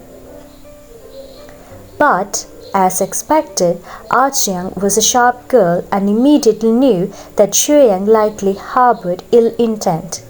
Once the two left, she hopped out of the coffin and followed. She kept her distance out of fear of being discovered. But the two walked quickly, and it didn't take long for her to lose their trail. Thankfully, Xingchen had mentioned while washing vegetables earlier that a small village nearby was being harassed by walking corpses and had cautioned them both not to run around. Xiang remembered that village and ran straight there, arriving not long after. She crawled through a small hole under the fence by the entrance, hid behind a house, and then stealthily poked her head out. Wuxian wasn't sure if Xiang understood what she was seeing with that little peek, but his own heart froze. Xiang stood smiling by the roadside with his arms crossed and head tilted. Xingchen was in front of him. The silver light of Shuanghua scintillated as Xingchen brandished his sword and swept a villager right through the heart. That villager was a living human. If Xiang had been an ordinary young girl, she would have certainly screamed aloud right then and there. But she had faked being blind for many years. People often let down their guard in front of her, thinking she couldn't see, and as a result, she'd witnessed countless acts of ugliness and cruelty that had helped her forge a heart of steel. She forcibly kept herself from uttering a single sound. Even so, Wuxian sensed the wave of numbness coursing up her legs. Standing at the center of a circle of slain villagers, Xingchen sheathed his sword. "Are there really no living humans left in the village?" he wondered aloud solemnly. "Everyone is a walking corpse?" Yang's lips were hooked upward in a smile, but the voice coming from those same lips sounded shocked and pained. "That's right. Thank goodness that sword of yours can automatically guide itself toward corpse chi. It'd be hard for the two of us to break through siege like this otherwise." "Let's inspect the village one more time," Xingchen said. "If there really are no living humans left, we will have to burn these walking corpses as soon as possible." They walked off side by side. After they'd gone some distance, feeling finally returned to Xiang left. She slipped out from behind the house and approached the pile of corpses, keeping her head down and looking left and right. Wuxian's sight flitted to and fro along with hers. The villagers had all been killed by Xingchen with one clean stab to the heart. Wuxian noticed a few familiar faces. In prior segments of memories, when the three went out during the day, they had encountered a group of idlers sitting at the intersection to the village and playing dice. When the men glanced over at them and saw a big blind person, a little blind person, and a little limping cripple, they all burst out laughing and pointing. Xiang spat at them angrily, swinging her bamboo pole, while Xingchen pretended not to hear and walked past with a neutral face. Xiang had given them a smile. However, those eyes of his carried no mirth. Xiang flipped over a number of corpses in succession, peeling back their eyelids. They were all white-eyed, and some of their faces were already covered with liver motifs. She sighed in relief, but Wuxian's heart was sinking lower and lower. Although these individuals looked a lot like walking corpses, they were all real live people. It was simply that they had been poisoned with corpse toxin. Wuxian noticed remnants of purplish red powder near the mouths and noses of the bodies. Of course, the ones who had been poisoned too deeply and lost their minds were beyond help. But there were some who weren't as deeply poisoned and could have been saved. These villagers hadn't been poisoned for too long. They exhibited the characteristics of a turned corpse and emitted corpse chi, but they could think and speak. They were still alive, and if they were treated, they could be saved, just as Lao Jiai and the other boys had been. Killing them in error was no different from slaughtering the living. They shouldn't been able to talk, could have proven their identities, could have called for help. But the awful thing was that someone had cut out their tongues beforehand. Every single body had blood drooling from their mouth or dried by the corners of their lips. Although Xingchen couldn't see, Shuanghua could point him in the direction of corpse chi. Since the villagers had no tongues and could only cry out strangely in a way that made them sound like walking corpses, he was certain that was what they were as he killed them. Xiang was a complete maniac, killing by proxy, repaying kindness with hatred, a vicious backstabber. Cheng didn't understand such intricacies. However, what meager knowledge she had was derived from things Xingchen mentioned offhand. That bad man, she mumbled to herself. Could he really be helping the Cheng? Don't believe Xiang so easily, Wuxian thought. Absolutely do not. Thankfully, Cheng's instincts were sharp. While she couldn't find anything suspicious in what she'd witnessed, her guard against Xiang was already deeply ingrained. She instinctively disliked him. She couldn't relax around him. And so, whenever Xiang went with Xingchen on night hunts, she'd secretly follow. Even when they interacted under the same roof, she stayed constantly on her toes.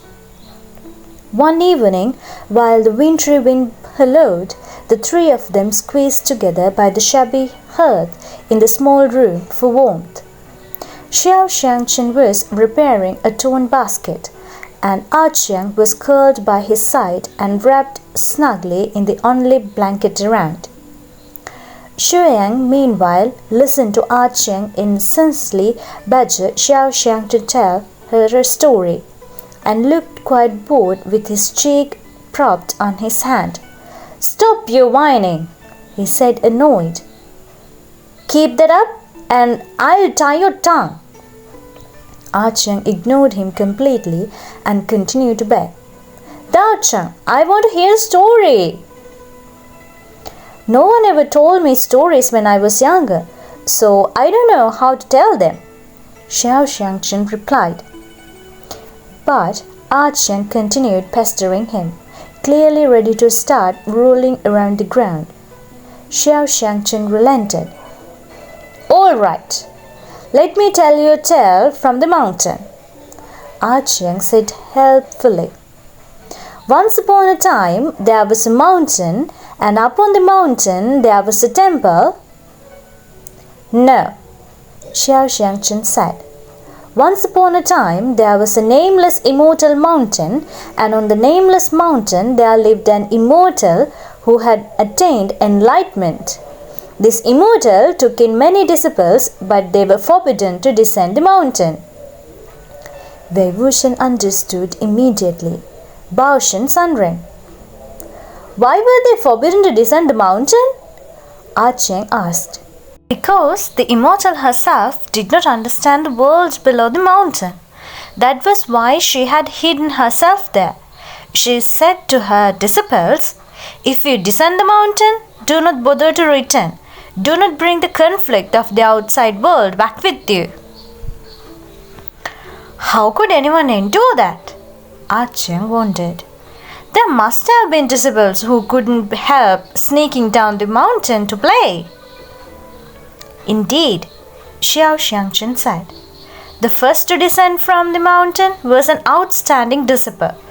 When he first descended, everyone admired and praised him for his strong abilities, and he became a distinguished cultivator on the orthodox path. But he later experienced something that greatly changed him and was suddenly transformed into an evil overlord who killed without batting an eye.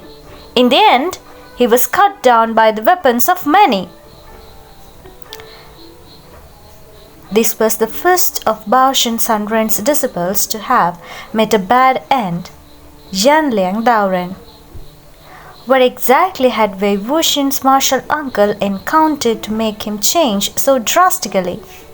It continued to be a mystery to this day, and it was unlikely anyone would ever learn the truth.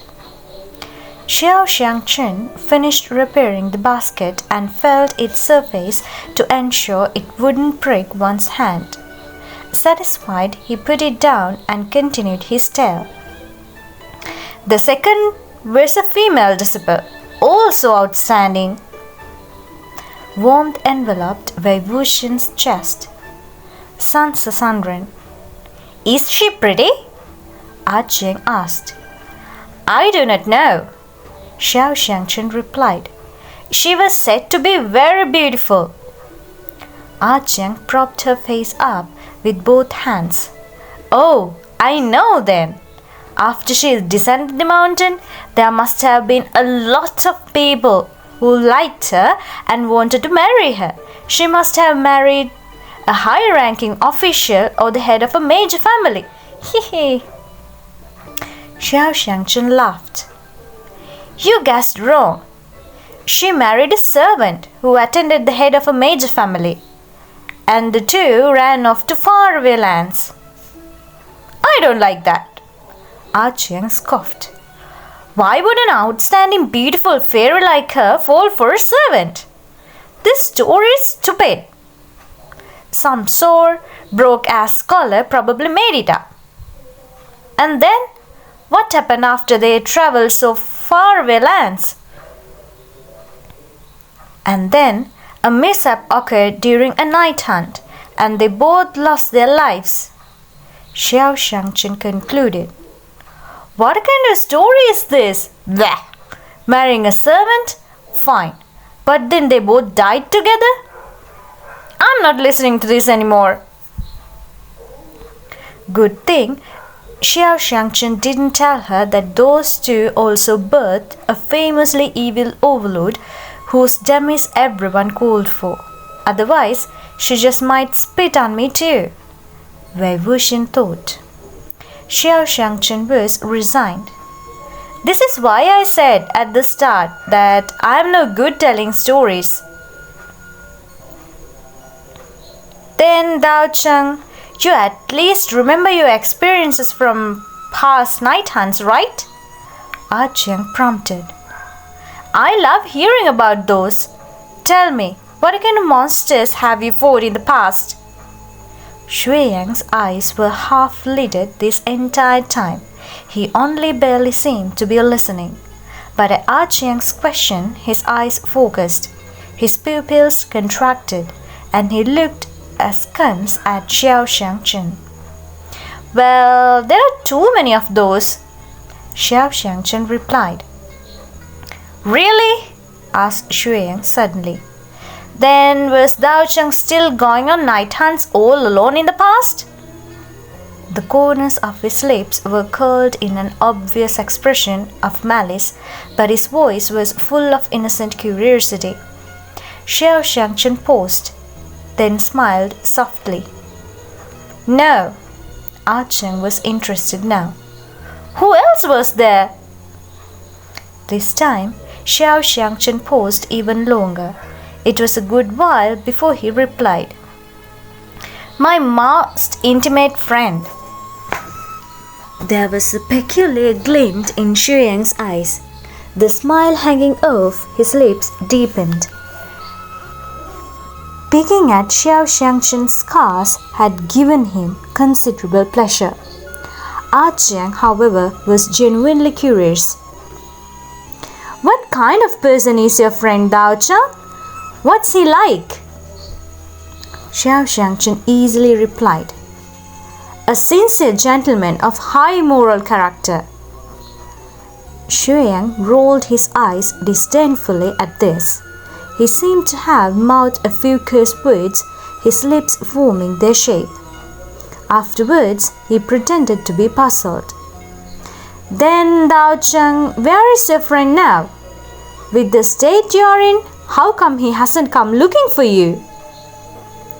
"This guy is such a cruel little knife," Wei Wuxian thought. Sure enough, Xingchen stopped talking. While Cheng wasn't in the know, she still seemed to sense something amiss. She held her breath and sent a steely glare at Xiang, her teeth grinding like she desperately wanted to bite him. After staring into nothingness for a while, Xingchen broke the silence. "I don't know where he is at the moment, but I hope..." He trailed off and patted Cheng's head. "All right, let us stop here for tonight. I really am no good at telling stories. It is much too difficult for me." Cheng replied obediently. "Oh, all right." Unexpectedly, Xiang suddenly spoke up. "How about I tell one?" Cheng hadn't expected the disappointment of going without, so she immediately agreed. "Okay, yes, you tell one." Xiang began languidly. "Once upon a time, there was a child. This child loved eating sweet things, but because he had neither dad, no mom, no money, he couldn't have them often. One day, he was staring into nothingness as he always did, sitting on a porch. Across from this porch was a restaurant, and in that restaurant, a man sat at a table laid with a feast. When he saw the child, he waved to beckon him over." While the opening of this story wasn't that great either, it was at least much better than Xingchen's click old tales. Cheng's ears must have perked up like rabbits. The child was clueless and had no idea what to do with himself. Xiang continued. So when he saw someone waving at him, he immediately ran over. The man pointed at a plate of desserts on the table and asked him, "Do you want this?" He wanted it very much, of course, and nodded enthusiastically. The man gave the child a slip of paper and said, "Then deliver this to a certain house and I'll give it to you once you've done so." The child was very happy. He only needed to run an errand and he'd get a plate of desserts. A plate he earned himself, no less. He couldn't read, so he just took the slip of paper and headed to the appointed destination. When the door opened, a big burly man emerged. This man glanced at the paper and then slapped the boy bloody. He gripped him by the hair and demanded, "Who told you to deliver this?" That child must have been Xiang himself. Given Xiang's present shrewdness, Wei Wuxian was surprised to learn he'd been a naive and thoughtless child who did whatever he was told. Nothing good had been written on that paper, it seemed. There was probably some conflict between the restaurant man and the burly man, but the restaurant man didn't dare to insult the other directly, so he summoned a boy from the streets to deliver it instead. What an utterly foul stunt to pull. Xiang continued. Scared? The boy pointed in the direction of the restaurant. The burly man went there, dragging the boy by the hair all the while. But the man at the restaurant had long since fled, and the waiter had taken away the plate of leftover desserts. The burly man flew to a rage and flipped a number of tables before he stormed off, cursing. The child was anxious. He'd run the errand, gotten beaten, and been dragged by his hair, feeling like his scalp was gonna peel off the entire way. if he didn't get to eat his desserts after all that? It wouldn't do that. And so he asked the waiter, teary-eyed, "Where's my dessert? Where's my promised dessert?" Xiang grinned wildly. The waiter was fuming at the state of the wrecked restaurant. He smacked the child out of the door, slapped him silly. The boy crawled to his feet and walked around for a bit, and guess what happened? What a coincidence! He ran into the man who got him to deliver the message. He stopped there. Xiang, engrossed in the tale, urged, "And then what happened?" "What else? Ain't it just more smacks and kicks?" Xiang said. "That was you, right?" Xiang pressed. "A boy who loves sweets. That must be you. Why were you like that when you were younger?" "If it were me, I would have blah, blah, blah, spat in his food and drink, then beat him." She gestured wildly and almost hit Xingchen. Xingchen hurriedly chided. All right, the story is done. So time for bed." Xiang was still beating her chest in anger as he carried her to the coffin. "Gah! Both your stories are really killing me. One's deathly boring and the other's deathly vexing. Oh my God, the man who sent the message is so annoying. I'm so annoyed." Xingchen tucked her in. After taking a couple of steps, he asked, "What happened afterward?" "Take a guess," Xiang said. "There is no afterward. Didn't you stop telling your story too?" "No matter what happened next, you're doing reasonably well now. There is no need to dwell on the past." "I'm not dwelling on the past," Xiang said. "It's just that Blindy steals my candy every day and would up eating it all. It made me recall the times when I couldn't have any." Xiang gave the coffin a hard kick and protested. "Dachang, don't listen to his lies. I didn't take that many." Xingchen chuckled lightly. "Rest, both of you." Xiang didn't follow him that night. Xingchen left to night hunt alone, and so Xiang laid at ease in the coffin and didn't move. But she couldn't sleep. Just as the sky was growing lighter, Xingchen soundlessly returned. When he passed by the coffin, he reached in. Xiang closed her eyes, pretending to be asleep, and only opened her eyes anew when Xingchen left the charitable mortuary once more. Lying next to her straw pillow was a tiny piece of candy. She poked her head out and gazed toward the overnight room. Xiang was also awake, sitting by the table. She couldn't tell what was on his mind.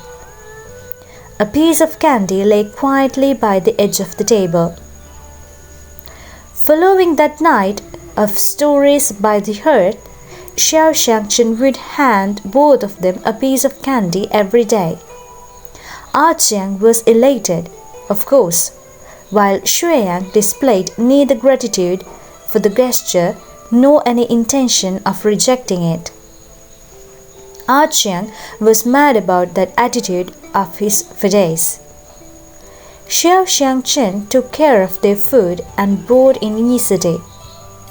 Being blind, he couldn't pick out good vegetables and was too abashed to haggle prices.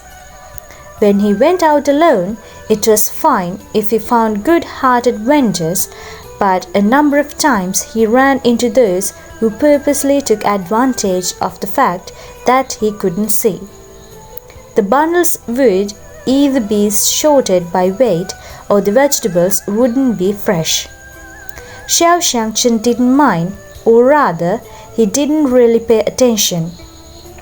But Xiang was perfectly aware of the problem and mightily mad about it. She was furiously adamant in going grocery shopping with Xingchen to settle scores with those unconscientious vendors.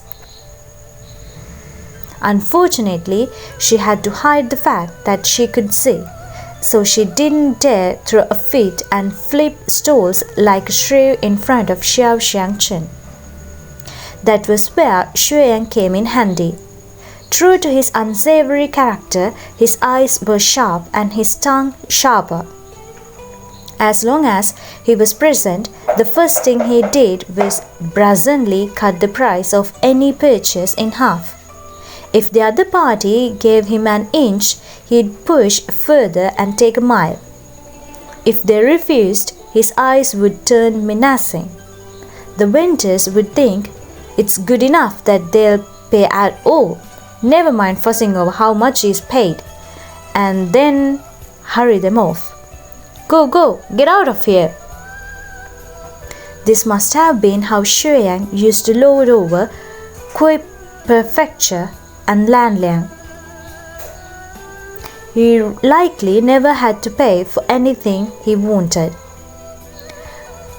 Her grievances satisfied, Xiang actually complimented Xiang a few times in delight. And with a piece of candy every day on top of that, for a time she and Xiang maintained a delicate peace. But she could never bring herself to entirely let down her guard around him, and that modest peace was often marred by numerous doubts and internal gripping. One day, Xiang was doing the blind act again on the streets. She had played this game all her life and never once grown tired of it. Just as she was walking around tapping her bamboo pole, a voice suddenly came from behind her. "Little miss, do not go so fast if you cannot see." It was the voice of a young man, his tone somewhat cool. Xiang turned her head and saw a black-clad Taoist cultivator standing several meters behind her. He had a long sword strapped on his back and a whisk in the crook of his arm. His sleeves were light and fluttering, and his posture was extremely upright, with a definite air of aloofness and pride. It was indeed the face of Songlan. Xiang tilted her head, but Songlan had already approached. He laid his whisk on her shoulder and guided her to the side of the path. "There are fewer people on the sides of the street." As expected of a good friend of Xingchen's, Wei Wuxian thought. What they call good friends are indeed those similar in temperament. Xiang snorted and laughed. "Xiang thanks Dao Chang." Songlan withdrew his whisk and hooked it in the crook of his arm anew. He swept a look over her. "Do not run about so wildly," he chided. "Also, this place is heavy with yin energy. Do not loiter outside when the sun sets." "Okay," Xiang replied. Songlan nodded and continued onward. Xiang couldn't help but twist her head to watch him. After he'd walked on for a bit, he stopped a passerby. "Please wait. Might I inquire whether anyone in this area has seen a blinded Taoist carrying a sword?" Xiang listened with rapt attention as the passerby replied, "I'm not too sure. Why don't you ask the people ahead, Dao Chang?" "Many thanks," Songlan said. Xiang went over, tapping her bamboo pole. "Dao Chang, why are you looking for that other Dao Chang?" Songlan whipped around. "You have seen him before?" "I might have, or I might not have," Xiang replied. "What can I do to make it a might have?" Songlan asked. "Answer me a few questions and I might just..." Might have, Xiang said. Are you that Dao Cheng's friend? Songlan was taken aback, and it took him a moment before he answered. Yes. Why the hesitation? Wei Wuxian wondered. Cheng also felt his answer was a little forced. She grew suspicious. Do you really know him? How tall is that Dao Cheng? Is he pretty or ugly? What's his sword like? Songlan immediately answered. Similar to me in height, exceptional in appearance, and his sword is carved with frost fractals. Seeing how his answers were all correct and he didn't appear to be a bad person, Xiang said, I know where he is. Why don't you come with me, Dao Cheng? At this point, Songlan had been traveling in search of his good friend for many years. After being disappointed countless times, now that there was finally news, he almost couldn't believe it. Maintaining his calm with considerable effort, he replied, Thanks for the trouble. Xiang led him near the charitable mortuary, but Songlan stopped and remained froze in the far distance. Xiang asked, What's wrong? Aren't you going in? For some reason, Songlan's face was extremely pale. He stared at the entrance to the charitable mortuary, looking like he wanted nothing more than to charge in, but was too afraid to do so. All the aloof coolness from before had melted away. Could he be nervous now that he's so close? Wei Wuxian wondered. But when he finally seemed ready to enter, another figure did so ahead of him, swaggering languidly through the entrance of the charitable mortuary. Seeing that figure, Songlan's face went from pale to dark in a flash. The sound of laughter came from inside the charitable mortuary, and Xiang hummed. The pest is back. Who is he? Why is he here? Songlan questioned. Xiang whined and complained and explained. A rotten guy. He won't tell us his name, so who knows who he is? Dao Cheng saved him, and now he pesters Dao Cheng all day. So annoying. Shock and fury suffused Songlan's face, a mixture of pale white and dark and dismal. A moment later he said, Do not make a sound. The expression on his face scared Xiang.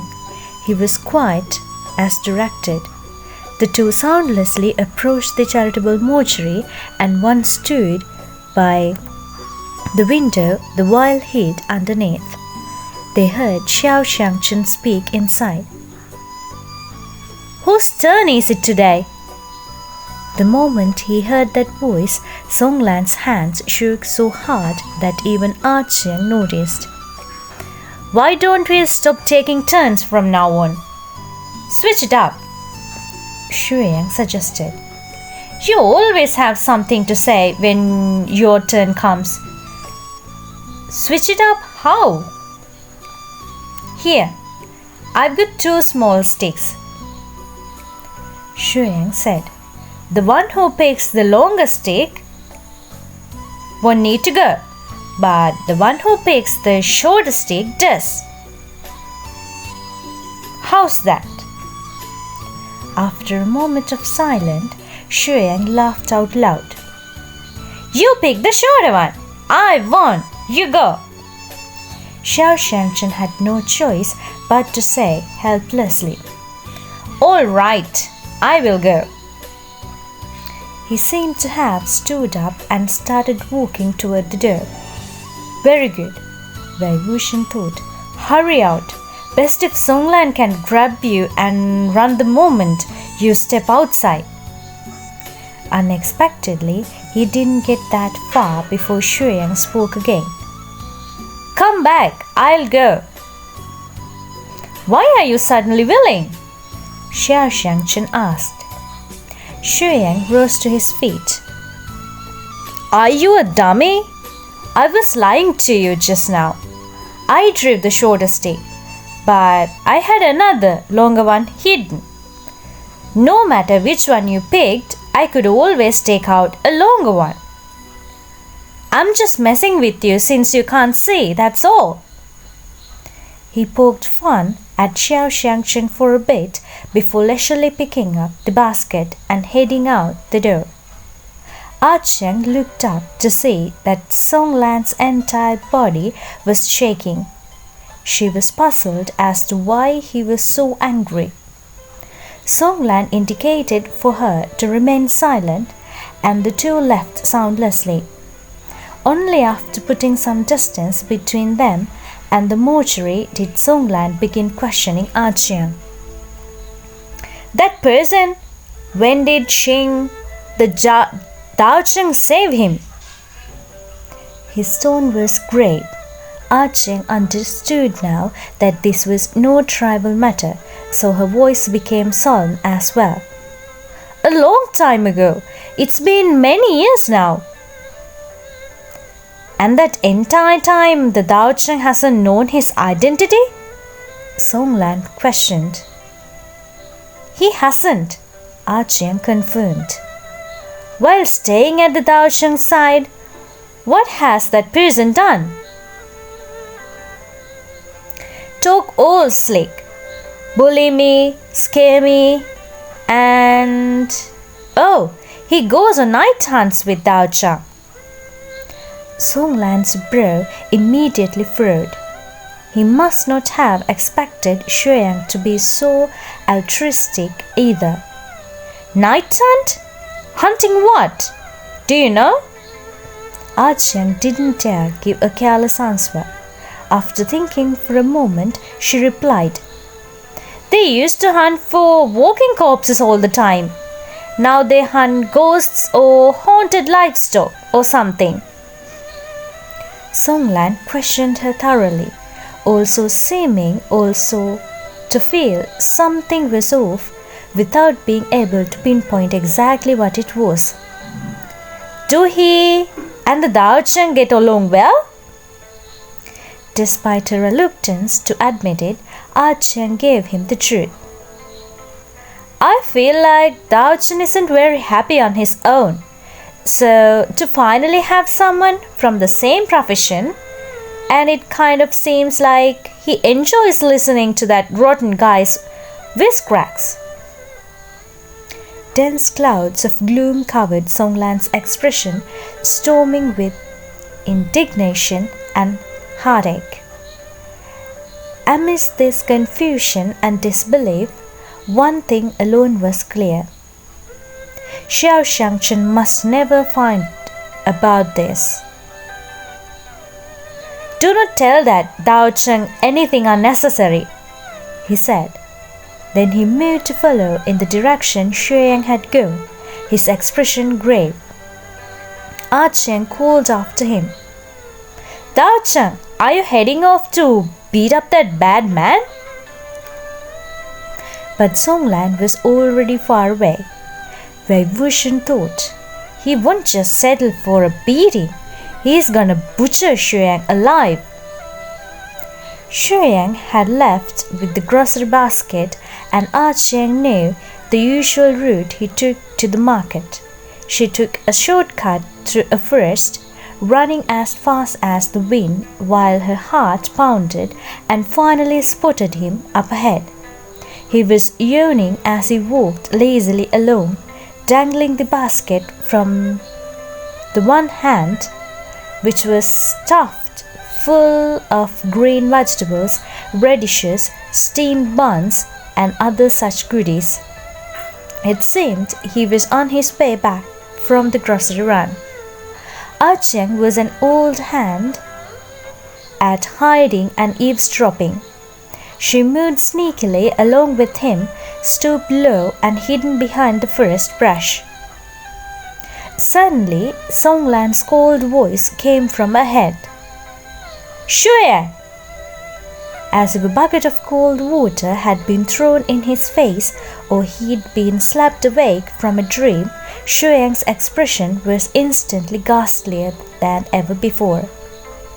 Songlan stepped out from behind a tree. His long sword was already drawn and brandished, the tip pointing at the ground. Xiang pretended to be shocked. "Oh my! If it isn't Song Tao Chang, what a rare guest! Here to burn a meal?" Songlan raised his sword and lunged. Xiang shook Jiang Sai out from his sleeves with a Xing to block the attack. He backed up a few steps to safely set the basket down by a tree, then spat. "Stinking cultivator! The one time I felt like heading out on a grocery run, and you had to fucking kill the mood!" Songlan was utterly mad with fury, each of his moves aiming to end Xiang's life. "What demonic tricks are you playing?" he bellowed, the tenor deep and words harsh. "What are you playing, getting close to Xiao Xingchen?" I was wondering why Song Daocheng held back from delivering a fatal blow, so it was to ask about that. Xiang laughed. "Speak!" Songlan shouted angrily. "As if scum like you would be so kind to help him with his night hunts." The chi from his next swing only narrowly missed Xiang's face, leaving a gash across his chest. But he wasn't the least bit alarmed. "I'm shocked that Song Daocheng knows me so well." One of them practiced the Taoist orthodox way, while the other was a practitioner of rope techniques honed through criminal acts. Songlan was obviously more skilled at swordplay. With a thrust, he pierced right through Xiang's arm. "Speak!" He was desperate to know the truth of this unsettling situation, or he would surely have aimed his sword at Xiang's neck instead. Despite being stabbed, Xiang's expression remained unchanged. "You really want to know? It's just that, well, I worry you'll go crazy if I tell you. Some things are best left without gory details." Songlan snapped coldly. "Xiang, my patience for you is limited." Clang! Xiang knocked aside an attack that aimed for his eyes. "All right, you're the one who asked to hear this. Do you know what that good cultivator friend of yours, your good bosom friend, has done? He has killed many walking corpses, exterminating evil without asking for anything in return. So moving. He's blind, dug out his eyes to give them to you. But the great thing about Shuanghua is that it can guide him toward corpse chi. Oh, let me tell you something even more amazing. I discovered that if you take someone poisoned by corpse toxin, then cut out their tongue to make them unable to speak, Shuanghua can't tell the difference between those who are just poisoned and the real walking dead." Songlan's head and sword began to tremble as he heard this mercilessly detailed explanation. "You swine! You inhuman swine!" "Song Daocheng, you know, sometimes I really pity you cultured gentlemen when it comes to cursing. It's always the same words, nothing new at all. Completely toothless. I haven't used those two flaccid words since I was 7. Beside himself with anger, Songlan attacked again, now finally aiming for his throat. You took advantage of his blindness. Woe upon him, beset by your lies. His thrust was both fast and brutal. Xiang barely managed to dodge, though his shoulder was still impaled once more. His brows didn't even twitch, as if he was senseless to pain. Bringing up the blindness, huh? Song Dao-chen, don't forget, for whom did he dug out those eyes of his?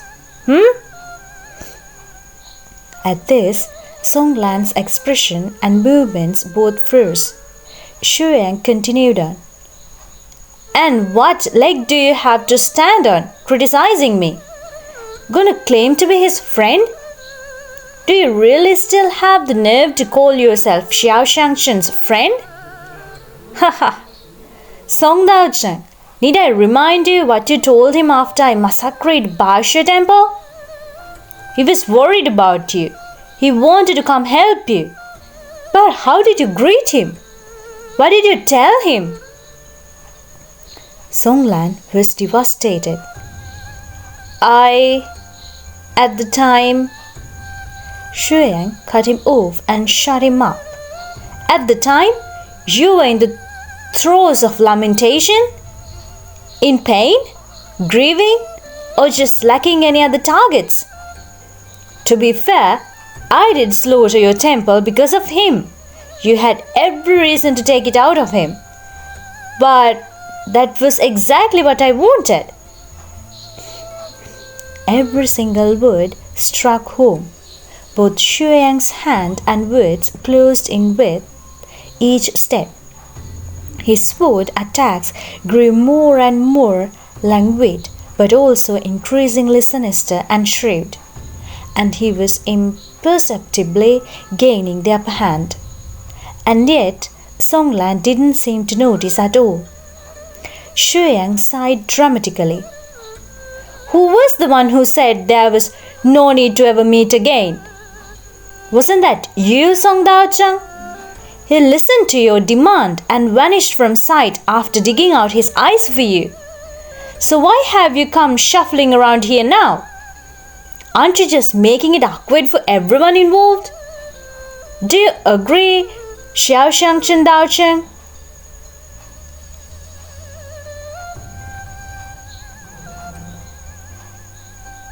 Startled in hesitation, Song Lan's sword faltered. Xiang had thrown both his mind and movements into chaos, allowing him to be fooled by such a cheap trick. Xiang could hardly let such a perfect opportunity pass. With an upward sweep of his hand, corpse toxin chalked the air. The powder was so meticulously refined that even Song Lan had never seen anything like it before. When it spread, he gasped in several mouthfuls. Knowing instantly that he was in danger, he tried forcing himself to cough up the stuff. But Jiang Sai was waiting. Light glinted coldly off the sword's tip as Xiang brutally burrowed it into Song Lan's open mouth. In an instant, Wei Wuxian's sight went pitch black. Xiang had shut her eyes in fright, but he already understood. They were witnessing Song Lan's tongue being cut out. The sounds were too horrible to comprehend. The rims of Xiang's eyes were hot, but she fiercely bit her tongue and didn't make a peep, opening her eyes with a shudder. Song Lan's sword barely propped him upright. He covered his mouth in his hand and blood spilled carelessly from between his fingertips. Having fallen for Xiang's trap and lost his tongue so suddenly, he was in such intense pain that he could barely walk. Yet he pulled his sword from the ground and staggered forward to lunge at Xiang, who dodged easily as a twisted smile contorted his face. A moment later, Wei Wuxian learned why he was smiling like that. Just as the silvery glint of Shuanghua ran Song Lan through. Songlan looked down at Shuanghua's blade, its tip piercing his heart, and then slowly looked up. He saw Xingchen, Shuanghua in hand and wearing a calm expression. "Are you here?" asked Xingchen, completely unaware of what was happening here. Songlan moved his lips soundlessly. Xiang smiled. "I'm here. Why are you here?" Xingchen withdrew Shuanghua and sheathed it. "There was something off about Shuanghua, so I let it lead me here." He sounded amazed. "Walking corpses have not visited this area in a long time, and one lone straggler too. Did it come from somewhere else?" Songlan slowly dropped to his knees in front of Xingchen. Xiang gave him a condescending glance. "I suppose its cries are awfully menacing." If Songlan passed his sword to Xingchen, he would know who he was. He'd recognize his dear friend's sword with a single touch. But that was no longer an option for Songlan. How could he give his sword to Xingchen and in doing so tell him who he'd just killed with his own two hands? Xiang was betting on this and didn't feel the slightest bit of fear. "Come on, let's head back and make dinner. I'm hungry," he said idly. "The shopping is done?" Xingchen asked. "Shopping's all done," Xiang confirmed. "Too bad I had to run into that thing on the way back. How unlucky!" Xingchen left first. Xiang gave the wounds on his own shoulders and arm a pat and picked up the basket again. As he passed in front of Songlan, he smiled lightly and lowered his head to murmur, "You're not invited." Xiang waited until Xiang had walked far, far away, probably even until he'd made it back to the charitable mortuary with Xingchen before she stood up from the bushes. She had crouched for too long. Her legs were asleep. Hobbling as she leaned on her bamboo pole, she tremblingly approached Songlan's stiff, kneeling corpse. It showed no sign of toppling over. Songlan had died with his eyes still open, a sign of everlasting regret, and Xiang jolted in fright at the sight of that wide, empty stare. Then she saw the blood gushing from his mouth, spilling down his chin and drenching his clothes, soaking the ground. Enormous teardrops spilled from his eyes. Terrified, Xiang reached out and helped close Songlan's eyes. She knelt before him and placed her hands together in a prayer. "Dao Chang, please don't maim me or the other Dao Chang. It'd be certain death for me if I came out. I had no choice but to hide. I couldn't save you. The other Dao Chang was deceived by that bad man. He didn't mean it. He didn't know the one he killed was you." He sobbed. "I'm going back now. May your spirit in heaven please bless me with success in getting Xingchen Dao Cheng out. Bless the both of us so we can escape that devil's clutches and make that monster die a horrible death. We'll shred his corpse to 1,000,000 pieces and shed him to hell, never to be absolved." She kowtowed soundly 3 times, wiped her face hard, then stood up and gathered herself before heading back to Yi City.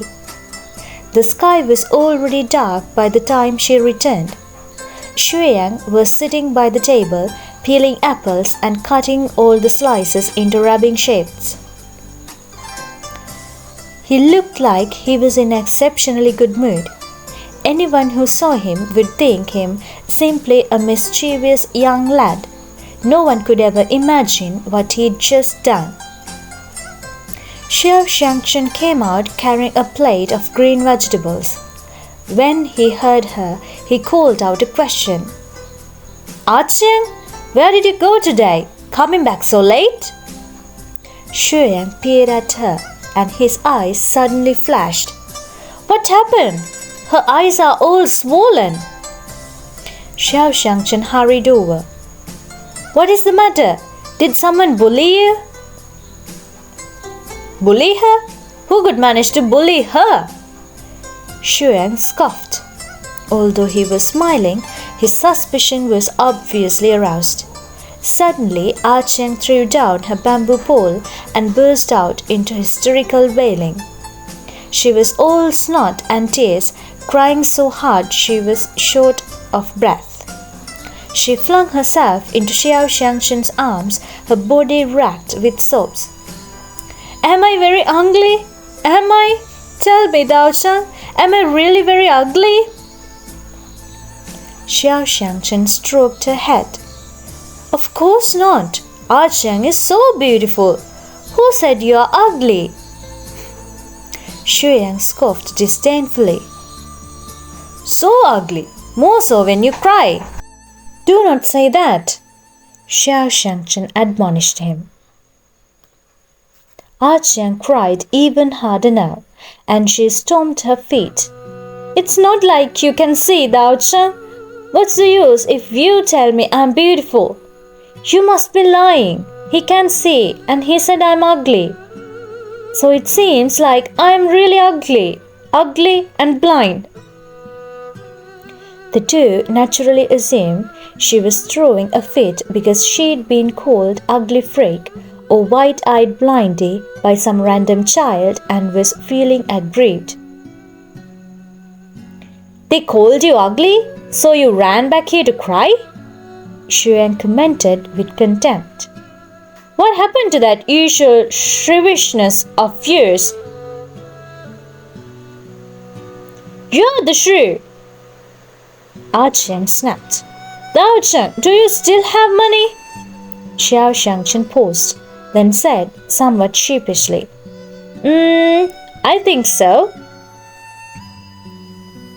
Xiang cut in. "I've got money. I'll lend you some." "You stayed with us all this time, but when it comes to a bit of money, you'll still only lend?" Xiang said harshly. "You loser! Aren't you embarrassed? Xiang, I want to go buy pretty clothes and pretty accessories. Won't you come with me?" She's trying to steer Xingchen out with her alone, Wei Wuxian observed. But what if Xiang wants to follow? What to do then?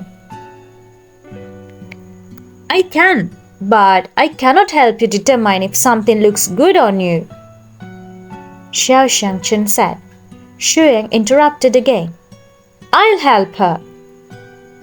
Xiang jumped, almost hitting Xingchen's chin as she did so. "I don't care.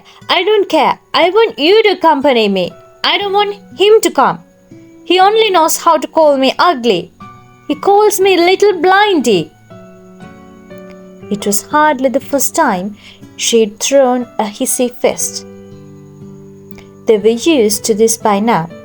Xiang made a face at her, and Xingchen said obligingly, "All right.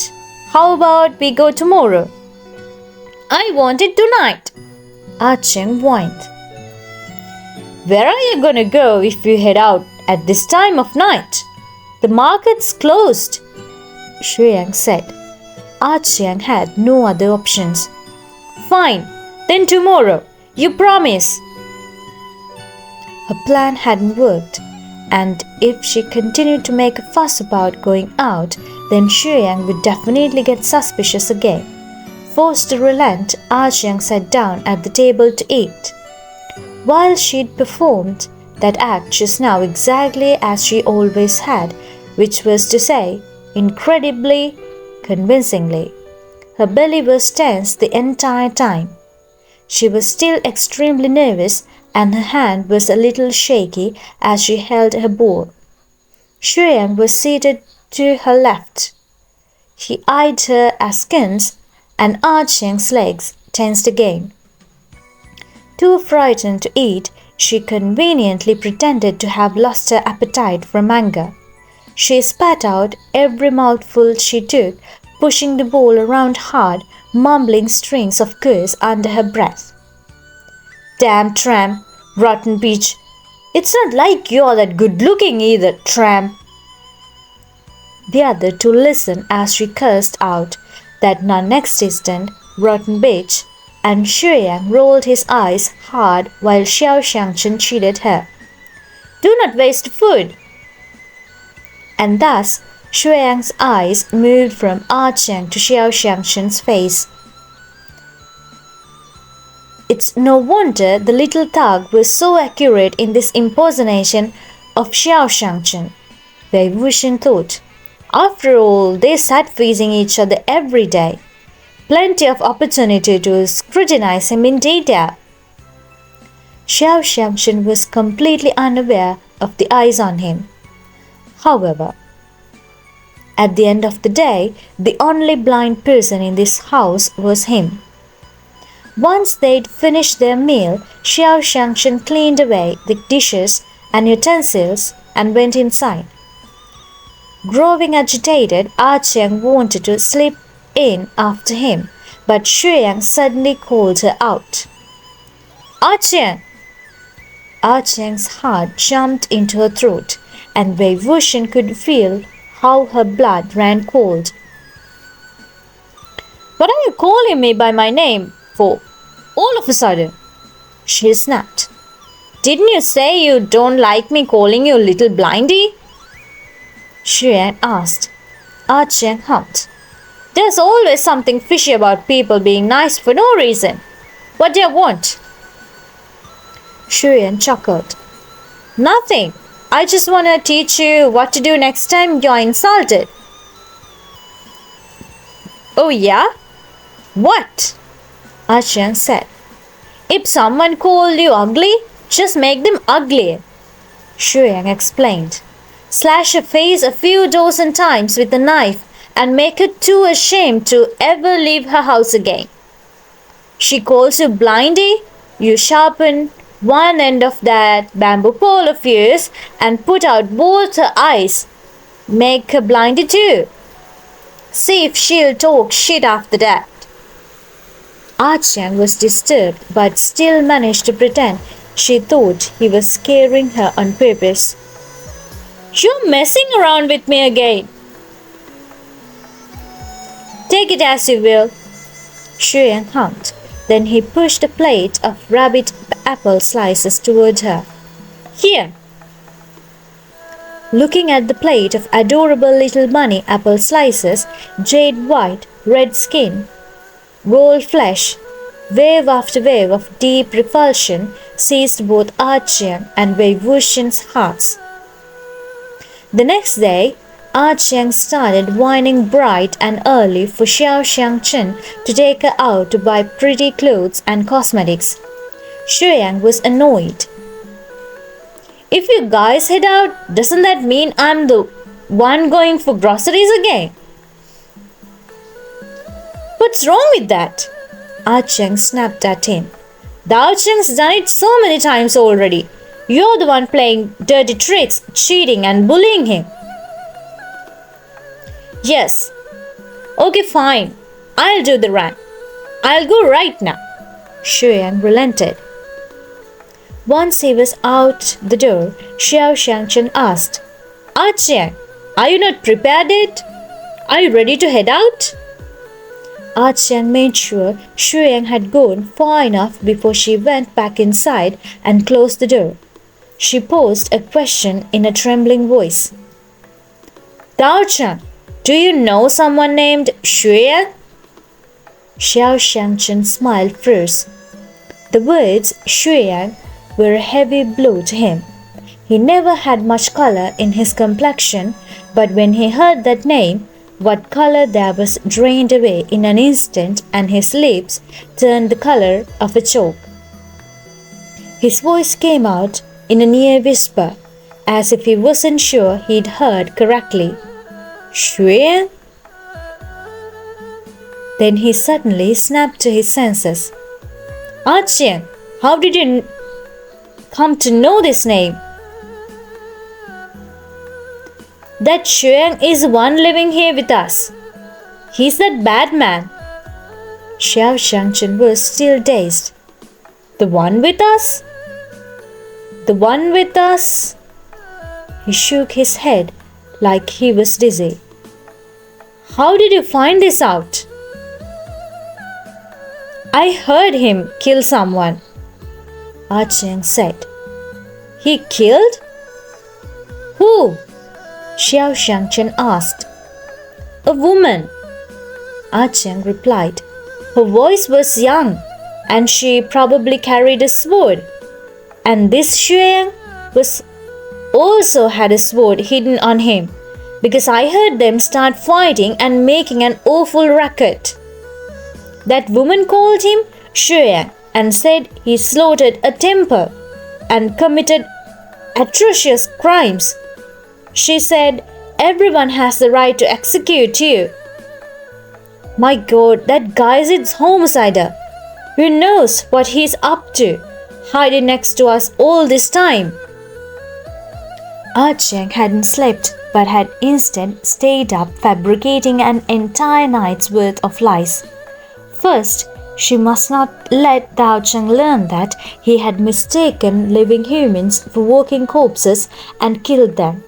Second, he must not learn that he had killed Songlan with his own 2 hands. So, as unfair as it was to Song Dao Cheng, he could never confess the circumstances of his death. The best scenario would be if Xingchen would just hurry up and flee as soon as he learned Xuan's identity. Flee as far as he could, as soon as possible. But her revelation was hard to swallow, and it sounded horribly absurd at first. Xingchen could hardly believe it so easily. "But the voice was wrong. Besides," Xiang was so anxious that she beat her bamboo pole against the ground incessantly as she spoke. "He faked his voice because he doesn't want you to find him out." Suddenly it struck her, and she hummed. "Oh, that's right. He has 9 fingers. Dao Cheng, did you know that? Does Xiang only have 9 fingers? You must have seen him before, right?" Xingchen lost his footing all of a sudden. Xiang quickly caught him and slowly helped him to the table. Sitting him down, it was a good while before he found his voice. "But Xiang, how do you know he only has 9 fingers? Have you touched his hand? If he really is Xiang, why would he allow you to touch his left hand and discover his defect?"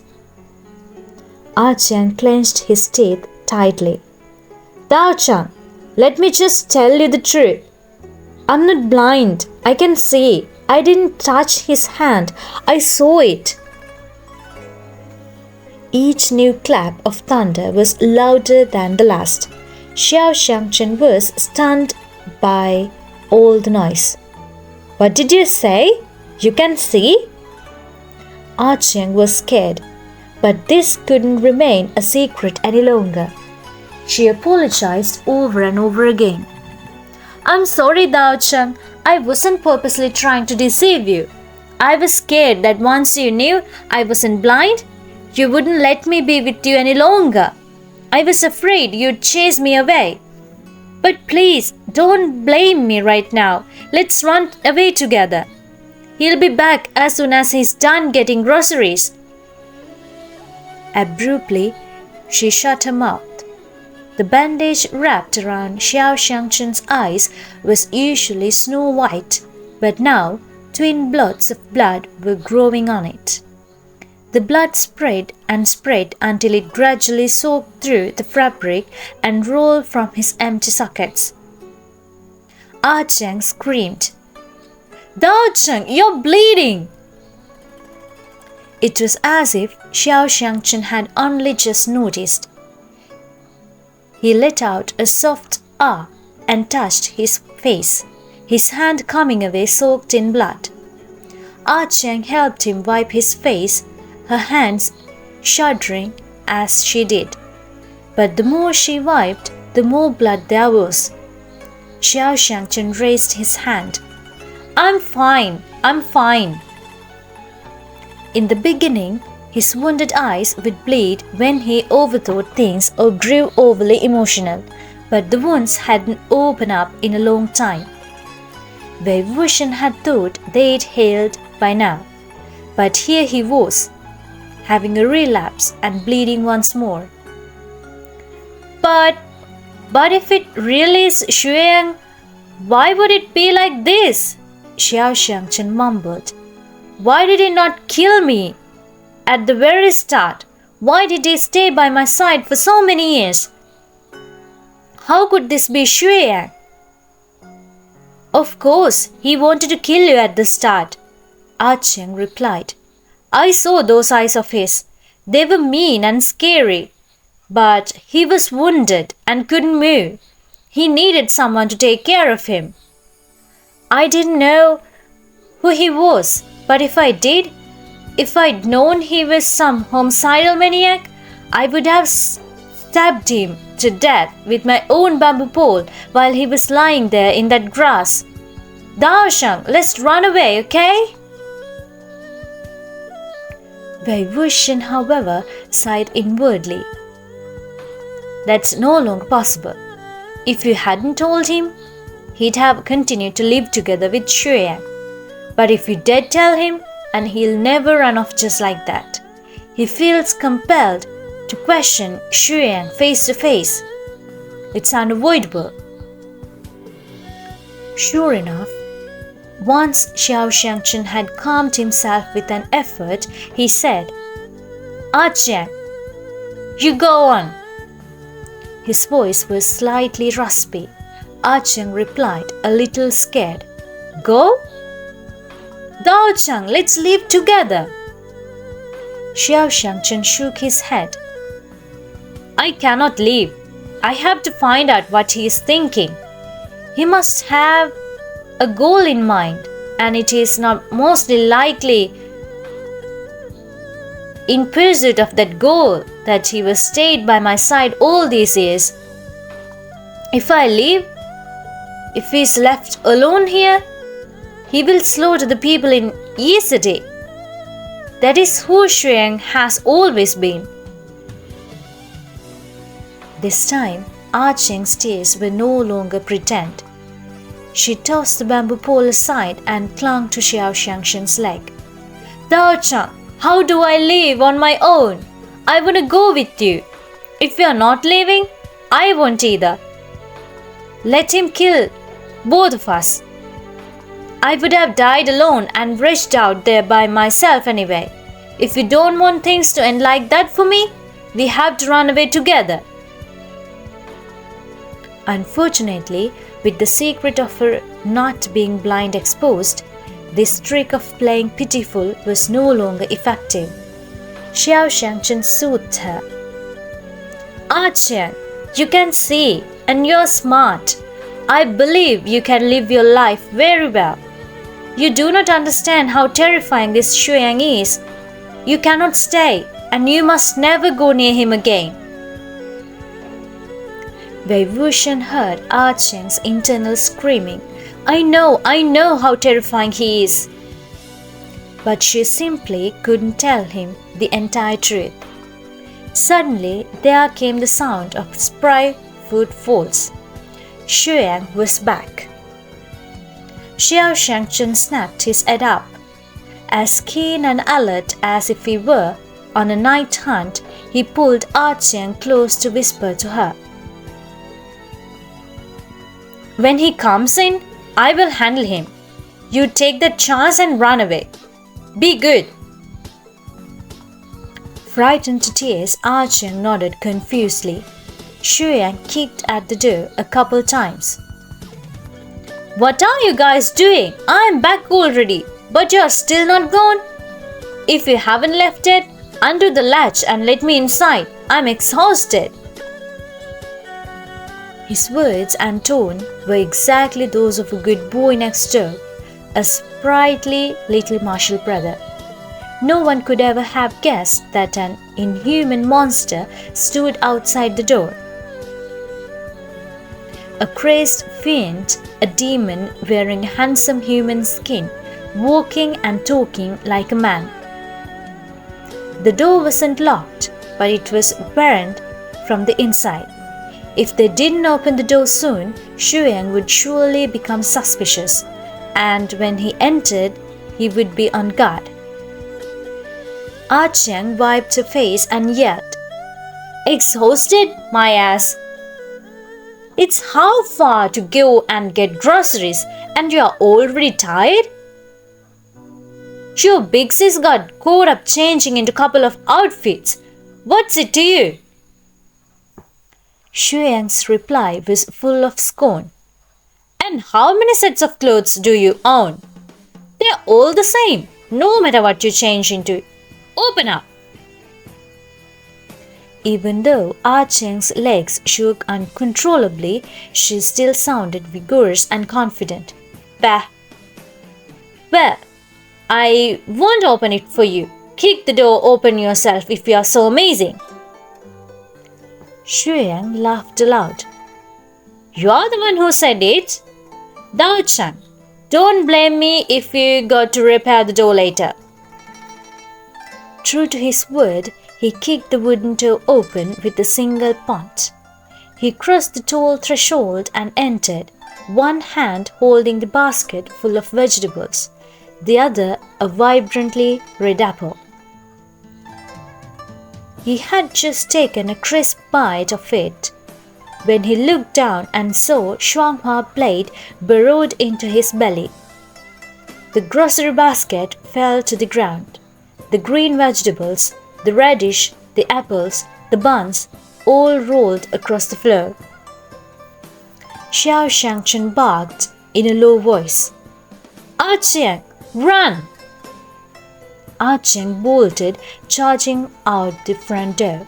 She ran madly for a bit, then changed course and turned back, furtively circling back to the mortuary. She crawled to the hidden spot she was most familiar with, where she often went to eavesdrop. This time, she even poked her head out a bit to peer inside the house. Xingchen asked coldly, Did this amuse you? Xiang took a bite of the apple still in his hand and chewed unhurriedly before swallowing. It did. Why wouldn't it? He had returned to using his normal voice. What exactly were you planning, staying by me all these years? Xingchen questioned. Who knows? Xiang said. Maybe I was just bored. Xingchen withdrew Shuanghua, about to attack again. Xiao, that story I never finished? Xiang continued. You probably don't want to hear the rest of it anymore, right? No. But despite this harsh rejection, Xingchen still tilted his head slightly, his sword posing. Well, I'm gonna tell you anyway, Xiang said. If you still think I'm at fault once I'm done, you can do whatever you want. He casually rubbed the wound on his belly, putting pressure on it to stop himself from bleeding out. When the child saw the man who had cajoled him into delivering that message, he felt both aggrieved and happy. He flung himself at him, overflowing with tears, and told him, "The message was delivered, but the dessert is gone. And I got beaten too. Can you give me another plate?" But the man's face was bruised too. The burly man must have found and beaten him as well. When he saw this dirty little kid clinging to his leg, he was sorely irritated and kicked him away. He mounted an ox cart, telling the driver to go now. The child crawled up off the ground and chased the cart. He wanted so badly to eat that plate of sweet dassids. When he finally caught up, he waved in front of the cart, wanting them to stop.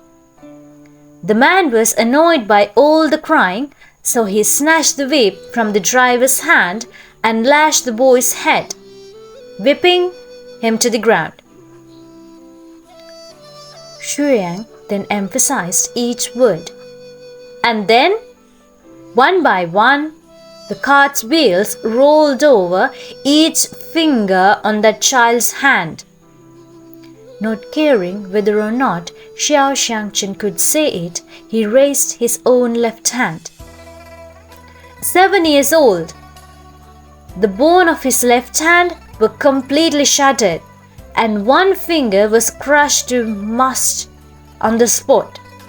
That man was Champion's father. Xingchen Daochen. How righteous and stern you were when you dragged me to Golden Carp Tower. You condemned me, demanding that I explain why I'd massacred an entire clan over a little grudge. Is it because that finger wasn't yours that none of you could understand pain? You don't know what it's like to hear screams of such excruciating agony from your own mouth. Why did I kill his entire family? Why don't you ask him why he played me, toyed with me for no good reason? The Xiang of today was Xiang to thank for his existence. The Chang clan of Xiang was simply reaping what they sowed. Xingchen was in utter disbelief. When Changxian broke your finger, if you wanted revenge, why not also break one of his fingers? If you genuinely could not let go of this grudge, then break 2 of his fingers, 10 fingers, even an entire arm would have been fine. Why did you have to kill his entire family? Did a single finger of yours need to be compensated by over 50 lives? Xiang actually considered this seriously. Of course, he replied, as if it was an odd question. The finger was mine, but those lives belonged to others. No number of lives would have been enough. It was only 50 or so people. How could that be enough to pay for my finger? Xingchen's face was growing increasingly pale. Furious at Xiang's matter-of-fact tone, he shouted, Then what about bystanders? Why did you massacre Bai Shi Temple? Why did you have to blind Song Xichen Daochen? Xiang argued back. And why did you stop me? Why did you keep butting in my business? Why did you stand up and help those Chang nobodies? Were you helping Changxian? Or was it Champion? Haha. Remember how Champion cried tears of gratitude at first? And how he begged you to stop helping him later? Xiangchen Zhaochen, you were in the wrong from the very start. You shouldn't have gotten involved in other people's quarrels. Who was right? Who was wrong? Was there more gratitude or more grievances? Is there something an outsider can determine? Maybe you shouldn't have descended that mountain in the first place. Your master, Baoshan Sunrin, was real smart, wasn't she? Why didn't you listen to her and stay on your mountain to cultivate your path? If you don't get how this world works, then don't enter it. Unable to endure this any longer, Xiangchen gritted out a response with effort. Xiang, you are really repulsive. At those words, the murderous glint that had been absent from Xiang's eyes for so long flashed anew. He chuckled darkly. Xingchen, this is why I hate you. What I hate the most is self-righteous people like you. So morally superior, thinking you can just do a few good deeds and the world will suddenly transform into a better place. You utter fool! You knave! Idiotic dumbass! You're repulsed by me? Fine then. Do you think I'm afraid of repulsing people? But do you have the right to be repulsed by me? Xingchen was taken aback. What do you mean? Both Xiang and Wei Wuxian's hearts were ready to jump out of their chests. Xiang said sweetly, We haven't gone out to kill walking corpses recently, have we? But a couple of years ago, didn't we kill whole groups of them pretty regularly? Xingchen's lips moved uneasily. Why are you bringing that up now? No reason. Xiang said. It's just too bad you're blind. Since you plucked out those eyeballs of yours, you couldn't see those walking corpses back then. Oh, how scared, how in pain they were when you stabbed them with your sword. There were even those who knelt and wept, kowtowing and begging for you to spare their families. If I hadn't cut out their tongues beforehand, they would have been wailing, crying, Tao Chen, have mercy.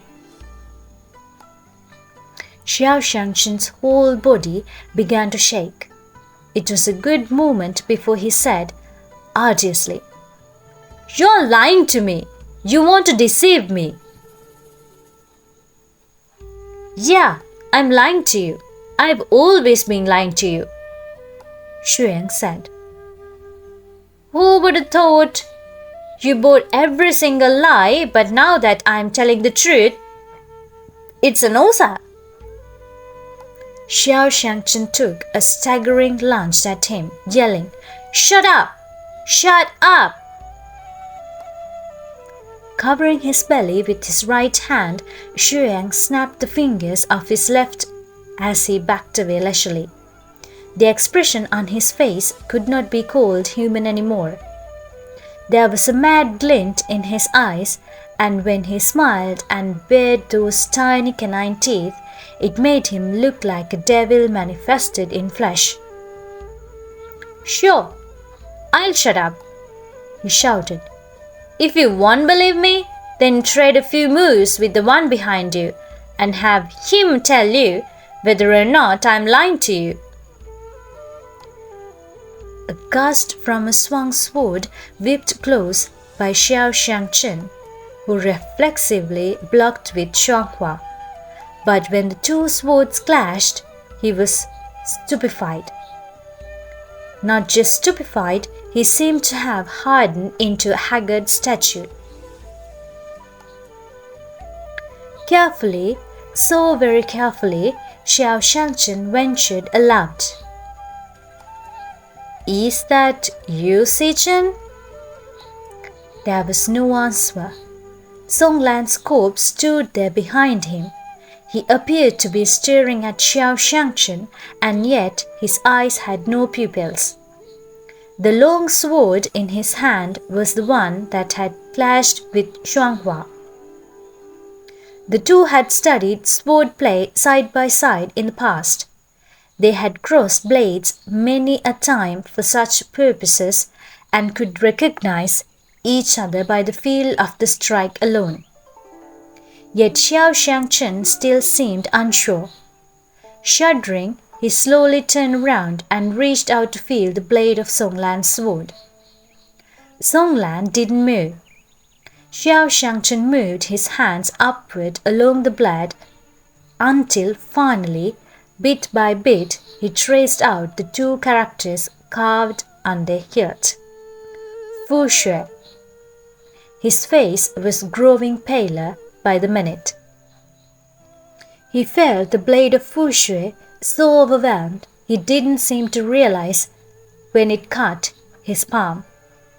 He was shaking so hard even his words seemed to have scattered all over the ground. Xingchen? Song Daocheng? Song Daocheng, is that you? Songlan watched him quietly, without a single word. The bandage around Xingchen's eyes, soaked by the incessant stream of blood, was marked by two horrifying red, sunken holes. He wanted to reach out to touch the sword-wielding man himself, but didn't dare to. He extended his hand and withdrew it. Waves of excruciating pain rolled in Wuxian's chest, so intense that both she and Wuxian had trouble breathing. Their tears flowed like a spring. Xingchen stood there, confused and helpless. "What is the matter? Say something!" He was utterly crushed. "Somebody, say something!" As he wished, Xiang spoke. "Do I need to bother telling you who the walking corpse you killed yesterday was?" Clap! Shuanghua dropped to the ground. Xiang burst out in uproarious laughter. Xingchen knelt woodenly before the standing Songlan. He burst into wailing tears of agony and clutched his head. Xiang was laughing so hard his eyes watered. "What's wrong?" he bit out fiercely. "Has this reunion of two good friends moved you to tears? Are you gonna give him a big hug, huh?" Wuxian covered her mouth firmly, not allowing a single sob to slip free. Inside the charitable mortuary, Xiang paced back and forth, splitting insults in a frightening tone filled with both crazed fury and wild joy. "Save the world? What a joke! You can't even save yourself!" A fresh wave of acute pain filled Wuxian's mind. However, this pain didn't come from Wuxian's soul. Xingchen knelt there on the ground, unkempt, prostrated at Songlan's feet. He curled into a ball, seeming very, very small and fragile, as if he wished desperately to disappear from this world. The diced robe that was once flawlessly clean and white was now stained with blood and grim. "You've accomplished nothing!" Xiang screamed at him. "Failed utterly! You only have yourself to blame. You reap what you sow." In that moment, Wuxian saw himself in Xingchen. The him who suffered a crushing defeat while drenched in blood. The him who accomplished nothing, was criticized by all, furiously rebuked by all, and left powerless to fix his desperate circumstances. The him who could do nothing but wail.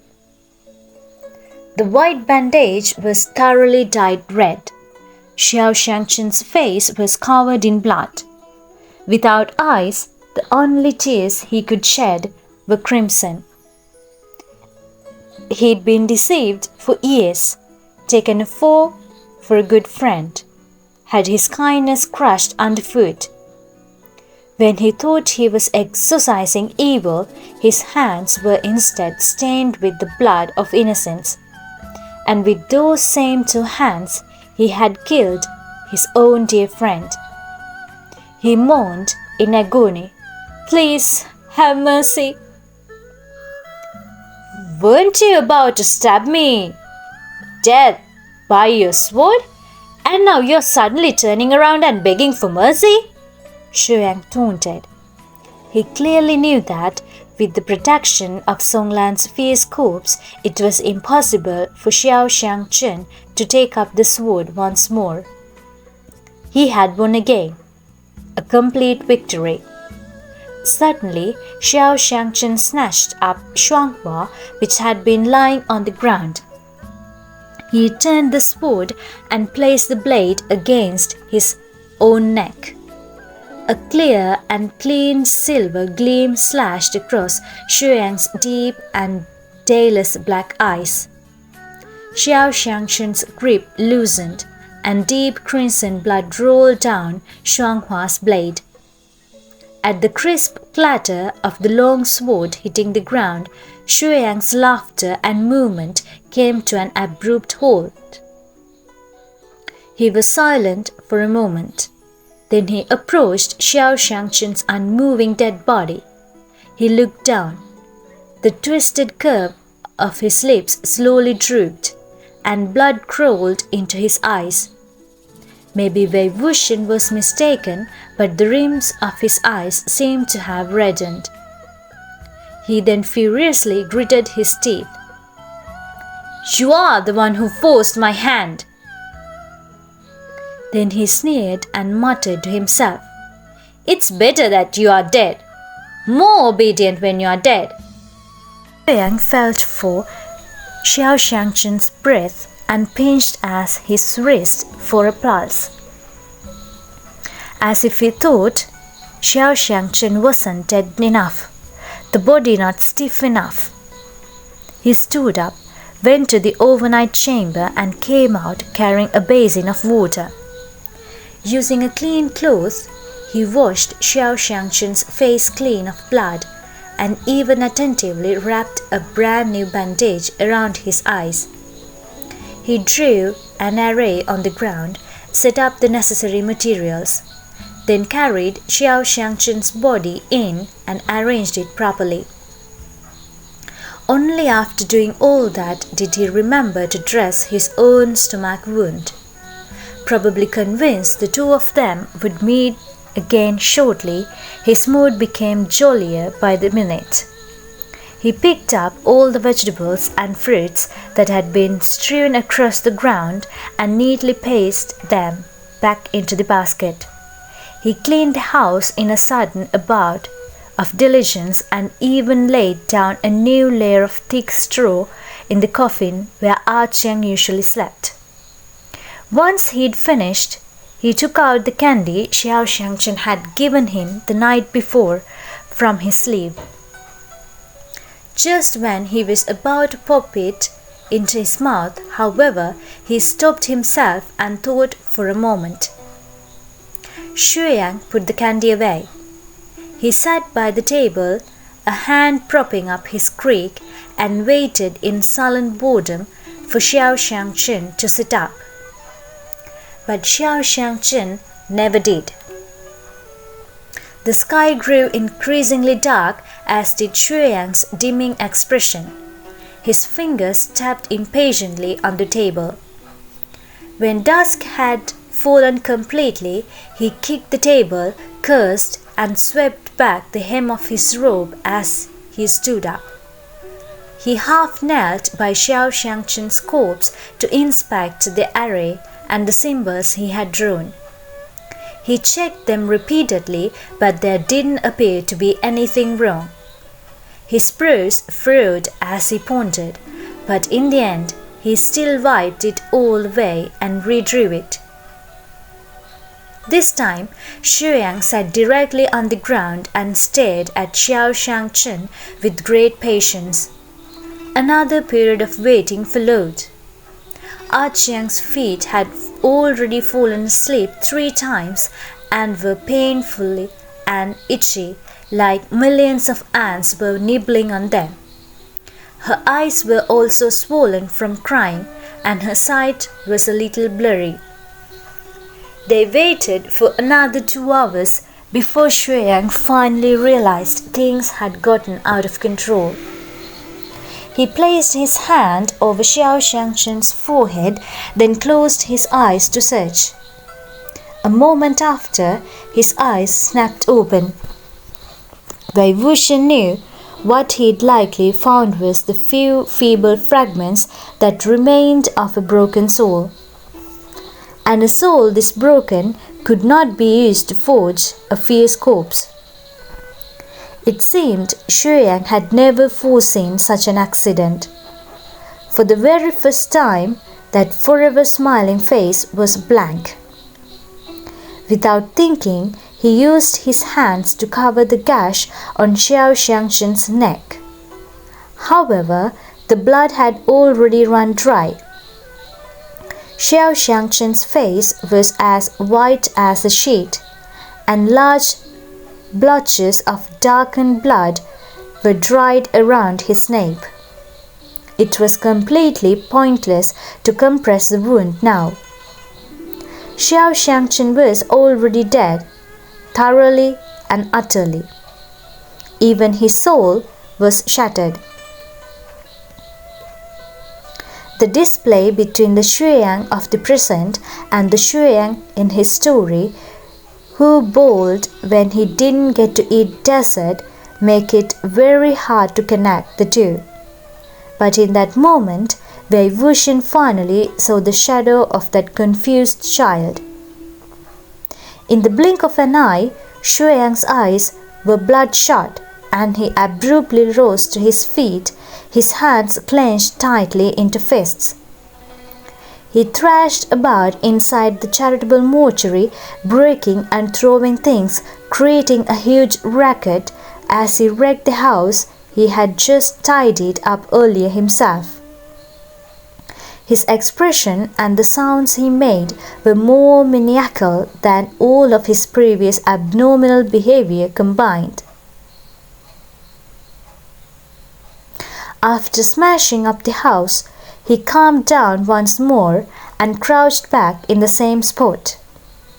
He called out in a whisper, "Xingchen, if you don't get up, I'm gonna make your good friend Songlan go kill people.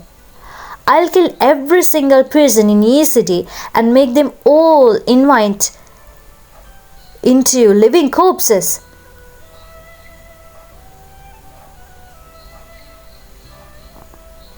"You've lived here for so long. It is really okay for you to not care?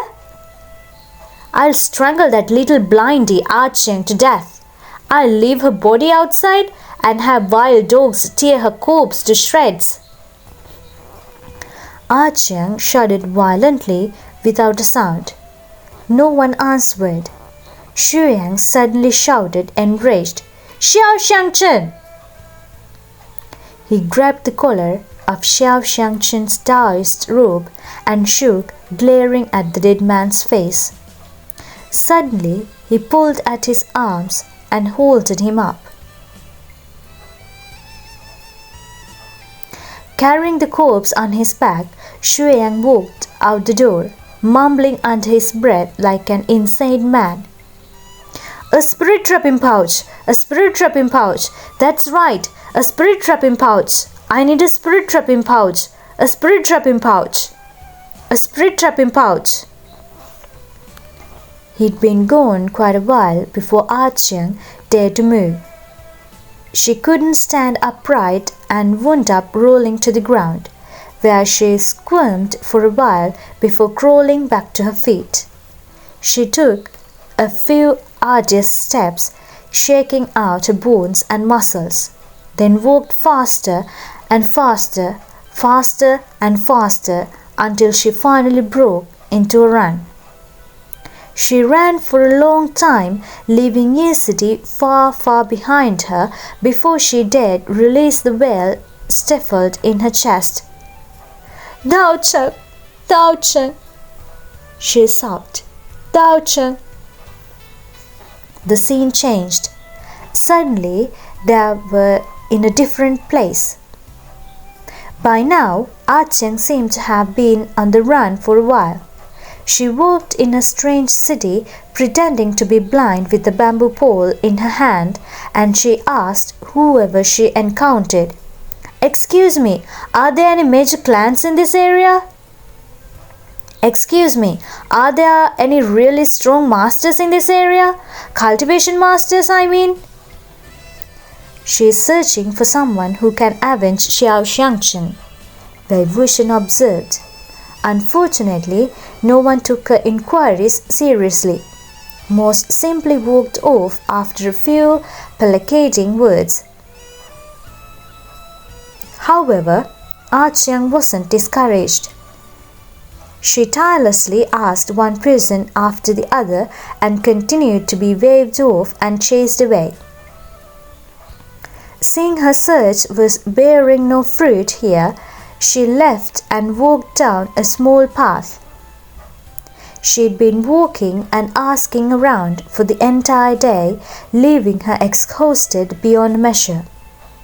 Dragging her heavy feet, she came to a small stream. She cupped her hands and drank a few swallows of stream water, moisturizing her throat, which was so raw it burned. The reflection of the wooden hairpin in her hair caught her attention, and she reached up and removed it. The wooden pin was originally crudely made, like an uneven chopstick full of bumps and holes. Xiao Xingchen had helped her smooth it out and even carved a little fox at the end of it. The little fox had a very pointy face with a pair of large eyes, and it was smiling. When Xiang first received the hairpin, she felt it and exclaimed in delight, "Ah, it looks like me!" Staring at this pin, Xiang pursed her lips, wanting to cry. Her stomach grumbled, and she fished a small white money pouch from her robes, the same one she'd swiped from Xiao Xingchen so long ago now. She dug a tiny piece of candy from the money pouch and carefully licked it. When the tip of her tongue sensed sweetness, she tucked the candy back into the pouch. That was the last candy Xiao Xingchen had left her. Xiang had her head down as she put away the money pouch. With a passing glance, she suddenly noticed another shadow beside her reflection in the water. In that reflection, Xiang was looking at her, smiling. Xiang let out a shriek of fright and scrambled along the ground as she dodged away. Somehow, Xiang was already standing behind her. With Shuanghua in his hand, he opened his arms to gesture for a hug and said happily, "Xiang, what are you running for? We haven't seen each other for ages. Don't you miss me?" Xiang screamed, "Help!" However, this wild mountainous little path was very remote. There was no one around to save her. Xiang arched his brows. "I was on my way back from finishing some business in Yuan when amazingly I ran into you in the city while you were asking this and that. What unstoppable destiny, don't you think? Speaking of which, what an excellent figure you are. I can't believe I was deceived for so long. Amazing." Xiang knew she couldn't escape. This was certain death. After the initial surge of terror, a feeling of calm washed over her. Having determined she was going to die anyway, she might as well curse him to her heart's content. All her shrewish energy surged forth again, and she hopped up and spat. "You animal! Traitor! Bitch worse than a dog! Your ma and pa must have screamed in a pig's pen to have conceived a mutt like you." Shit-eating rotten dick! Having roamed the streets for so many years, she'd learned plenty of obscene abuse. Now, she spewed nothing but profanely at Xiang, who listened with a wide grin. "You're so good at this! How come I never heard you be so feral in front of Xingchen? Got any more?" "Screw you, you shameless bastard!" Xiang cussed further. "You dare mention Dao Cheng? That's Dao Cheng's sword. You think you are worthy of it? You are dirtying his things." Xiang raised Shuanghua in his left hand. "Oh, you mean this? It's mine now. How pure did you think your Dao Cheng was?"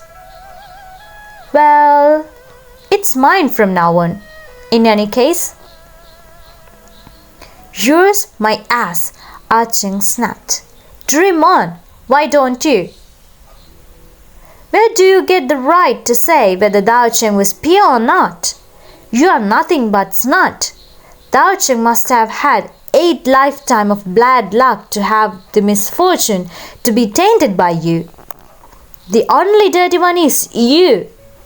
You, repulsive snot."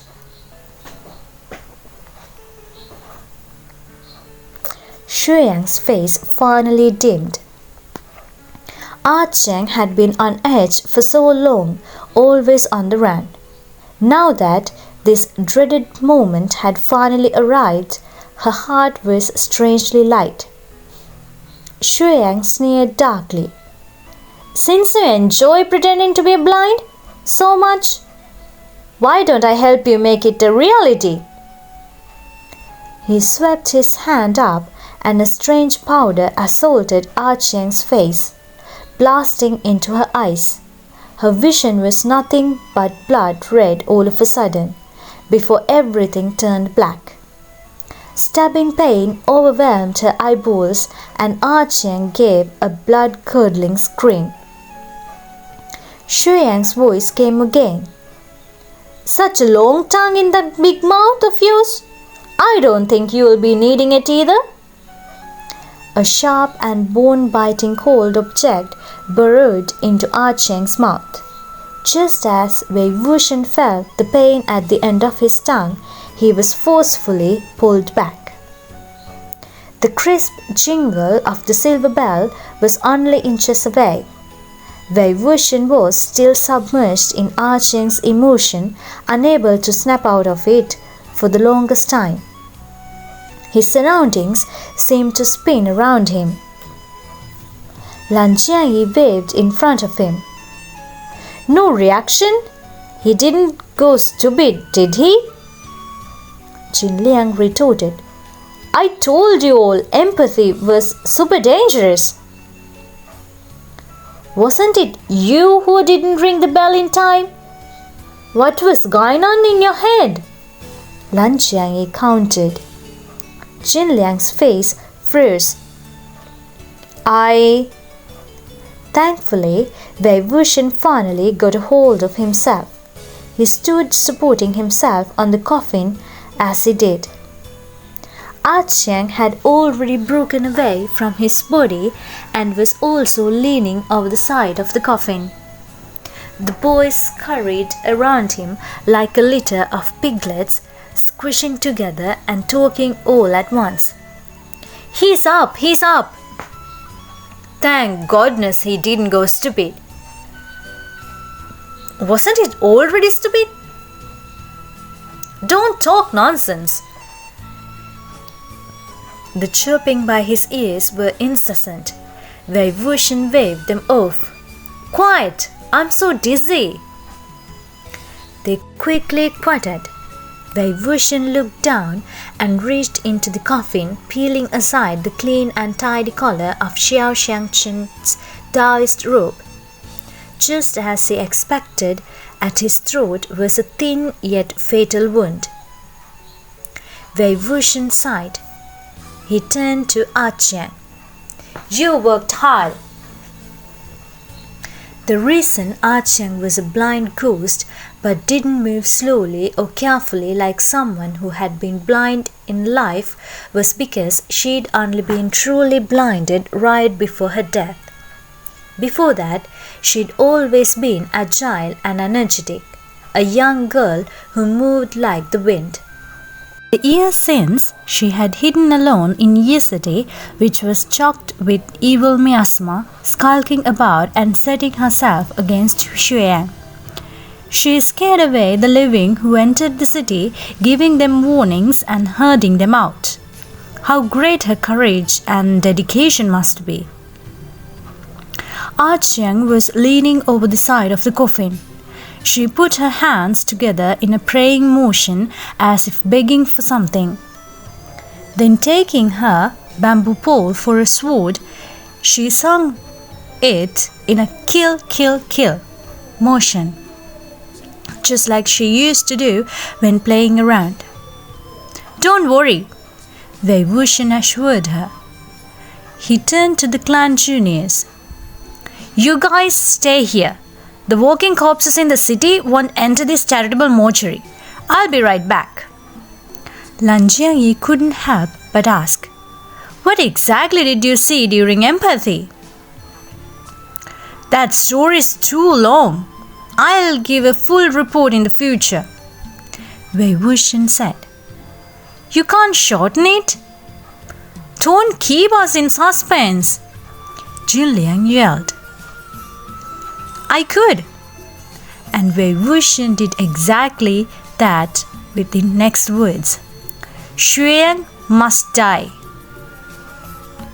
Amidst the confounding evil miasma that filled the air, the ka-ka of Xiang's bamboo pole led the way. One man and one ghost moved swiftly, speeding arriving at where the fight still raged. Wangji and Xiang's battle had already moved outside.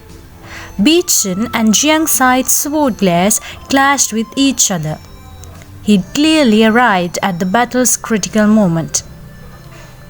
Bichen, calm and collected, had steadily gained the upper hand. Jiangxi, wild as a mad dog, was barely keeping up. However, the dreadful white fog kept Wangji from seeing clearly, while Xiang had lived in Yi City for many years. Like Xiang, he knew the roads like the back of his hand. This was the cause of their stalemate. Every so often, the Guqin's angry cries cut through the clouds to expel the hordes of walking corpses that relentlessly circled them. Wuxian had only just pulled out his flute when two streaks of black crashed heavily in front of him like iron pagodas. Wenniang had Songlan pinned to the ground. The two fierce corpses were strangling each other, their knuckles cracking. "Hold him down," Wuxian commanded. He stooped and swiftly found the ends of the skull-piercing nails in Songlan's head. He relaxed. "These nails are much thinner than the ones in Wenniang, and the material's different too. It shouldn't be hard for Songlan to return to himself." He immediately pinched the pointed ends and pulled slowly. Feeling the strange objects in his brain twist, Songlan's eyes snapped open, and he hissed and snarled low.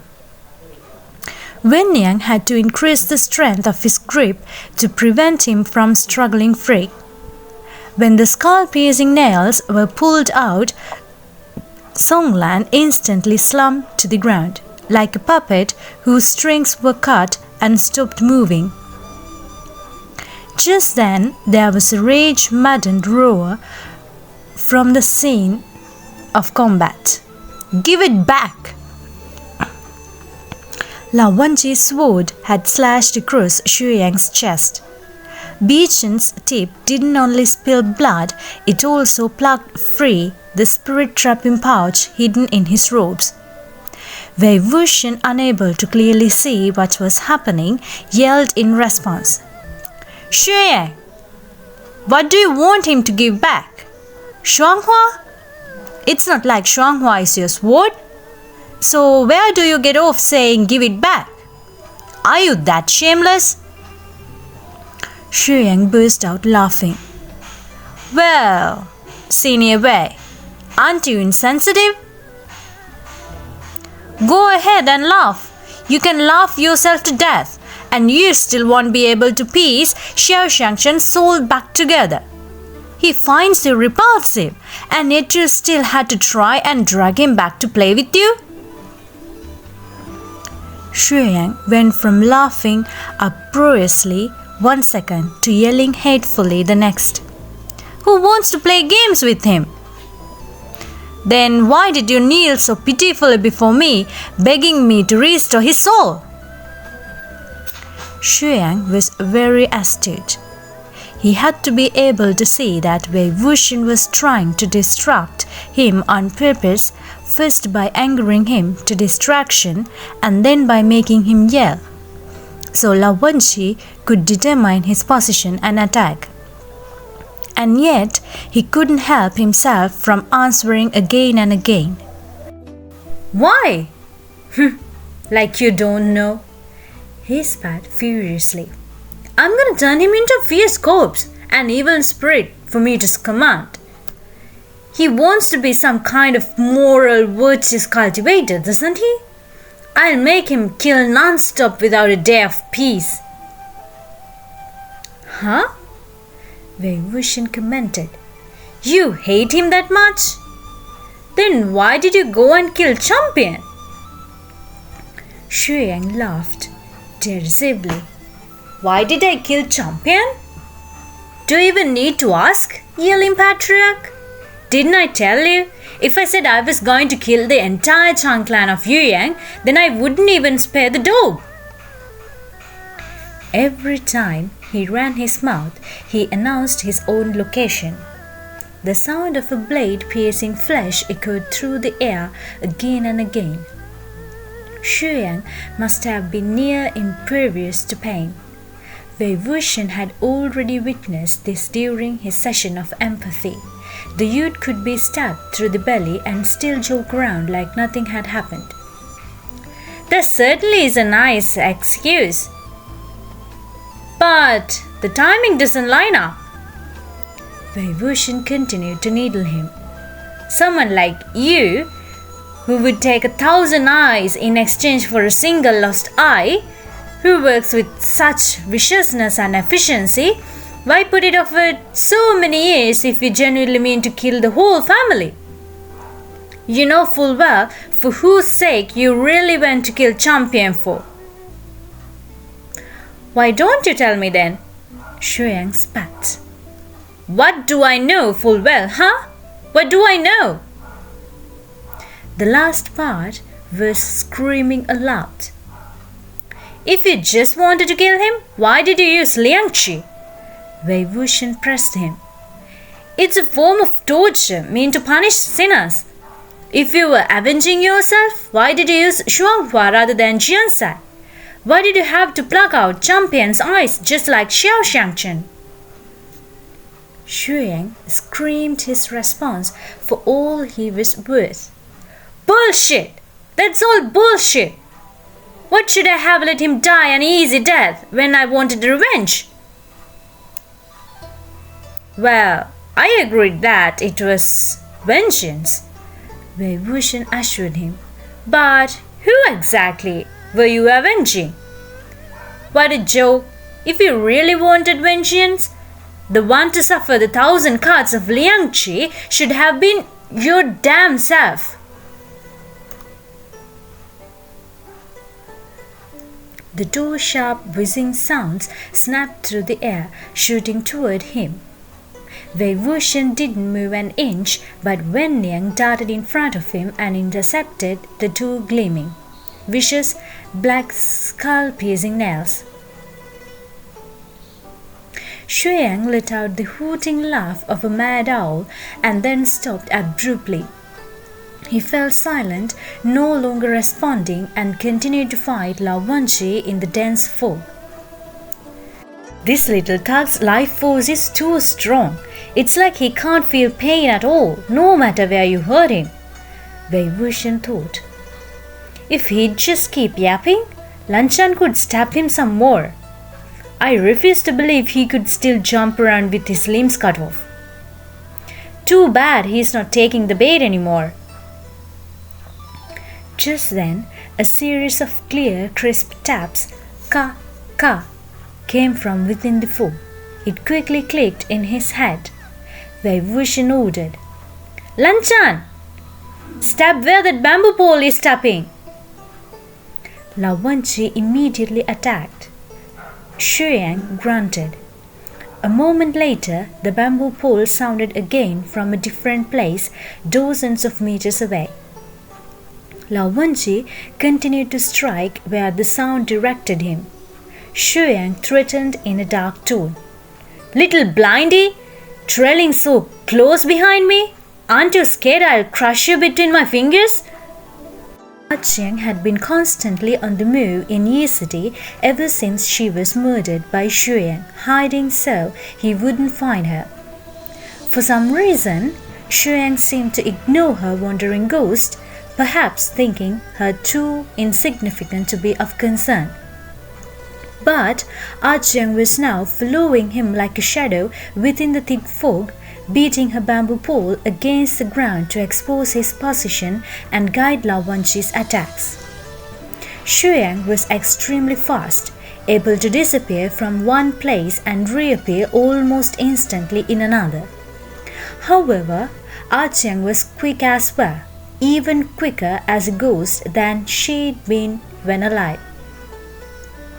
She stalked him like a curse, hot on his heels, wildly bleeding the ground non-stop with the bamboo pole in her hand. The sound of that ka, ka, da, da was suddenly far, suddenly close, suddenly left, suddenly right, suddenly in front, suddenly behind. Xiang couldn't shake her off, and as soon as the sound rang out, the glare of beacon was sure to follow. Xiang had been like fish in water in this fog at first, able to hide and lay ambush. But now he had to split his focus to deal with Xiang as well. He cursed under his breath and whipped a talisman behind him. But in that split second of distraction, guided now by the sound of Xiang's horrible scream, beacon pierced through his chest. Xiang's ghost had been shattered by Xiang's talisman. She could no longer expose his location with the tapping of the bamboo pole, but beacon had finally delivered a fatal blow. Xiang was no longer able to move as stealthily as before, no longer so difficult to catch. From within the fog there came thick, bloodied coughing noises. Wei Wuxian threw out an empty spirit-trapping pouch to salvage Xiang's damaged soul. Dragging his feet with great effort, Xiang took a few steps before he suddenly lunged forward, screaming with hands extended. Give it to me! Beachen's blue light flashed. Wangji had cleanly chopped off one of Xiang's arms. Blood gushed forth.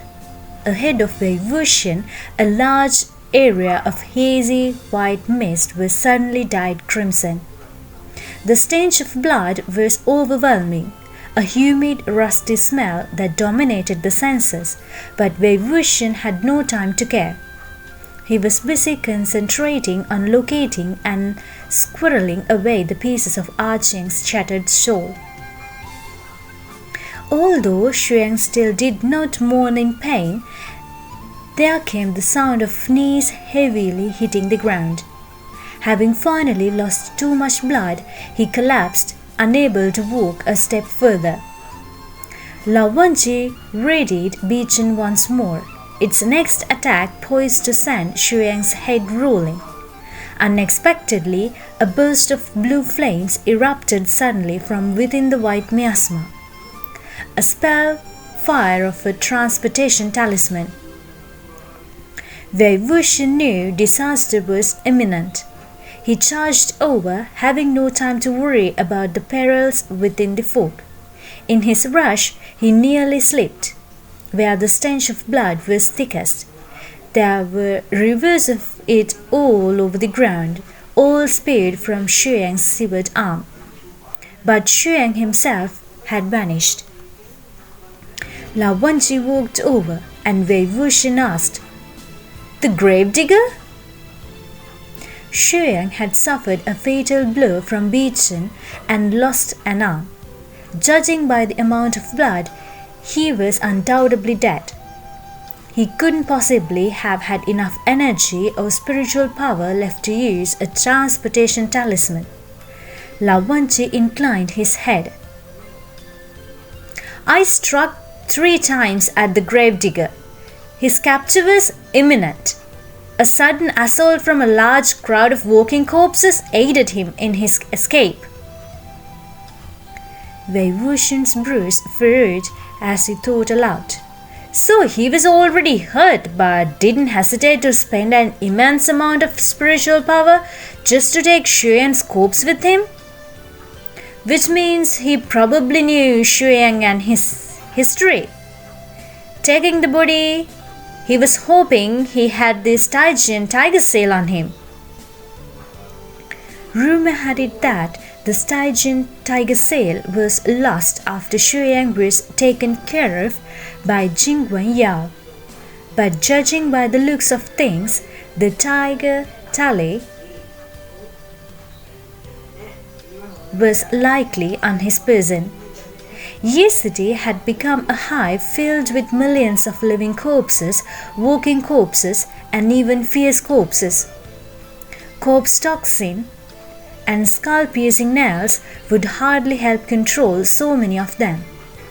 Only the presence of the Stygian tiger sail explained how Xiang could command such absolute obedience from the corpses, ordering them to advance and attack in wave after wave.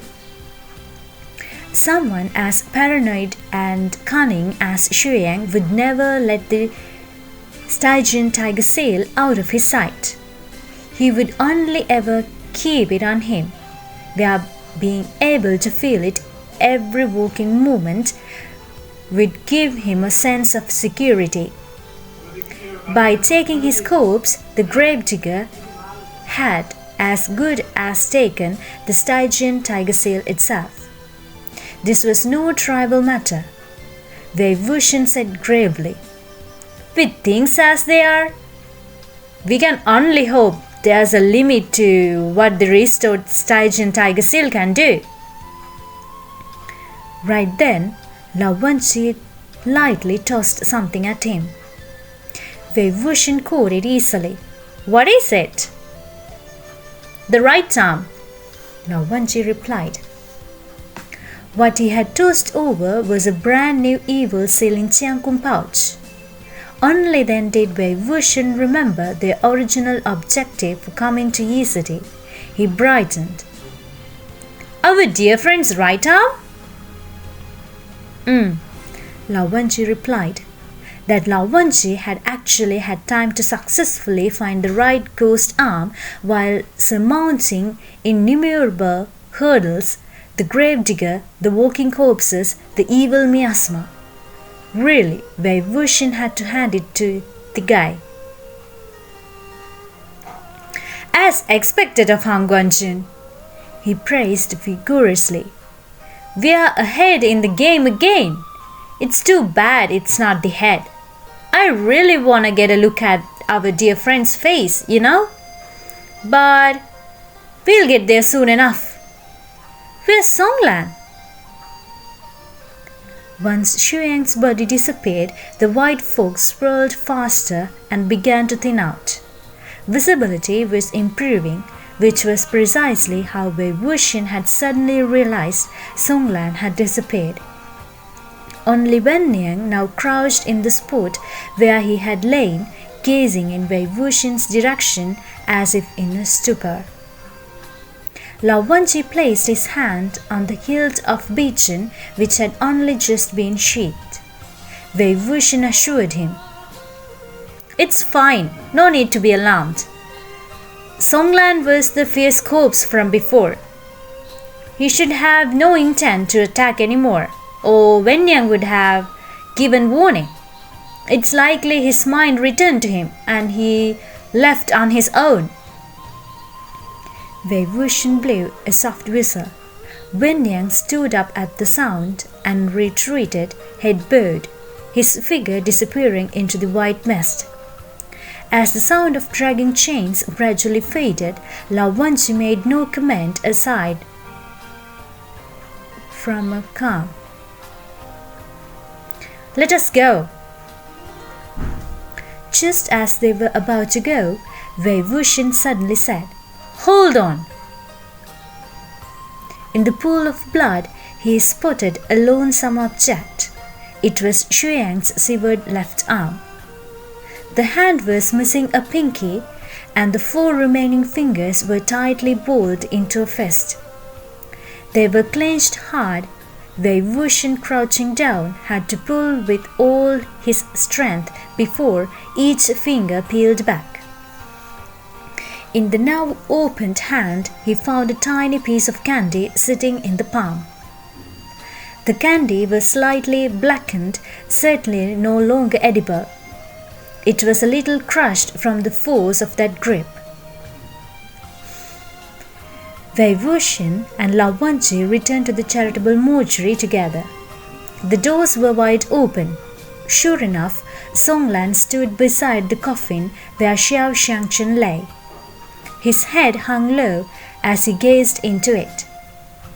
The clan juniors, their swords brandished, were all squished together and bunched to one side, staring in alarm at this fierce corpse who had attacked them earlier. At the sight of Wei Wuxian and Wangji's return, they looked as if their lives had been spared, but still didn't dare to yell, terrified they might rouse Songlan from his stupor or provoke his fury. Wei Wuxian crossed the threshold and gave Wangji an introduction. Songlan, Song Daocheng. Still standing vigil beside the coffin, Songlan looked up and turned his gaze their way. Wangji lifted his robe lightly to elegantly step over the high threshold and inclined his head in greeting. Songlan's mind had returned and his pupils had rolled back into place. The eyes that gazed at them were clear and black. And those eyes, once Xiao Xiangchen's own, were full of indescribable sorrow. There was no need for further questioning. Wei Wuxian had his answers. Songlan had seen everything during the period he was under Xiang's control as a fierce corpse, and he remembered it all.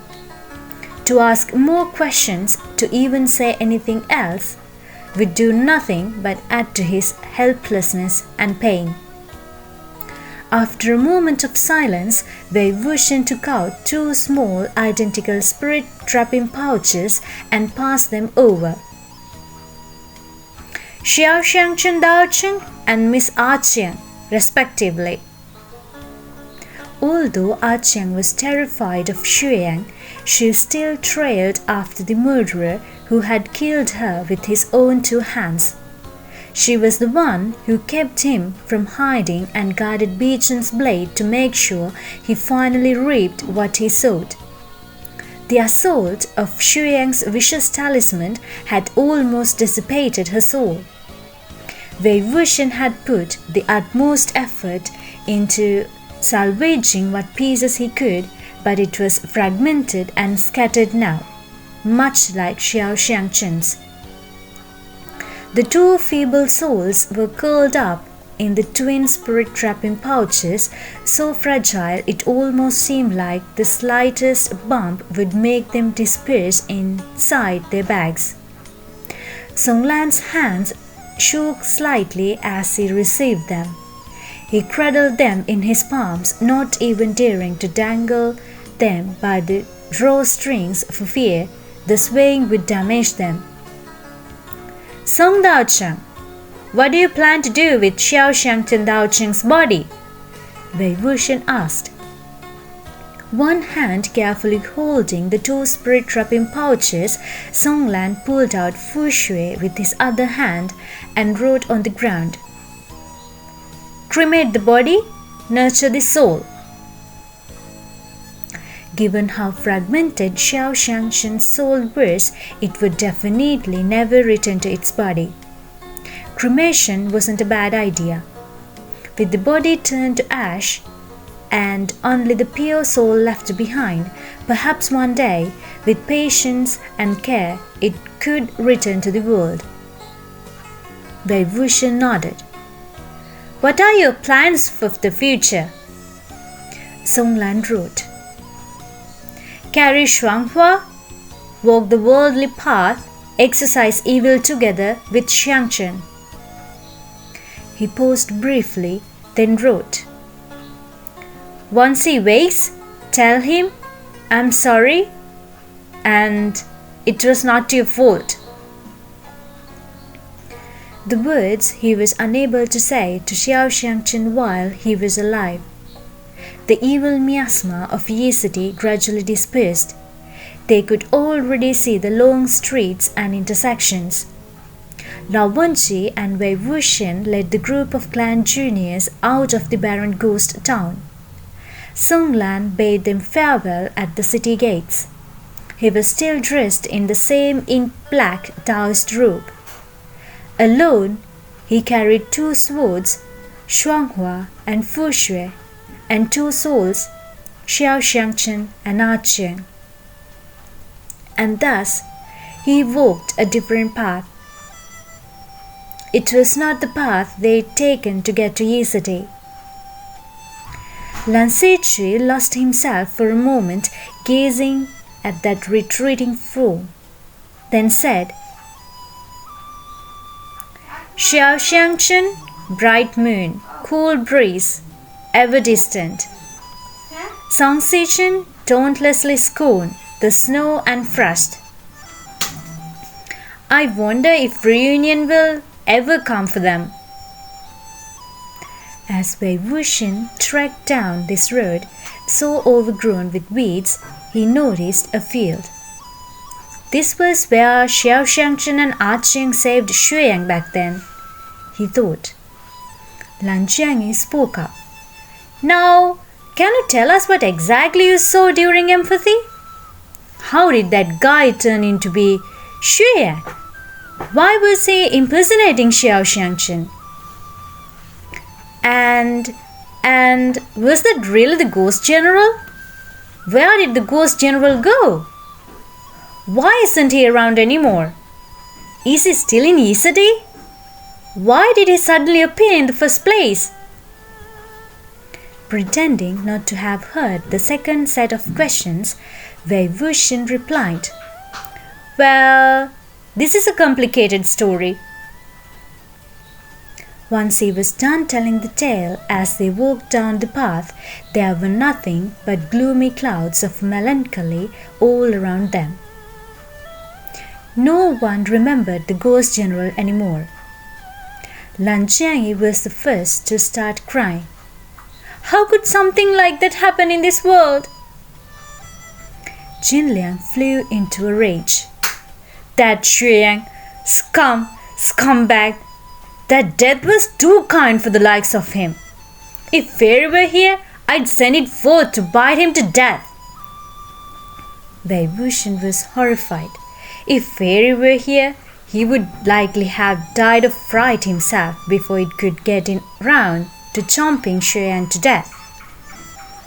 The boy, who had complimented Qiang's beauty, while they spied through the door, beat his chest with grief and regret. "Oh, Miss Qiang, Miss Qiang!" Lan Jiangyi cried the loudest, utterly losing control of himself. But there was no one to remind him of the rules regarding glamour, since Lan Sichui's eyes had gone red as well. Thankfully, Lao Wangji didn't silence him. Let's go burn some joss money for Xiao, Xingchen, Daocheng and Miss Arching, huh? Lan Jiangyi suggested, all snot and tears. Isn't there a village at the intersection ahead? Let's go buy some stuff and pay respects to them. The group all agreed. Okay. They'd reached that village by the stone tablet as they spoke. Lan Jiangyi and Lan Sichui impatiently ran over and bought a mess of incense sticks, candles, and red and yellow paper money. They walked to the side of the road and used earth and mud blocks to build something resembling a windproof store. The boys crouched together on the ground around it and began burning paper money, mumbling as they did. Wuxian hadn't made many wisecracks on the way, as he wasn't in the best of moods. But, watching them now, he snapped out of it. He turned to Wangji. Hangwanjun, look at what the children have gotten up, right on other people's doorsteps. Why didn't you stop them? Wangji replied blandly. Why didn't you stop them? Fine, I'll help you manage them, Wuxian said, and so he went. You gotta be kidding me. Each and every one of you is a junior of a cultivation clan. Did your daddies, mummies, shushus, and bobos never teach you that the dead can't receive paper money? What do the dead need money for? They won't get any of it. Besides, burning the paper money here in front of other people's homes? Lan Jiangyi waved dismissively. Go away! You're blocking the wind. The fire won't start with you in the way. Besides, it's not like you died before. How would you know whether the dead can receive paper money, huh?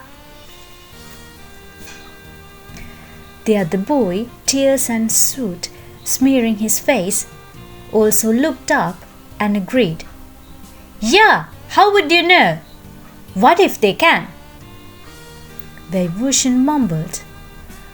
How would I know? Of course he knew, because in the 10-something years he was dead, he hadn't received a single sheet of paper money. Lan Jiangyi added another knife to his heart. Even if you didn't receive it, it's probably because no one burned you any. How could that be? Wuxian asked himself. Could I have been that much of a failure that no one would burn me any paper money? Could it really be that I didn't get squat because no one burned anything for me? The more he thought about it, the more he thought it was impossible. He turned his head to Wangji and whispered, Hangguanjun, did you burn paper money for me? At least you did, right? Wangji cast a glance at him, then lowered his head and brushed off the bit of ash staining the end of his sleeve. He gazed quietly into the distance, not providing a single comment. Wuxian watched his serene profile and thought, no way. He really didn't? Just then, a villager with a bow strapped to his back walked over, clearly upset. Why the heck are you burning all that here? This is in front of my house. It's unlucky. See? Good yelled at, didn't you? Wuxian tutted. The boys, never having done anything like this, hadn't realized burning paper money in front of someone else's door was considered unlucky. They apologized profusely. Lan Sichui wiped his face. Is this your house, sir? That villager replied. Ha! What are you saying, kid? My family's lived here for 3 generations. If it's not my house, is it yours? Xingchen grew upset at his tone and made to stand up. What's your turn, mister? Wuxian pushed him back down by the head. Xingchen added, I see. I apologize. I didn't mean anything by my question. It's just, the last time we passed by this house, it was a different huntsman we encountered. Hence my question. The villager looked at him blankly. Another huntsman? Who? He held up 3 fingers and said, My family only had 3 sons per generation. I'm the only one. No brothers. My dad died a long time ago. I ain't got a wife and said no children. So what other huntsman is there? But it's true, Xingchen insisted, also standing up. He was all bundled up tight, wore a big hat, and was sitting in your yard preparing his bows and arrows, like he was getting ready to go hunting. When we arrived, we even asked him for directions. He was the one who pointed us to Yi City. That villager. What bull? You sure you saw him sitting in my yard? There ain't anyone like that in my house. That dingy little backwater, Yi City. Even the ghosts there will kill you. Pointed the way for you. I think he wanted to end you. I think what you saw was a ghost.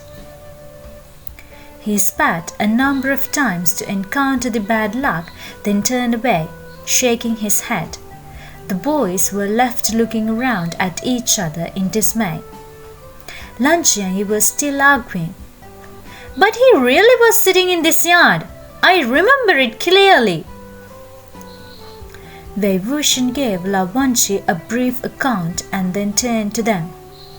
Do you understand now? You guys were lured to Yi City. That huntsman who pointed you there wasn't a local villager at all. It was someone in disguise with ulterior motives. Was someone intentionally leading us here with the cat killings?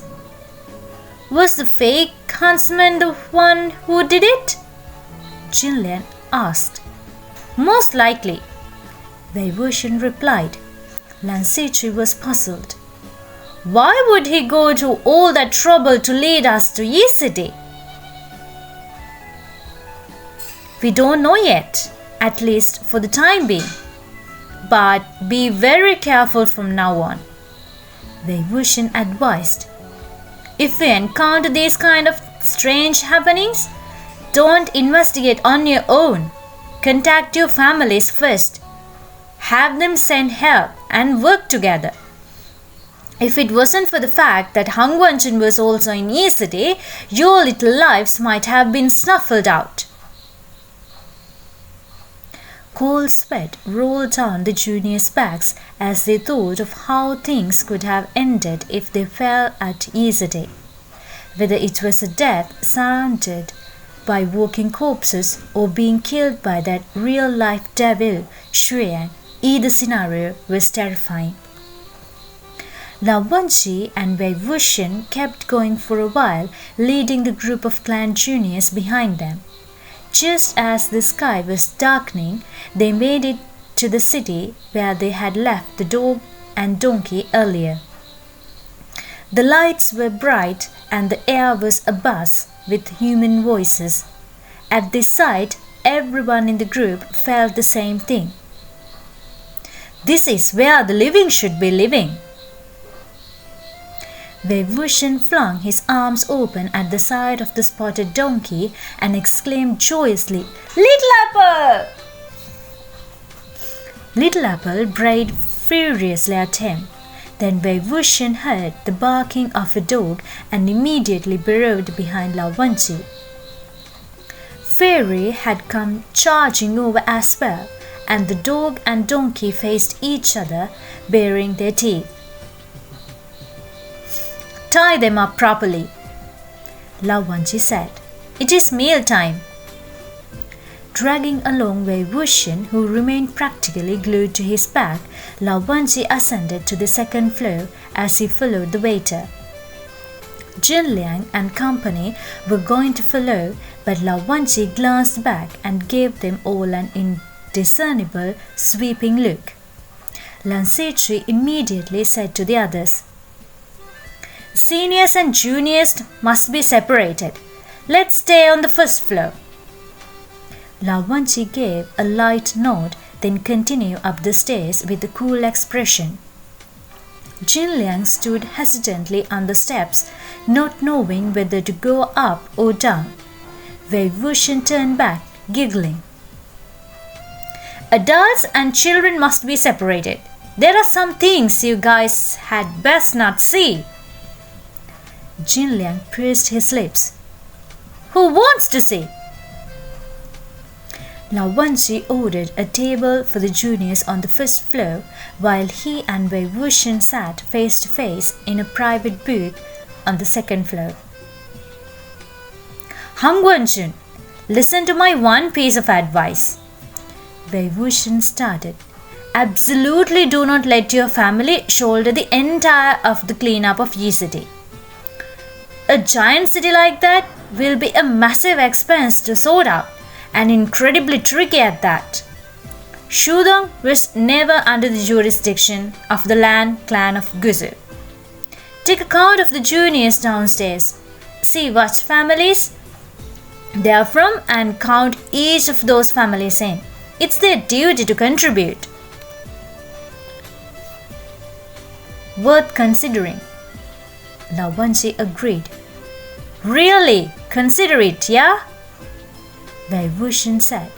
"Everyone loves to jump into a fight when there's glory to be had, but fobs off the task when there are responsibilities to shoulder.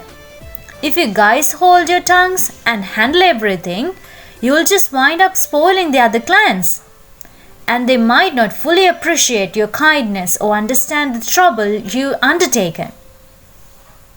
If you do this too often, people will start assuming they can leave everything to you whenever something happens. That's how the world works." After a brief pause, he added, "Still, this is really rotten luck. Yi City is so remote, and there happens to be no watchtower in the area either. If there were, Jinliang and the boys wouldn't have barged in by mistake, and it wouldn't have taken so many years of arching and Xiao and Zhao souls to be freed.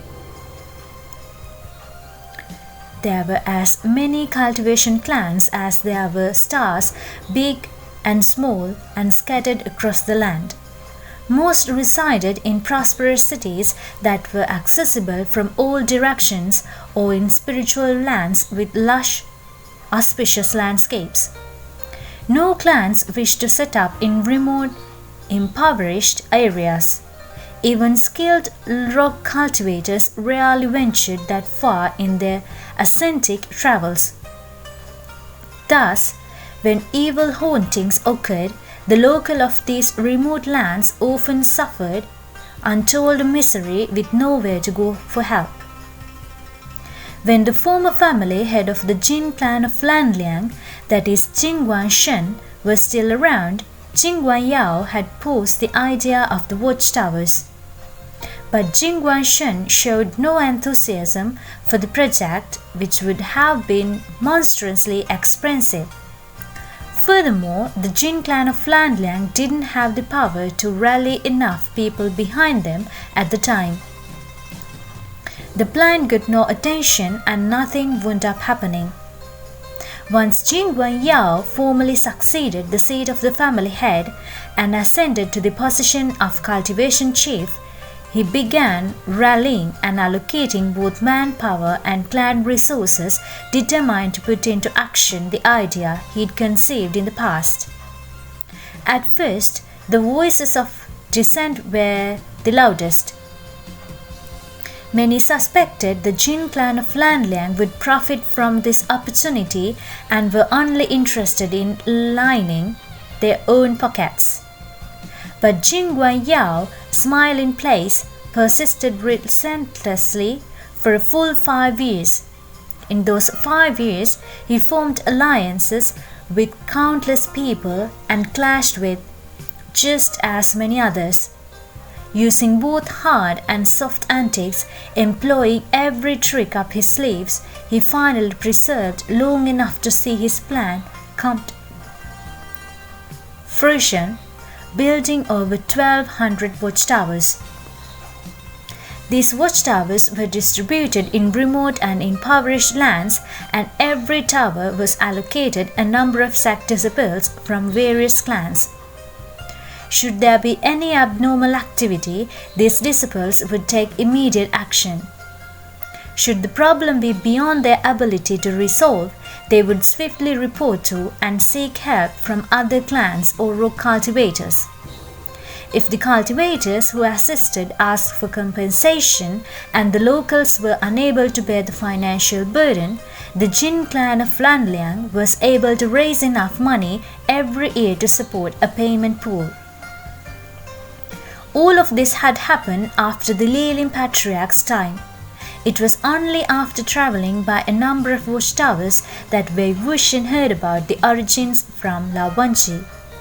Rumor had it that Golden Carp Tower was currently raising funds to initiate construction on a second batch of watchtowers, increasing their numbers to 3,000 and covering an even greater area.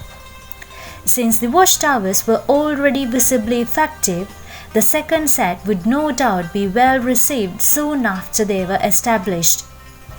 That being said, the voices of doubt and mockery had never fully quieted. When the time came, it was sure to be another grand mess. It didn't take too long before the food was served, and with that, the liquor. Wuxian glanced over the table, seemingly nonchalant. Most of the dishes were red with spice.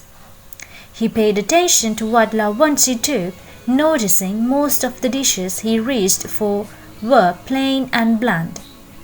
He only rarely went for the vibrantly red ones, though his face remained unchanged when he took a bite. An idea came to Wuxian. Wangji noticed his staring and asked, "What is it?" Wuxian languidly poured himself a cup and replied, "I kind of want someone to drink with me."